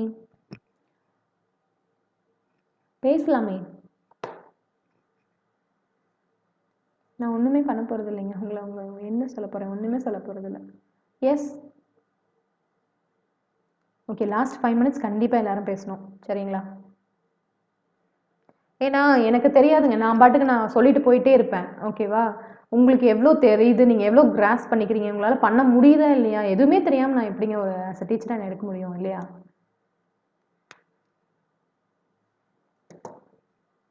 கண்டிப்பாக லாஸ்ட் 5 minutes எல்லாருமே பேசணும். அதனால 12:55 லீவ் ஆகிடாதீங்க மீட்டிங்கை விட்டு, சரியா? நான் 1:05 தான் முடிப்பேன். 1 o'clock வரை கிளாஸ் எடுப்போம். ஒரு நிமிஷம் இருங்க, வந்துருட்டோம். பேஜ் நாட் ரெஸ்பாண்டிங் வருது, ஒரே நிமிஷம். ஓகே, அது வந்துடும். ஓகே, அதுக்கு முன்னாடி அதுக்கு வரைக்கும்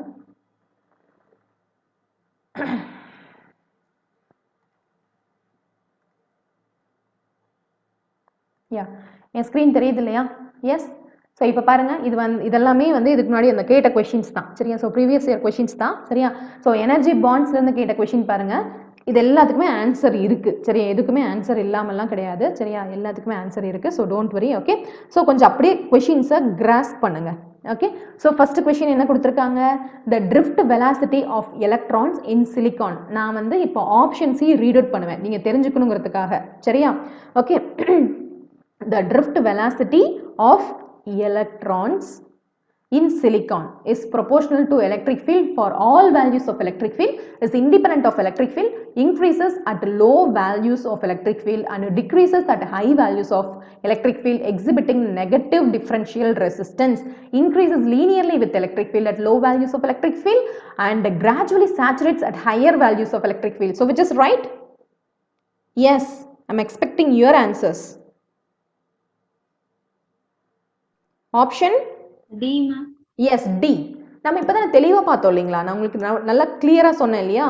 ஸோ இதனுடைய ஆப்ஷன் டி. நம்ம என்ன பார்த்துருந்தோம்? இட்ஸ் யார் ஃபர்ஸ்ட் லீனியராக இன்க்ரீஸ் ஆகும்னு சொல்லி பார்த்தோம் இல்லையா? Increase linearly with electric field at lower values of electric field and gradually saturate. கிராஜுவலிங்கிற இடத்துல தான் விஷயமே. ஏன்னா அடுத்து சப்லீனியர், அதுக்கப்புறம் நமக்கு இப்படி சேச்சுரேட் ஆகிடும், சரியா? It's not an immediate process, okay? And gradually saturates at higher values of electric field அப்படின்னு சொல்லலாம், சரிங்களா? Okay, somebody gave answer. Yes, Srinath, thank you. D option, okay? And second question பாருங்க. The probability that an electron in a metal occupies the Fermi level. Okay, so இது leave. Okay, நான் இது நம்ம அடுத்த Fermi level பார்த்துட்டு வந்துடலாம், சரியா? அடுத்து the unit of Q by KT.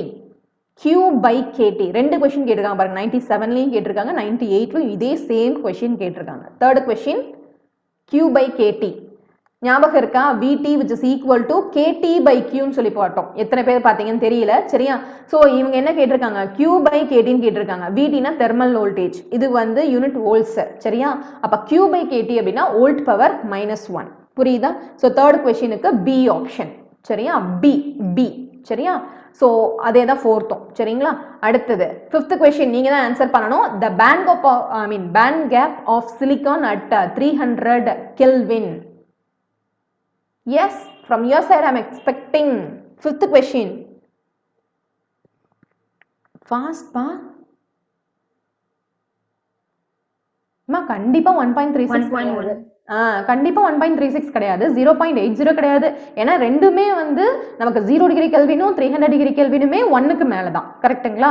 அப்போ 1.36 நம்ம பார்க்கவே இல்லை. ஒன்னு 1.21, இன்னொன்னு 1.10. கரெக்டா? 1.21 எதுக்குரியது? 0 டிகிரி கெல்வின் குறியது, சரியா? சோ இது 1.10 எலக்ட்ரான் வோல்ட், சரிங்களா? ஃபிஃப்த் क्वेश्चनக்குரிய ஆன்சர் பி ஆப்ஷன், சரியா? B option, okay? அடுத்தது okay, so the band of okay, so இதையே ட்ரை பண்ணிடுவோமா? சிக்ஸ்த் क्वेश्चनையும். ஓகே, சிக்ஸ்த் ரொம்ப ஈஸியான क्वेश्चन தான், ஓகேங்களா? சோ பாப்போம் என்ன பண்றோம்னு சொல்லிட்டு. ஓகே, சோ தி longest wave length. Okay, so யாரோ ஒருத்தர் சொல்லுங்களேன், வேவ் லெந்த்க்கும் ஃப்ரீக்வென்சிக்கும் என்ன relationship? wavelength lambda is equal to C by F. C by F, right. So C by F அப்படினாக்கா நான் கேட்டது இந்த ரிலேஷன்ஷிப் தான், that is inversely related, அவ்வளவுதான் சரியா. So the longest wavelength that can be absorbed by silicon which has band gap of 1.12 electron volts 1.1 micrometre அப்படின்னா ரெண்டு கொடுத்துருக்காங்க இல்லையா. ஸோ இப்போ நம்ம எப்படி எடுத்துக்கலாம் அப்படின்னு சொல்லி பார்த்தீங்கன்னா நமக்கு வந்து ஒன்று E1 எடுத்துக்கலாம், ஏன்னா ஃபர்ஸ்ட் கொடுத்துருக்காங்க இல்லையா 1.1 பேண்ட் கேப் இல்லையா. அப்போ வந்து கரெக்ட் தான் 1.12 எலக்ட்ரான் வோல்ட். ஓகே, லாம்டா 1 வந்து 1.1 மைக்ரோமீட்டர். எதுக்காக யூனிட் சொல்றேன்னு தெரியுதா உங்களுக்கு? பேண்ட் கேப்னு சொல்லி அதாவது பேண்ட் கேப்பை கரெக்டாக எடுத்து எழுத முடியலன்னா எலக்ட்ரான் வோல்ட்டுங்கிறது பேண்ட் கேப்போட யூனிட், மைக்ரோமீட்டருங்கிறது யாரு வேவ்லென்த்துடைய யூனிட், அதை கரெக்டாக எடுத்து எழுதணும். புரியுதுங்களா? அதுக்காகவும் இது யூஸ் ஆகும் அந்த யூனிட் படிக்கிறது. ஓகே, ஸோ லாம்டா 1 போட்டாச்சு. அடுத்து if the longest wavelength that can be absorbed by another material is okay, then the band gap of this material அப்படினு சொல்லி கேட்டிருக்காங்க இல்லையா. அப்ப இது lambda 2 னு எடுத்துக்கலாம். band gap அப்படிங்கிறது இது வந்து E2 அப்படி சொல்லி நம்ம எடுத்துக்கலாம். ஓகேங்களா?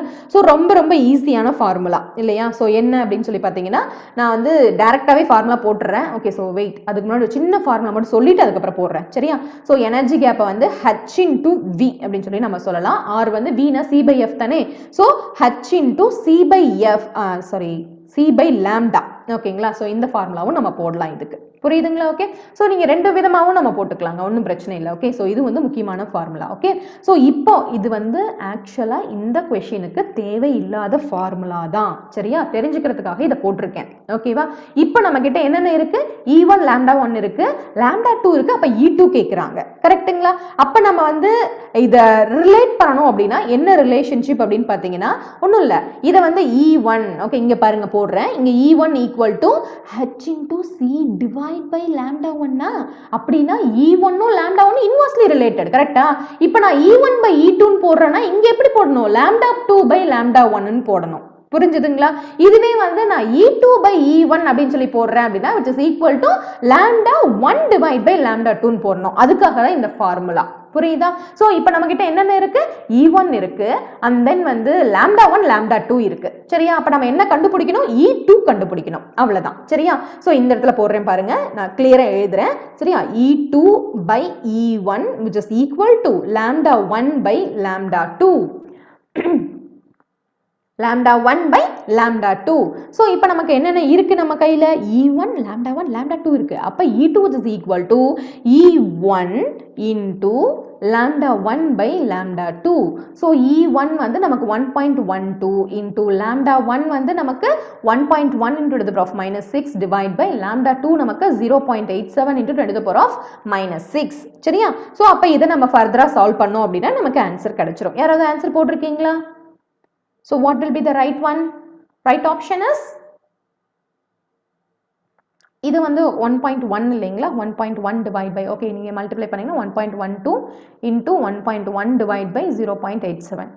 yes from your side ma. option A. A தான் correct ma'am. Okay, that is 1.416 electron volt தான் சரியா.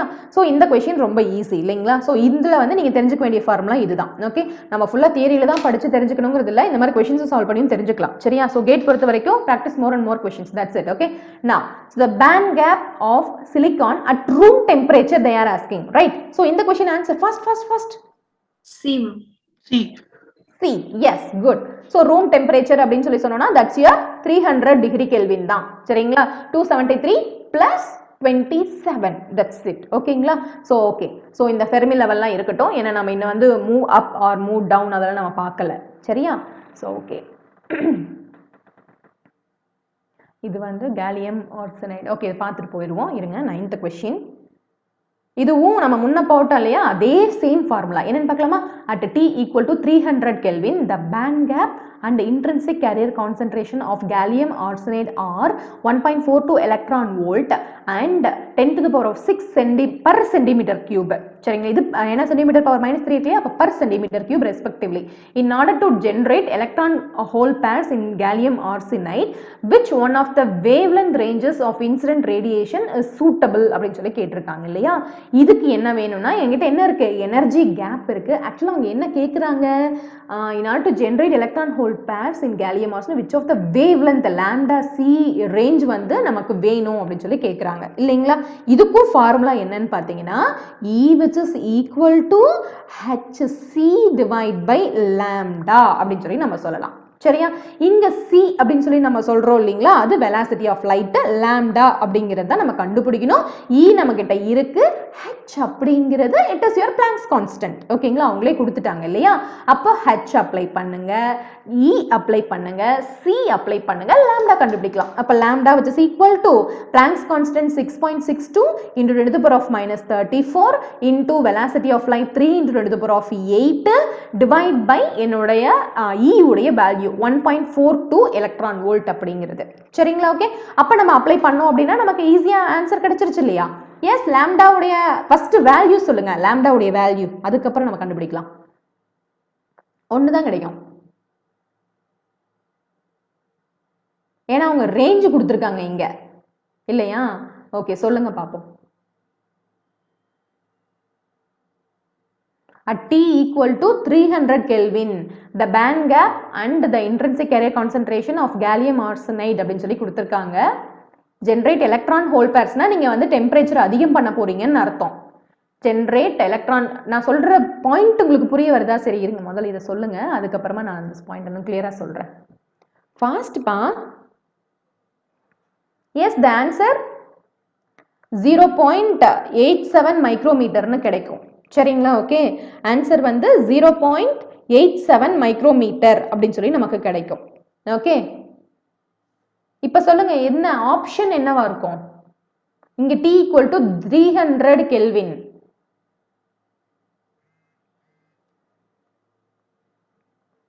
No response from your side.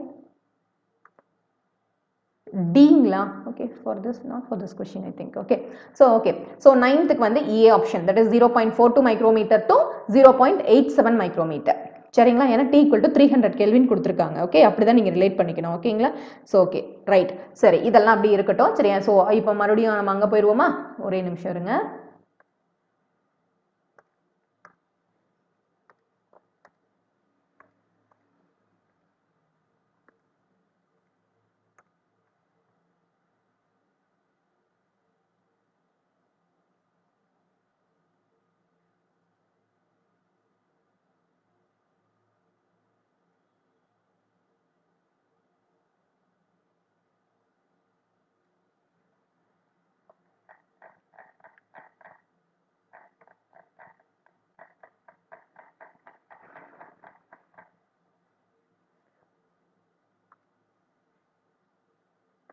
Okay, இப்போ தெரியுது இல்லையா. Okay done. ஸோ இப்போ என்ன அப்படின்னு பார்த்தீங்கன்னா, நம்ம முன்ன பார்த்துட்டு இருந்தோம் இல்லையா, அந்த diffusion current. So diffusion current density அதே தான், கொஞ்சம் ஃபாஸ்ட்டாக போயிடுறேன். சரியா, ஸோ டிஃப்யூஷன் அப்படிங்கிறது it is the natural phenomena அப்படின்னு சொல்லலாம். So migration of charge carriers from higher concentration to lower concentration அப்படின்னு சொல்லலாம். சரிங்களா, ஆர் வந்து from higher density to lower density அப்படின்னு சொல்லி நம்ம சொல்லலாம். சரிங்களா, ஓகே. ஸோ நமக்கு செமிகண்டக்டரில் மட்டும்தான் டிஃப்யூஷன் கரண்ட் இருக்கும்.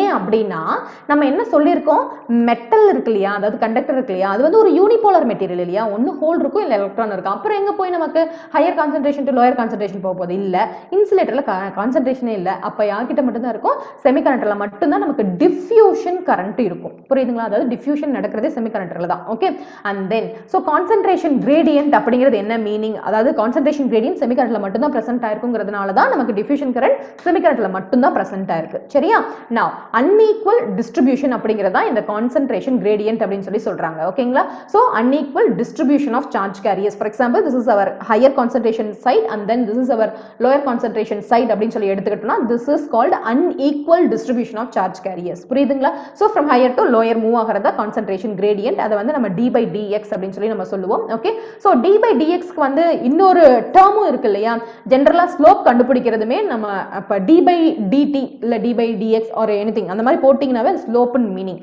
Okay, done. So dn by dx அப்படினா electron concentration gradient, dp by dx அப்படினா whole concentration gradient அப்படினு சொல்லலாம். சரியா, and then length of diffusion வந்து L which is equal to square root of d into tau அப்படினு சொல்லலாம். length of diffusion னா diffuse ஆகுது எவ்வளவு தூரம், எவ்வளவு length diffuse ஆகுதுன்னு சொல்றோம் இல்லையா, அதான் length of diffusion. So L which is equal to square root of d into tau centimeter அப்படினு சொல்றோம். So d னா diffusion constant of charge carrier, either it is electron or hole.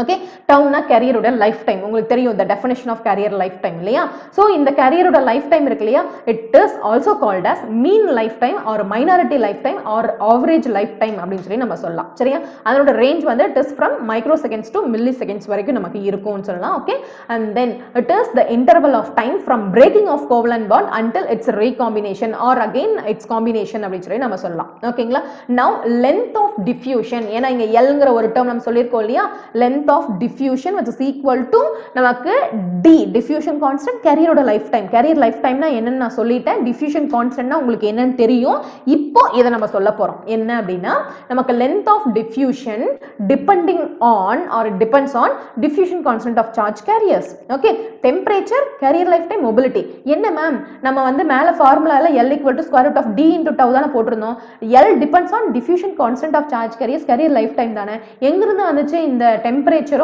இந்த mobility of charge carrier ன்னு பாத்தீங்கன்னா from the Einstein's relationship சரிங்களா so d by mu which is equal to vt ன்னு சொல்லி போடுறோம் இல்லையா அப்ப d which is equal to mu into vt அப்படினு சொல்லி நம்ம போடலாம் சரியா அதை நீங்க சப்ஸ்டிட்யூட் பண்ணீங்க அப்படினா L will be equal to square root of mu into vt into tau okay so the length of diffusion it is depending on the mobility நம்ம thermal voltage or the temperature or the carrier lifetime அப்படினு சொல்லி நம்ம சொல்லலாம் சரியா and the carrier lifetime அப்படினு சொல்லி சொல்லணும் okay now the electron diffusion current density வந்து JN diffusion சொல்லி சொல்லலாம் and then electron diffusion current electron diffusion current density which is equal to plus q into dn into dn by dx அப்படினு சொல்லி நம்ம சொல்றோம் இந்த plus q க்கு காரணம் என்னன்னா ஒரிஜினல் ஃபார்முலால மைனஸ் இருக்குங்க இங்க நம்ம எலக்ட்ரானோட சார்ஜ் மைனஸ் னு சொல்லி போடுறோம் இல்லையா அதனால தான் இங்க மைனஸ் into மைனஸ் பிளஸ் ஆயிருச்சு சரியா so jn diffusion constant or jn diffusion which is equal to இது எப்படி சொல்லலாம்னா electron diffusion current density which is equal to plus q into dn by dx ampere per centimeter squared ஏனா j உடைய unit ampere that is I divided by a current per unit area சரியா whole diffusion current density jp diffusion which is equal to minus q into dp by dx that is ampere per centimeter square புரியுதா இது ரொம்ப ரொம்ப முக்கியமான formula இப்போ நம்ம பார்த்துட்டு இருக்கிறது என்னது jn or jp diffusion or j diffusion புரியுதா diffusion current density ஓகேவா now இப்போ electron diffusion current ஓகேங்களா அத தான் வந்து IN diffusion சொல்றோம் J equal to I by A இல்லையா அப்ப I equal to J into N சொல்லலாமா அப்ப IN diffusion which is equal to JN diffusion into A அதே மாதிரி whole diffusion current அப்படிங்கறதையும் நம்ம எழுதிடலாம் சரியா அப்போ நம்ம பார்த்துட்டு இருக்கிறது எல்லாமே semiconductor தானே அப்ப நமக்கு வந்து total current density which is equal to the current density because of electrons the current density because of holes அப்படினு சொல்லலாம் சரியா அப்ப நமக்கு electron எழுதியாச்சு ஹோல் எழுதியாச்சு சரிங்களா என்ன மேம் இங்க இன்னொன்னு எதுவும் எழுதி இருக்கீங்க நான் இப்போதான் நம்ம வந்து டிஃப்யூஷன் பார்த்தோம் ட்ரிஃப்ட்னா என்னன்னா இதுக்கு முன்னாடி நம்ம நார்மல் பார்த்தோம் இல்லைங்களா J equal to sigma E அப்படிங்கறத பார்த்தோம் இல்லையா அங்க யார் இருக்காங்க எலக்ட்ரிக் ஃபீல்ட்னா யார் வருவாங்க ட்ரிஃப்ட் கரண்ட் வருவாங்க புரியுதா அதனால தான் இத வந்து நம்ம ட்ரிஃப்ட் கரண்ட் டென்சிட்டி அப்படி சொல்லி நம்ம சொல்றோம் புரியுதா சோ டிஃப்யூஷன் கரண்ட் டென்சிட்டி இது okay so JP which is equal to நமக்கு அதே மாதிரி அதாவது JP னா whole okay whole current density which is equal to drift or வந்து the whole current density because of drift the whole current density because of diffusion புரியுதுங்களா இத substitute பண்ணி எழுதி இருக்கோம் இந்த ரெண்டு ஃபார்முலாவும் ரொம்ப முக்கியம் சரிங்களா அடுத்து வந்து ஒரு 1 மார்க் क्वेश्चन குரிய ஃபார்முலா இது एक्चुअली முன்னாடியே கொடுத்திருக்கலாம் பட் வந்து இது இன்னும் கீழ தேவைப்படும் அப்படிங்கறதனால தான் வந்து இங்க கொடுக்கிறேன் சரியா சோ density of atoms வந்து which is equal to number of atoms divided by volume ஓகேங்களா density of atoms இது ரொம்ப முக்கியமான ஃபார்முலா பின்னாடி தேவைப்படும் நல்லா நோட் பண்ணி வைங்க okay density of atoms which is equal to number of atoms divided by volume ஓகேங்களா சோ அடுத்து என்ன அப்படினா நமக்கு இந்த whole current and then electron current மட்டும் சொல்லிறேன் சரியா சோ whole current அப்படினு சொல்லி சொன்னீங்கன்னா movement of bounded electron ஆமா மேம் நீங்க முன்னே சொன்னீங்கல்ல வேலன்ஸ் பேண்ட் அதனால இங்க கண்டக்ஷன் பேண்ட்ல ஃப்ரீ எலக்ட்ரான் இருக்கும் வேலன்ஸ் பேண்ட்ல வந்து பவுண்டட் எலக்ட்ரான் இருக்கும் இந்த பவுண்டட் எலக்ட்ரான் உடைய மூவ்மெண்ட் இந்த வேலன்ஸ் பேண்ட்ல வர்றதா மேம் இந்த ஹோல் கரண்ட் எலக்ட்ரான் கரண்ட் அப்படினா movement of free electron in the conduction band okay electron move in the valence band okay move with lower energy level ஆமா valence பேண்ட்ல இருக்கிறது lower energy level தான் okay and then conduction பேண்ட்ல இருக்கிறது higher energy level அப்படி சொல்லி சொல்லலாம் ஓகேங்களா so bound electron is moving from from one covalent bond to another. ஏன்னா நீங்க எல்லாரும் நினைச்சிருப்பீங்க எப்படிதான் மூவ் ஆகும் அப்படின்னு சொல்லிட்டு. சோ அந்த இப்போ ஃபார் எக்ஸாம்பிள் அந்த ஸ்பேஸ் விட்டுட்டு போயிடுச்சு இல்லீங்களா, இந்த இடத்துல ஒரு ஹோல் இருக்குது இல்லையா, இங்க ஒரு எலக்ட்ரான், இது என்ன பண்ணணும்னா எம்டி ஸ்பேஸ் இங்க போகும். சரி, இங்க ஒரு ஹோல் கிரியேட் ஆகும், இங்க இப்ப எலக்ட்ரான் வந்துருச்சா அடுத்தது இங்க போகும், அடுத்து இங்க போகும். இந்த மாதிரி வந்து பவுண்ட்ல இருக்கக்கூடிய எலக்ட்ரான் வந்து, அதாவது பவுண்டட் எலக்ட்ரான் வந்து ஒரு மூவ்மெண்ட்டை கிரியேட் பண்ணும் வேலன்ஸ் பேண்ட்ல. சரியா? So bound electron is moving from one covalent bond to another. Okay, so here free electron is moving in interatomic space. இது முக்கியமான பாயிண்ட். ஓகே, interatomic space அப்படி சொல்லி நம்ம சொல்லலாம். Okay, now we are moving with intrinsic semiconductor. ஓகேங்களா? So இப்போ வந்து கொஞ்சம் ஃபாஸ்டா போலாம், ஏன்னா உங்களுக்கு எல்லா டேர்ம்ஸுமே இப்போ தெரியுது இல்லையா, அப்ப நான் கொஞ்சம் ஃபாஸ்டாவே போலாம். ஓகே, சோ intrinsic semiconductor அப்படின்னா பியூர் ஃபார்ம் ஆஃப் semiconductor. என்ன மேம் இது? நான் டீஜெனரேட்டட் செமிகண்டக்டர். இதுக்கு இன்னொரு நேம் வந்து நான் டீஜெனரேட்டட் செமிகண்டக்டர். ஓகே, சோ இப்போ யாரோ ஒருத்தர் சொல்லுங்க பாப்போம், எல்இடி மேக் பண்றதுக்கு ஏன் வந்து சிலிக்கான் யூஸ் பண்ண முடியாது? எல்இடி மேக் பண்றதுக்கு ஏன் சிலிக்கான் யூஸ் பண்ண முடியாது? ஏன்னா அது indirect band gap. Indirect band gap semiconductor. That's it. Okay, done. So intrinsic semiconductor வந்து it is your pure semiconductor and then non degenerated semiconductor. ஓகேங்களா? and maximum number of valence electron in an atom is 8. ஏன்னா இன்ட்ரின்சிக்னாக்கா அங்க எதுவுமே இருக்காது இல்லையா, pure இல்லைங்களா, அது ஸ்டேபிளா இருக்கும் அப்படின்னு சொல்லி சொல்லுவாங்க. ஓகேங்களா?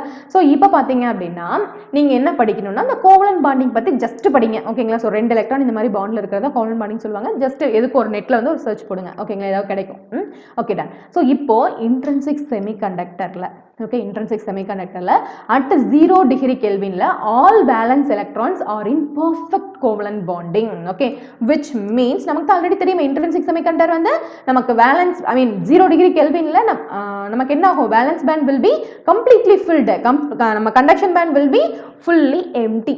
சரிங்களா? கண்டக்ஷன் பேண்ட் வந்து எம்டியா இருக்கும் அப்படின்னு சொல்லி தெரியும். சரி, இது 0 டிகிரி கெல்வின்ல. ஓகே, அதான் இங்க போட்டிருக்கோம் பாருங்க. at t equal to 0 degree கெல்வின்ல intrinsic semiconductor at 0 degree Kelvin works like or behaves like insulator அப்படின்னு சொல்லி நம்ம சொல்லலாம். சரியா?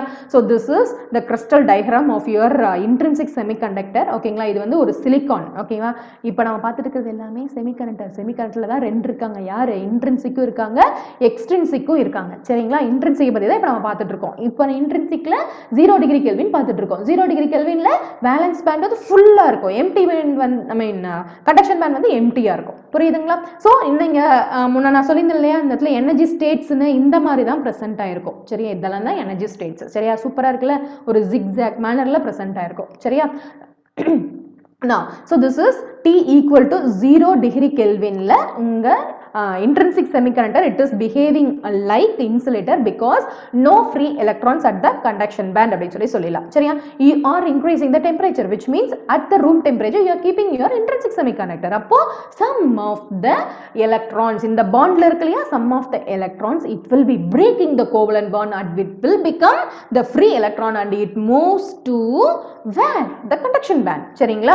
சோ இது வந்து பேண்ட் டயகிராம்ல, இதே இந்த ஸ்ட்ரக்சர்ல பாருங்க, இதுதான் நமக்கு வந்து இப்போ ரூம் டெம்பரேச்சர்ல வச்சிட்டீங்க இல்லையா, இப்போ இந்த பேண்ட் இருக்கு, ஐ மீன் இந்த கோவலன்ட் பாண்டிங் இருக்கு இல்லையா, இது அப்படியே பிரேக் பண்ணிட்டு ஒரு எலக்ட்ரான் இந்த இன்டர் அட்டாமிக் ஸ்பேஸ்க்கு வந்துருச்சு பாருங்க, இதுதான் இன்டர் அட்டாமிக் ஸ்பேஸ். ஓகேவா? It became the free electron அப்படின்னு சொல்லி நம்ம சொல்லலாம். புரியுதுங்களா? Okay, now when temperature is increasing, which means when the t greater than 0 Kelvin அப்படின்னு சொல்லி சொல்லும்போது covalent bond will be broken, electron hole pair will be generated. உங்களுக்கு புரியுதா? so இந்த bond break பண்ணிட்டு இது வந்து எலக்ட்ரான், இது ஹோல். புரியுதுங்களா? electron hole pair will be generated. electron jumps to interatomic space or electron jumps to conduction band from valence band. புரியுதுங்களா? okay, and becomes free electron அப்படின்னு சொல்லலாம். so hole அப்படிங்கிறது நமக்கு பாசிட்டிவ் சார்ஜ், எலக்ட்ரான்ங்கிறது negative charge. Hole உடைய value 1.6 into 10 to the power of minus 19 தான், but it is positive. electron அதே value தான், but it is negative. that's it. okay, now intrinsic semiconductor has, இப்பதான் முக்கியமான point வரும். யாரோ ஒருத்தர் சொல்லுங்க மாஸ் செக்ஷன்ல. yes, mass is equal to ni square. yes, that's it. okay, so நம்ம மாஸ் செக்ஷன்ல என்னன்னு சொல்லி தெரிஞ்சிச்சு இல்லையா. இப்போ இன்ட்ரின்சிக் செமிகண்டக்டர்ல நமக்கு என்ன ஆகும் அப்படின்னு சொல்லி பார்த்தீங்கன்னா electron concentration which is equal to whole concentration which is equal to intrinsic concentration அப்படின்னு சொல்லி சொல்லலாம். சரியா? this is most important form. okay, so இது எங்க இன்ட்ரின்சிக் செமிகண்டக்டர்ல. ஓகேங்களா? ஏன் அப்படின்னு பார்த்தீங்கன்னா அதுதான் நமக்கு ஸ்டேபிள் ஆச்சே, அங்கே எதுவுமே இல்லையா, எல்லாமே ஈக்குவல் இல்லையா. So because of opposite polarity electron and hole always move in opposite direction. Okay, இங்கே இன்னொரு பாயிண்ட்டை நீங்கள் தெரிஞ்சுக்கணும். என்ன அப்படின்னா நெட்வொர்க் தியரியில் படிச்சிருப்பீங்க. இப்போ வந்து என்னுடைய கரண்ட் இப்போ இந்த மாதிரி கொடுக்குறேன்னு வச்சுக்கோங்களேன், இது வந்து கன்வென்ஷனல் கரண்ட் அப்படின்னு சொல்லுவாங்க. ஓகேங்களா? கன்வென்ஷனல் கரண்ட்டும் நம்ம எலக்ட்ரானுடைய கரண்ட்டும் ஆப்போசிட் டைரக்ஷன்ல இருக்கும் அப்படின்னு சொல்லி நமக்கு சொல்லுவாங்க. புரிஞ்சுதுங்களா? ஓகே, ஸோ என்னுடைய நார்மலா ஓகே, ஸோ இப்போ இதை கவனிங்க, கொஞ்சம் தெளிவாக புரியும். ஸோ இப்போ பார்த்தீங்க அப்படின்னா எனக்கு என்ன ஆகுது, ஹோல் கிரியேட் ஆயிடுச்சு அண்ட் தென் வந்து எலக்ட்ரான் கிரியேட் ஆயிடுச்சு. சரி, அப்போ மூவ் ஆக ஆரம்பிக்குது. ஓகே, ஹோலுடைய மூவ் வந்து இந்த டைரக்ஷன்ல இருக்கு. ஓகே, ஸோ வேற கலர் நம்ம யூஸ் பண்ணலாம். ஸோ ஹோலுடைய மூவ் இந்த டைரக்ஷன். ஓகே, அதனால நமக்கு ஹோல் கரண்ட், ஏன்னா ஹோலும் ஒரு சார்ஜ் கேரியர் தானே, ஸோ ஒரு ஹோல் கரண்ட் நமக்கு கிரியேட் ஆகும். சரிங்களா? அது ஐபி அப்படின்னு சொல்லலாம். அதாவது ஹோலுடைய மூவ்மெண்ட்டும் ஹோலுடைய கரண்ட்டும் சேம் டைரக்ஷன். ஓகே, பட் எலக்ட்ரானுடைய மூவ் பாருங்க, அதனால ஜென்ரேட் ஆகக்கூடிய கரண்ட் பாருங்க ஆப்போசிட் டைரக்ஷன். புரியுதா? ஸோ இப்போ என்னுடைய பீஸ் ஆஃப் ஒரு இன்ட்ரின்சிக் செமிகண்டக்டர் எடுத்துக்கிறேன். சரிங்களா? எனி செமிகண்டக்டர்ஸ் ஓகே, அது இன்ட்ரின்சிக்னு இல்லை. இப்போ வந்து என்னுடைய ஹோல்ஸ் இப்படி மூவ் ஆகுதுன்னா எலக்ட்ரான்ஸ் இப்படி மூவ் ஆகும். புரியுதா? ஸோ ஹோலுடைய மூவ்மெண்ட்லேயே தான், அதாவது ஹோல் மூவ் ஆகக்கூடிய டைரக்ஷனில் தான் ஹோல் கரண்ட் இருக்கும். எலக்ட்ரான் மூவ் ஆகக்கூடிய ஆப்போசிட் டைரக்ஷனில் தான் யார் இருப்பாங்க, எலக்ட்ரானால உருவாகக்கூடிய கரண்ட் இருப்பாங்க. புரியுதா? அப்போ நமக்கு என்ன மீனிங், இது ரெண்டுமே அடிக்டிவ். சரியா? ஆட் ஆயிடும். கரெக்ட்டுங்களா? So electron and whole contribute current in the same direction அப்படின்னு சொல்லி நம்ம சொல்லலாம். புரியுதுங்களா? ஓகே, நவ் ஸோ இப்போ என்ன அப்படின்னு சொல்லி பார்த்தீங்கன்னா, ஓகே இதெல்லாம் உங்களுக்கு தெரியும் இல்லையா. ஸோ இப்போ நம்ம ஒரு பாயிண்ட் சொல்லியிருக்கோம் இல்லையா, ஹோல் வந்து மூவ் ஆகும், அதே மாதிரி எலக்ட்ரான் மூவ் ஆகும்னு. அதை தான் எங்கன்னு சொல்லியிருக்கேன், ஃப்ரீ எலக்ட்ரான் இந்த கண்டக்ஷன் பேண்ட், அதனால வந்து எலக்ட்ரான்னால உருவாகக்கூடிய கரண்ட், அதே மாதிரி ஹோல் இந்த வேலன்ஸ் பேண்ட், அதனால ஹோல்னால உருவாகக்கூடிய கரண்ட் ரெண்டும் ஆட் ஆகும் அப்படின்னு சொல்லியிருக்கோம். சரியா? இப்போ இன்ட்ரின்சிக் கண்டக்டிவிட்டி. சரியா? இன்ட்ரின்சிக் கண்டக்டிவிட்டி வந்து sigma I which is equal to n q mu n plus p into q into mu p. ஏன்னா எலக்ட்ரானும் இருக்காங்க ஹோலும் இருக்காங்க. இப்போ நாம எங்க பேசிட்டு இருக்கோம், இது எல்லாமே T வந்து 300 டிகிரி கெல்வின்ல பேசிட்டு இருக்கோம். புரியுதுங்களா?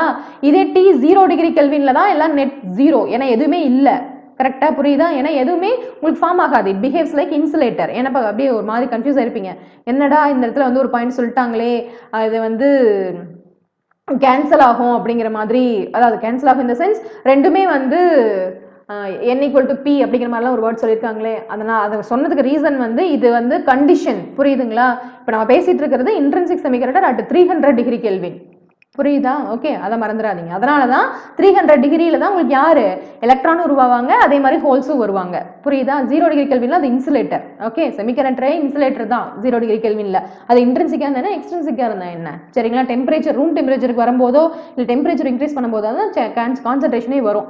இப்போ இன்ட்ரின்சிக்ங்கிறதுனால இங்க sigma I which is equal to n into q into mu n plus p into q into mu p மோ. ஏன்னா நம்ம முன்னாடி சொல்லியிருக்கோம் இல்லையா, மோ பர் சென்டிமீட்டர் அப்படின்னு சொல்லி கொடுக்குறோம். இப்போ நமக்கு இன்ட்ரின்சிக் படி கண்டிஷன் என்ன, n equal to p equal to ni இல்லையா.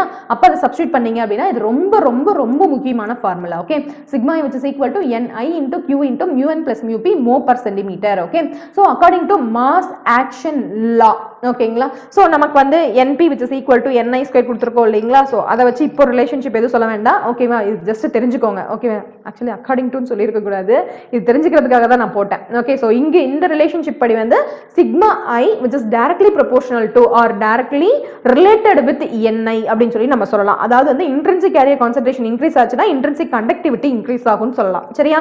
அதே மாதிரி இந்த இன்ட்ரின்சிக் கான்சன்ட்ரேஷன் வந்து இட் இஸ் நான் linearly increased with what, temperature. கரெக்ட்டுங்களா? அப்போ நமக்கு இந்த சிக்மாவும் டெம்பரேச்சரும் ரிலேட்டட் அப்படின்னு சொல்லி நம்ம சொல்லலாம். Okay, so sigma I it increases with temperature as நான் லீனியர் ஃபேஷன் அப்படின்னு சொல்லி நம்ம சொல்லலாம். ஓகேங்களா? ஸோ இன்னொரு விஷயம் தெரியும் இல்லையா, rho that is resistivity which is equal to 1 divided by sigma i, rho which is equal to sigma i உடைய ஃபார்முலா நமக்கு தெரியும். புரியுதுங்களா? ஓகே, ஸோ இது கிளியர் இல்லையா? ஓகே, ஸோ இன்ட்ரின்சிக் செமிகண்டக்டர் உடைய மிகப்பெரிய டிஸ்அட்வான்டேஜ் என்ன அப்படின்னு சொல்லி பார்த்தீங்கன்னா நமக்கு கண்டக்டிவிட்டி வந்து ரொம்ப ரொம்ப ஸ்மால் அப்படிங்கிறது தான். சரியா? அண்ட் தென் ரீகாம்பினேஷன் அப்படின்னு சொல்லி சொன்னோம் அப்படின்னாக்கா நமக்கு இப்போ வந்து மேலே போயிருக்குது இல்லையா, அதாவது அந்த கோவலன்ட் பாண்டை வந்து பிரேக் பண்ணிட்டு மேலே போகுது இல்லையா, ஒரு பர்டிகுலர் லைஃப் டைம்க்கு அப்புறமா அது அகைன் வந்து கீழே வந்து அந்த ஹோல் கூட, அதாவது ஹோல்னா அந்த விட்டுட்டு போன இடத்துல போயிட்டு ரீகம்பைன் போய் அது பிளேஸ் ஆயிக்கும். சரியா? அதுதான் ரீகம்பைன் அப்படின்னு சொல்லி சொல்லுவாங்க. ஓகேங்களா? அப்போ வந்து லைட் வந்து ஐ மீன் அந்த பொசஸ் பண்ணி இருக்கக்கூடிய எனர்ஜி வந்து லைட் ஃபார்ம்ல வெளியில விடும், இந்த ஃபார்ம் ஆஃப் ஃபோட்டான்ஸ் அப்படின்னு சொல்லலாம். அதெல்லாம் நான் உங்களுக்கு மேலேயே நான் சொல்லிட்டேன். ஓகே, ஸோ அடுத்து டோப்பிங். ஓகேங்களா? ஸோ இதோட வந்து இன்ட்ரின்சிக் செமிகண்டக்டருடைய ஃபுல் தியரி முடிச்சாச்சு. இன்னும் ஃபெர்மி லெவல் மட்டும் இருக்குது சரியா. டெம்பரேச்சர் 0 டிகிரி கெல்வின் தான் ஃபெர்மி லெவல் எப்படி இருக்கும், அதே மாதிரி வந்து 300 டிகிரி கெல்வின் தான் ஃபெர்மி லெவல் எப்படி இருக்குன்னு மட்டும் முடிக்கணும். அண்ட் தென் வந்து டோப்பிங் சொல்லிட்டு இன்ட்ரின்சிக் எக்ஸ்ட்ரின்சிக் டோப்பிங் ஐ மீன் டோப்பிங்கில் வந்து எக்ஸ்ட்ரின்சிக் பி டைப் என் டைப்பை முடிச்சோம் அப்படின்னா இந்த தியரி ஃபுல் ஓவர் சரியா. அது ஃபுல்லாக இது ஃபுல்லாக அதுதான் இருக்குது. அதுக்கடுத்து வந்து ஃபெர்மி டைரக்ட் டிஸ்ட்ரிபியூஷன் ஃபங்க்ஷன் இருக்கு இல்லைங்களா, அது மட்டும் நான் உங்களுக்கு சொல்லிட்டேன் அப்படின்னா உங்களுக்கு இந்த இது முடிஞ்சிடும் சரியா. இதுக்கு அடுத்து வந்து உங்களுக்கு நான் ஃபுல்லாக ப்ராப்ளம்ஸ் ஆஃப்டர்நூன் பார்த்தீங்க அப்படின்னா ஒரு 1 to 1.5 ஹவர்ஸ்க்குள்ள முடிச்சிருவேன் சரியா. மோஸ்ட்லி முடிச்சிருவேன். அதுக்கப்புறம் ஃபுல்லாக உங்களுக்கு ப்ராப்ளம்ஸ் தான் சரியா. Previous year solved problems and then வந்து இன்னும் நிறைய கொஷின்ஸ் இருக்கு. Lot and lot of questions are there. Okay, so நீங்க சால்வ் பண்ணா போதும். ஓகேங்களா, 1000 கொஷின்ஸ்க்கு மேல கூட இருக்கு. நீங்க சால்வ் பண்ணீங்கன்னா போதும். இப்போ நம்ம பார்த்துட்டு இருந்தோம் இல்லையா, அதை பேஸ் பண்ணி தான் அத்தனை ப்ராக்டிஸ் ப்ராப்ளம்ஸுமே இருக்கும். ஓகே, ஸோ டோன்ட் வரி, நம்ம வந்து ஆஃப்டர்நூன் ஃபுல்லாக ப்ராப்ளம் சால்வ் பண்ணிடலாம். ஒரு 1 hour மட்டும் நம்ம தேதி முடிச்சுக்கலாம் சரிங்களா. Okay, so let me complete the session. Before that அப்படியெல்லாம் குவிட் ஆகிடாதீங்க. ஓகே, எனக்கு பேசுங்க ஃபர்ஸ்ட். ஓகே, உங்களுக்கு நான் சொல்றது புரியுதா? எஸ்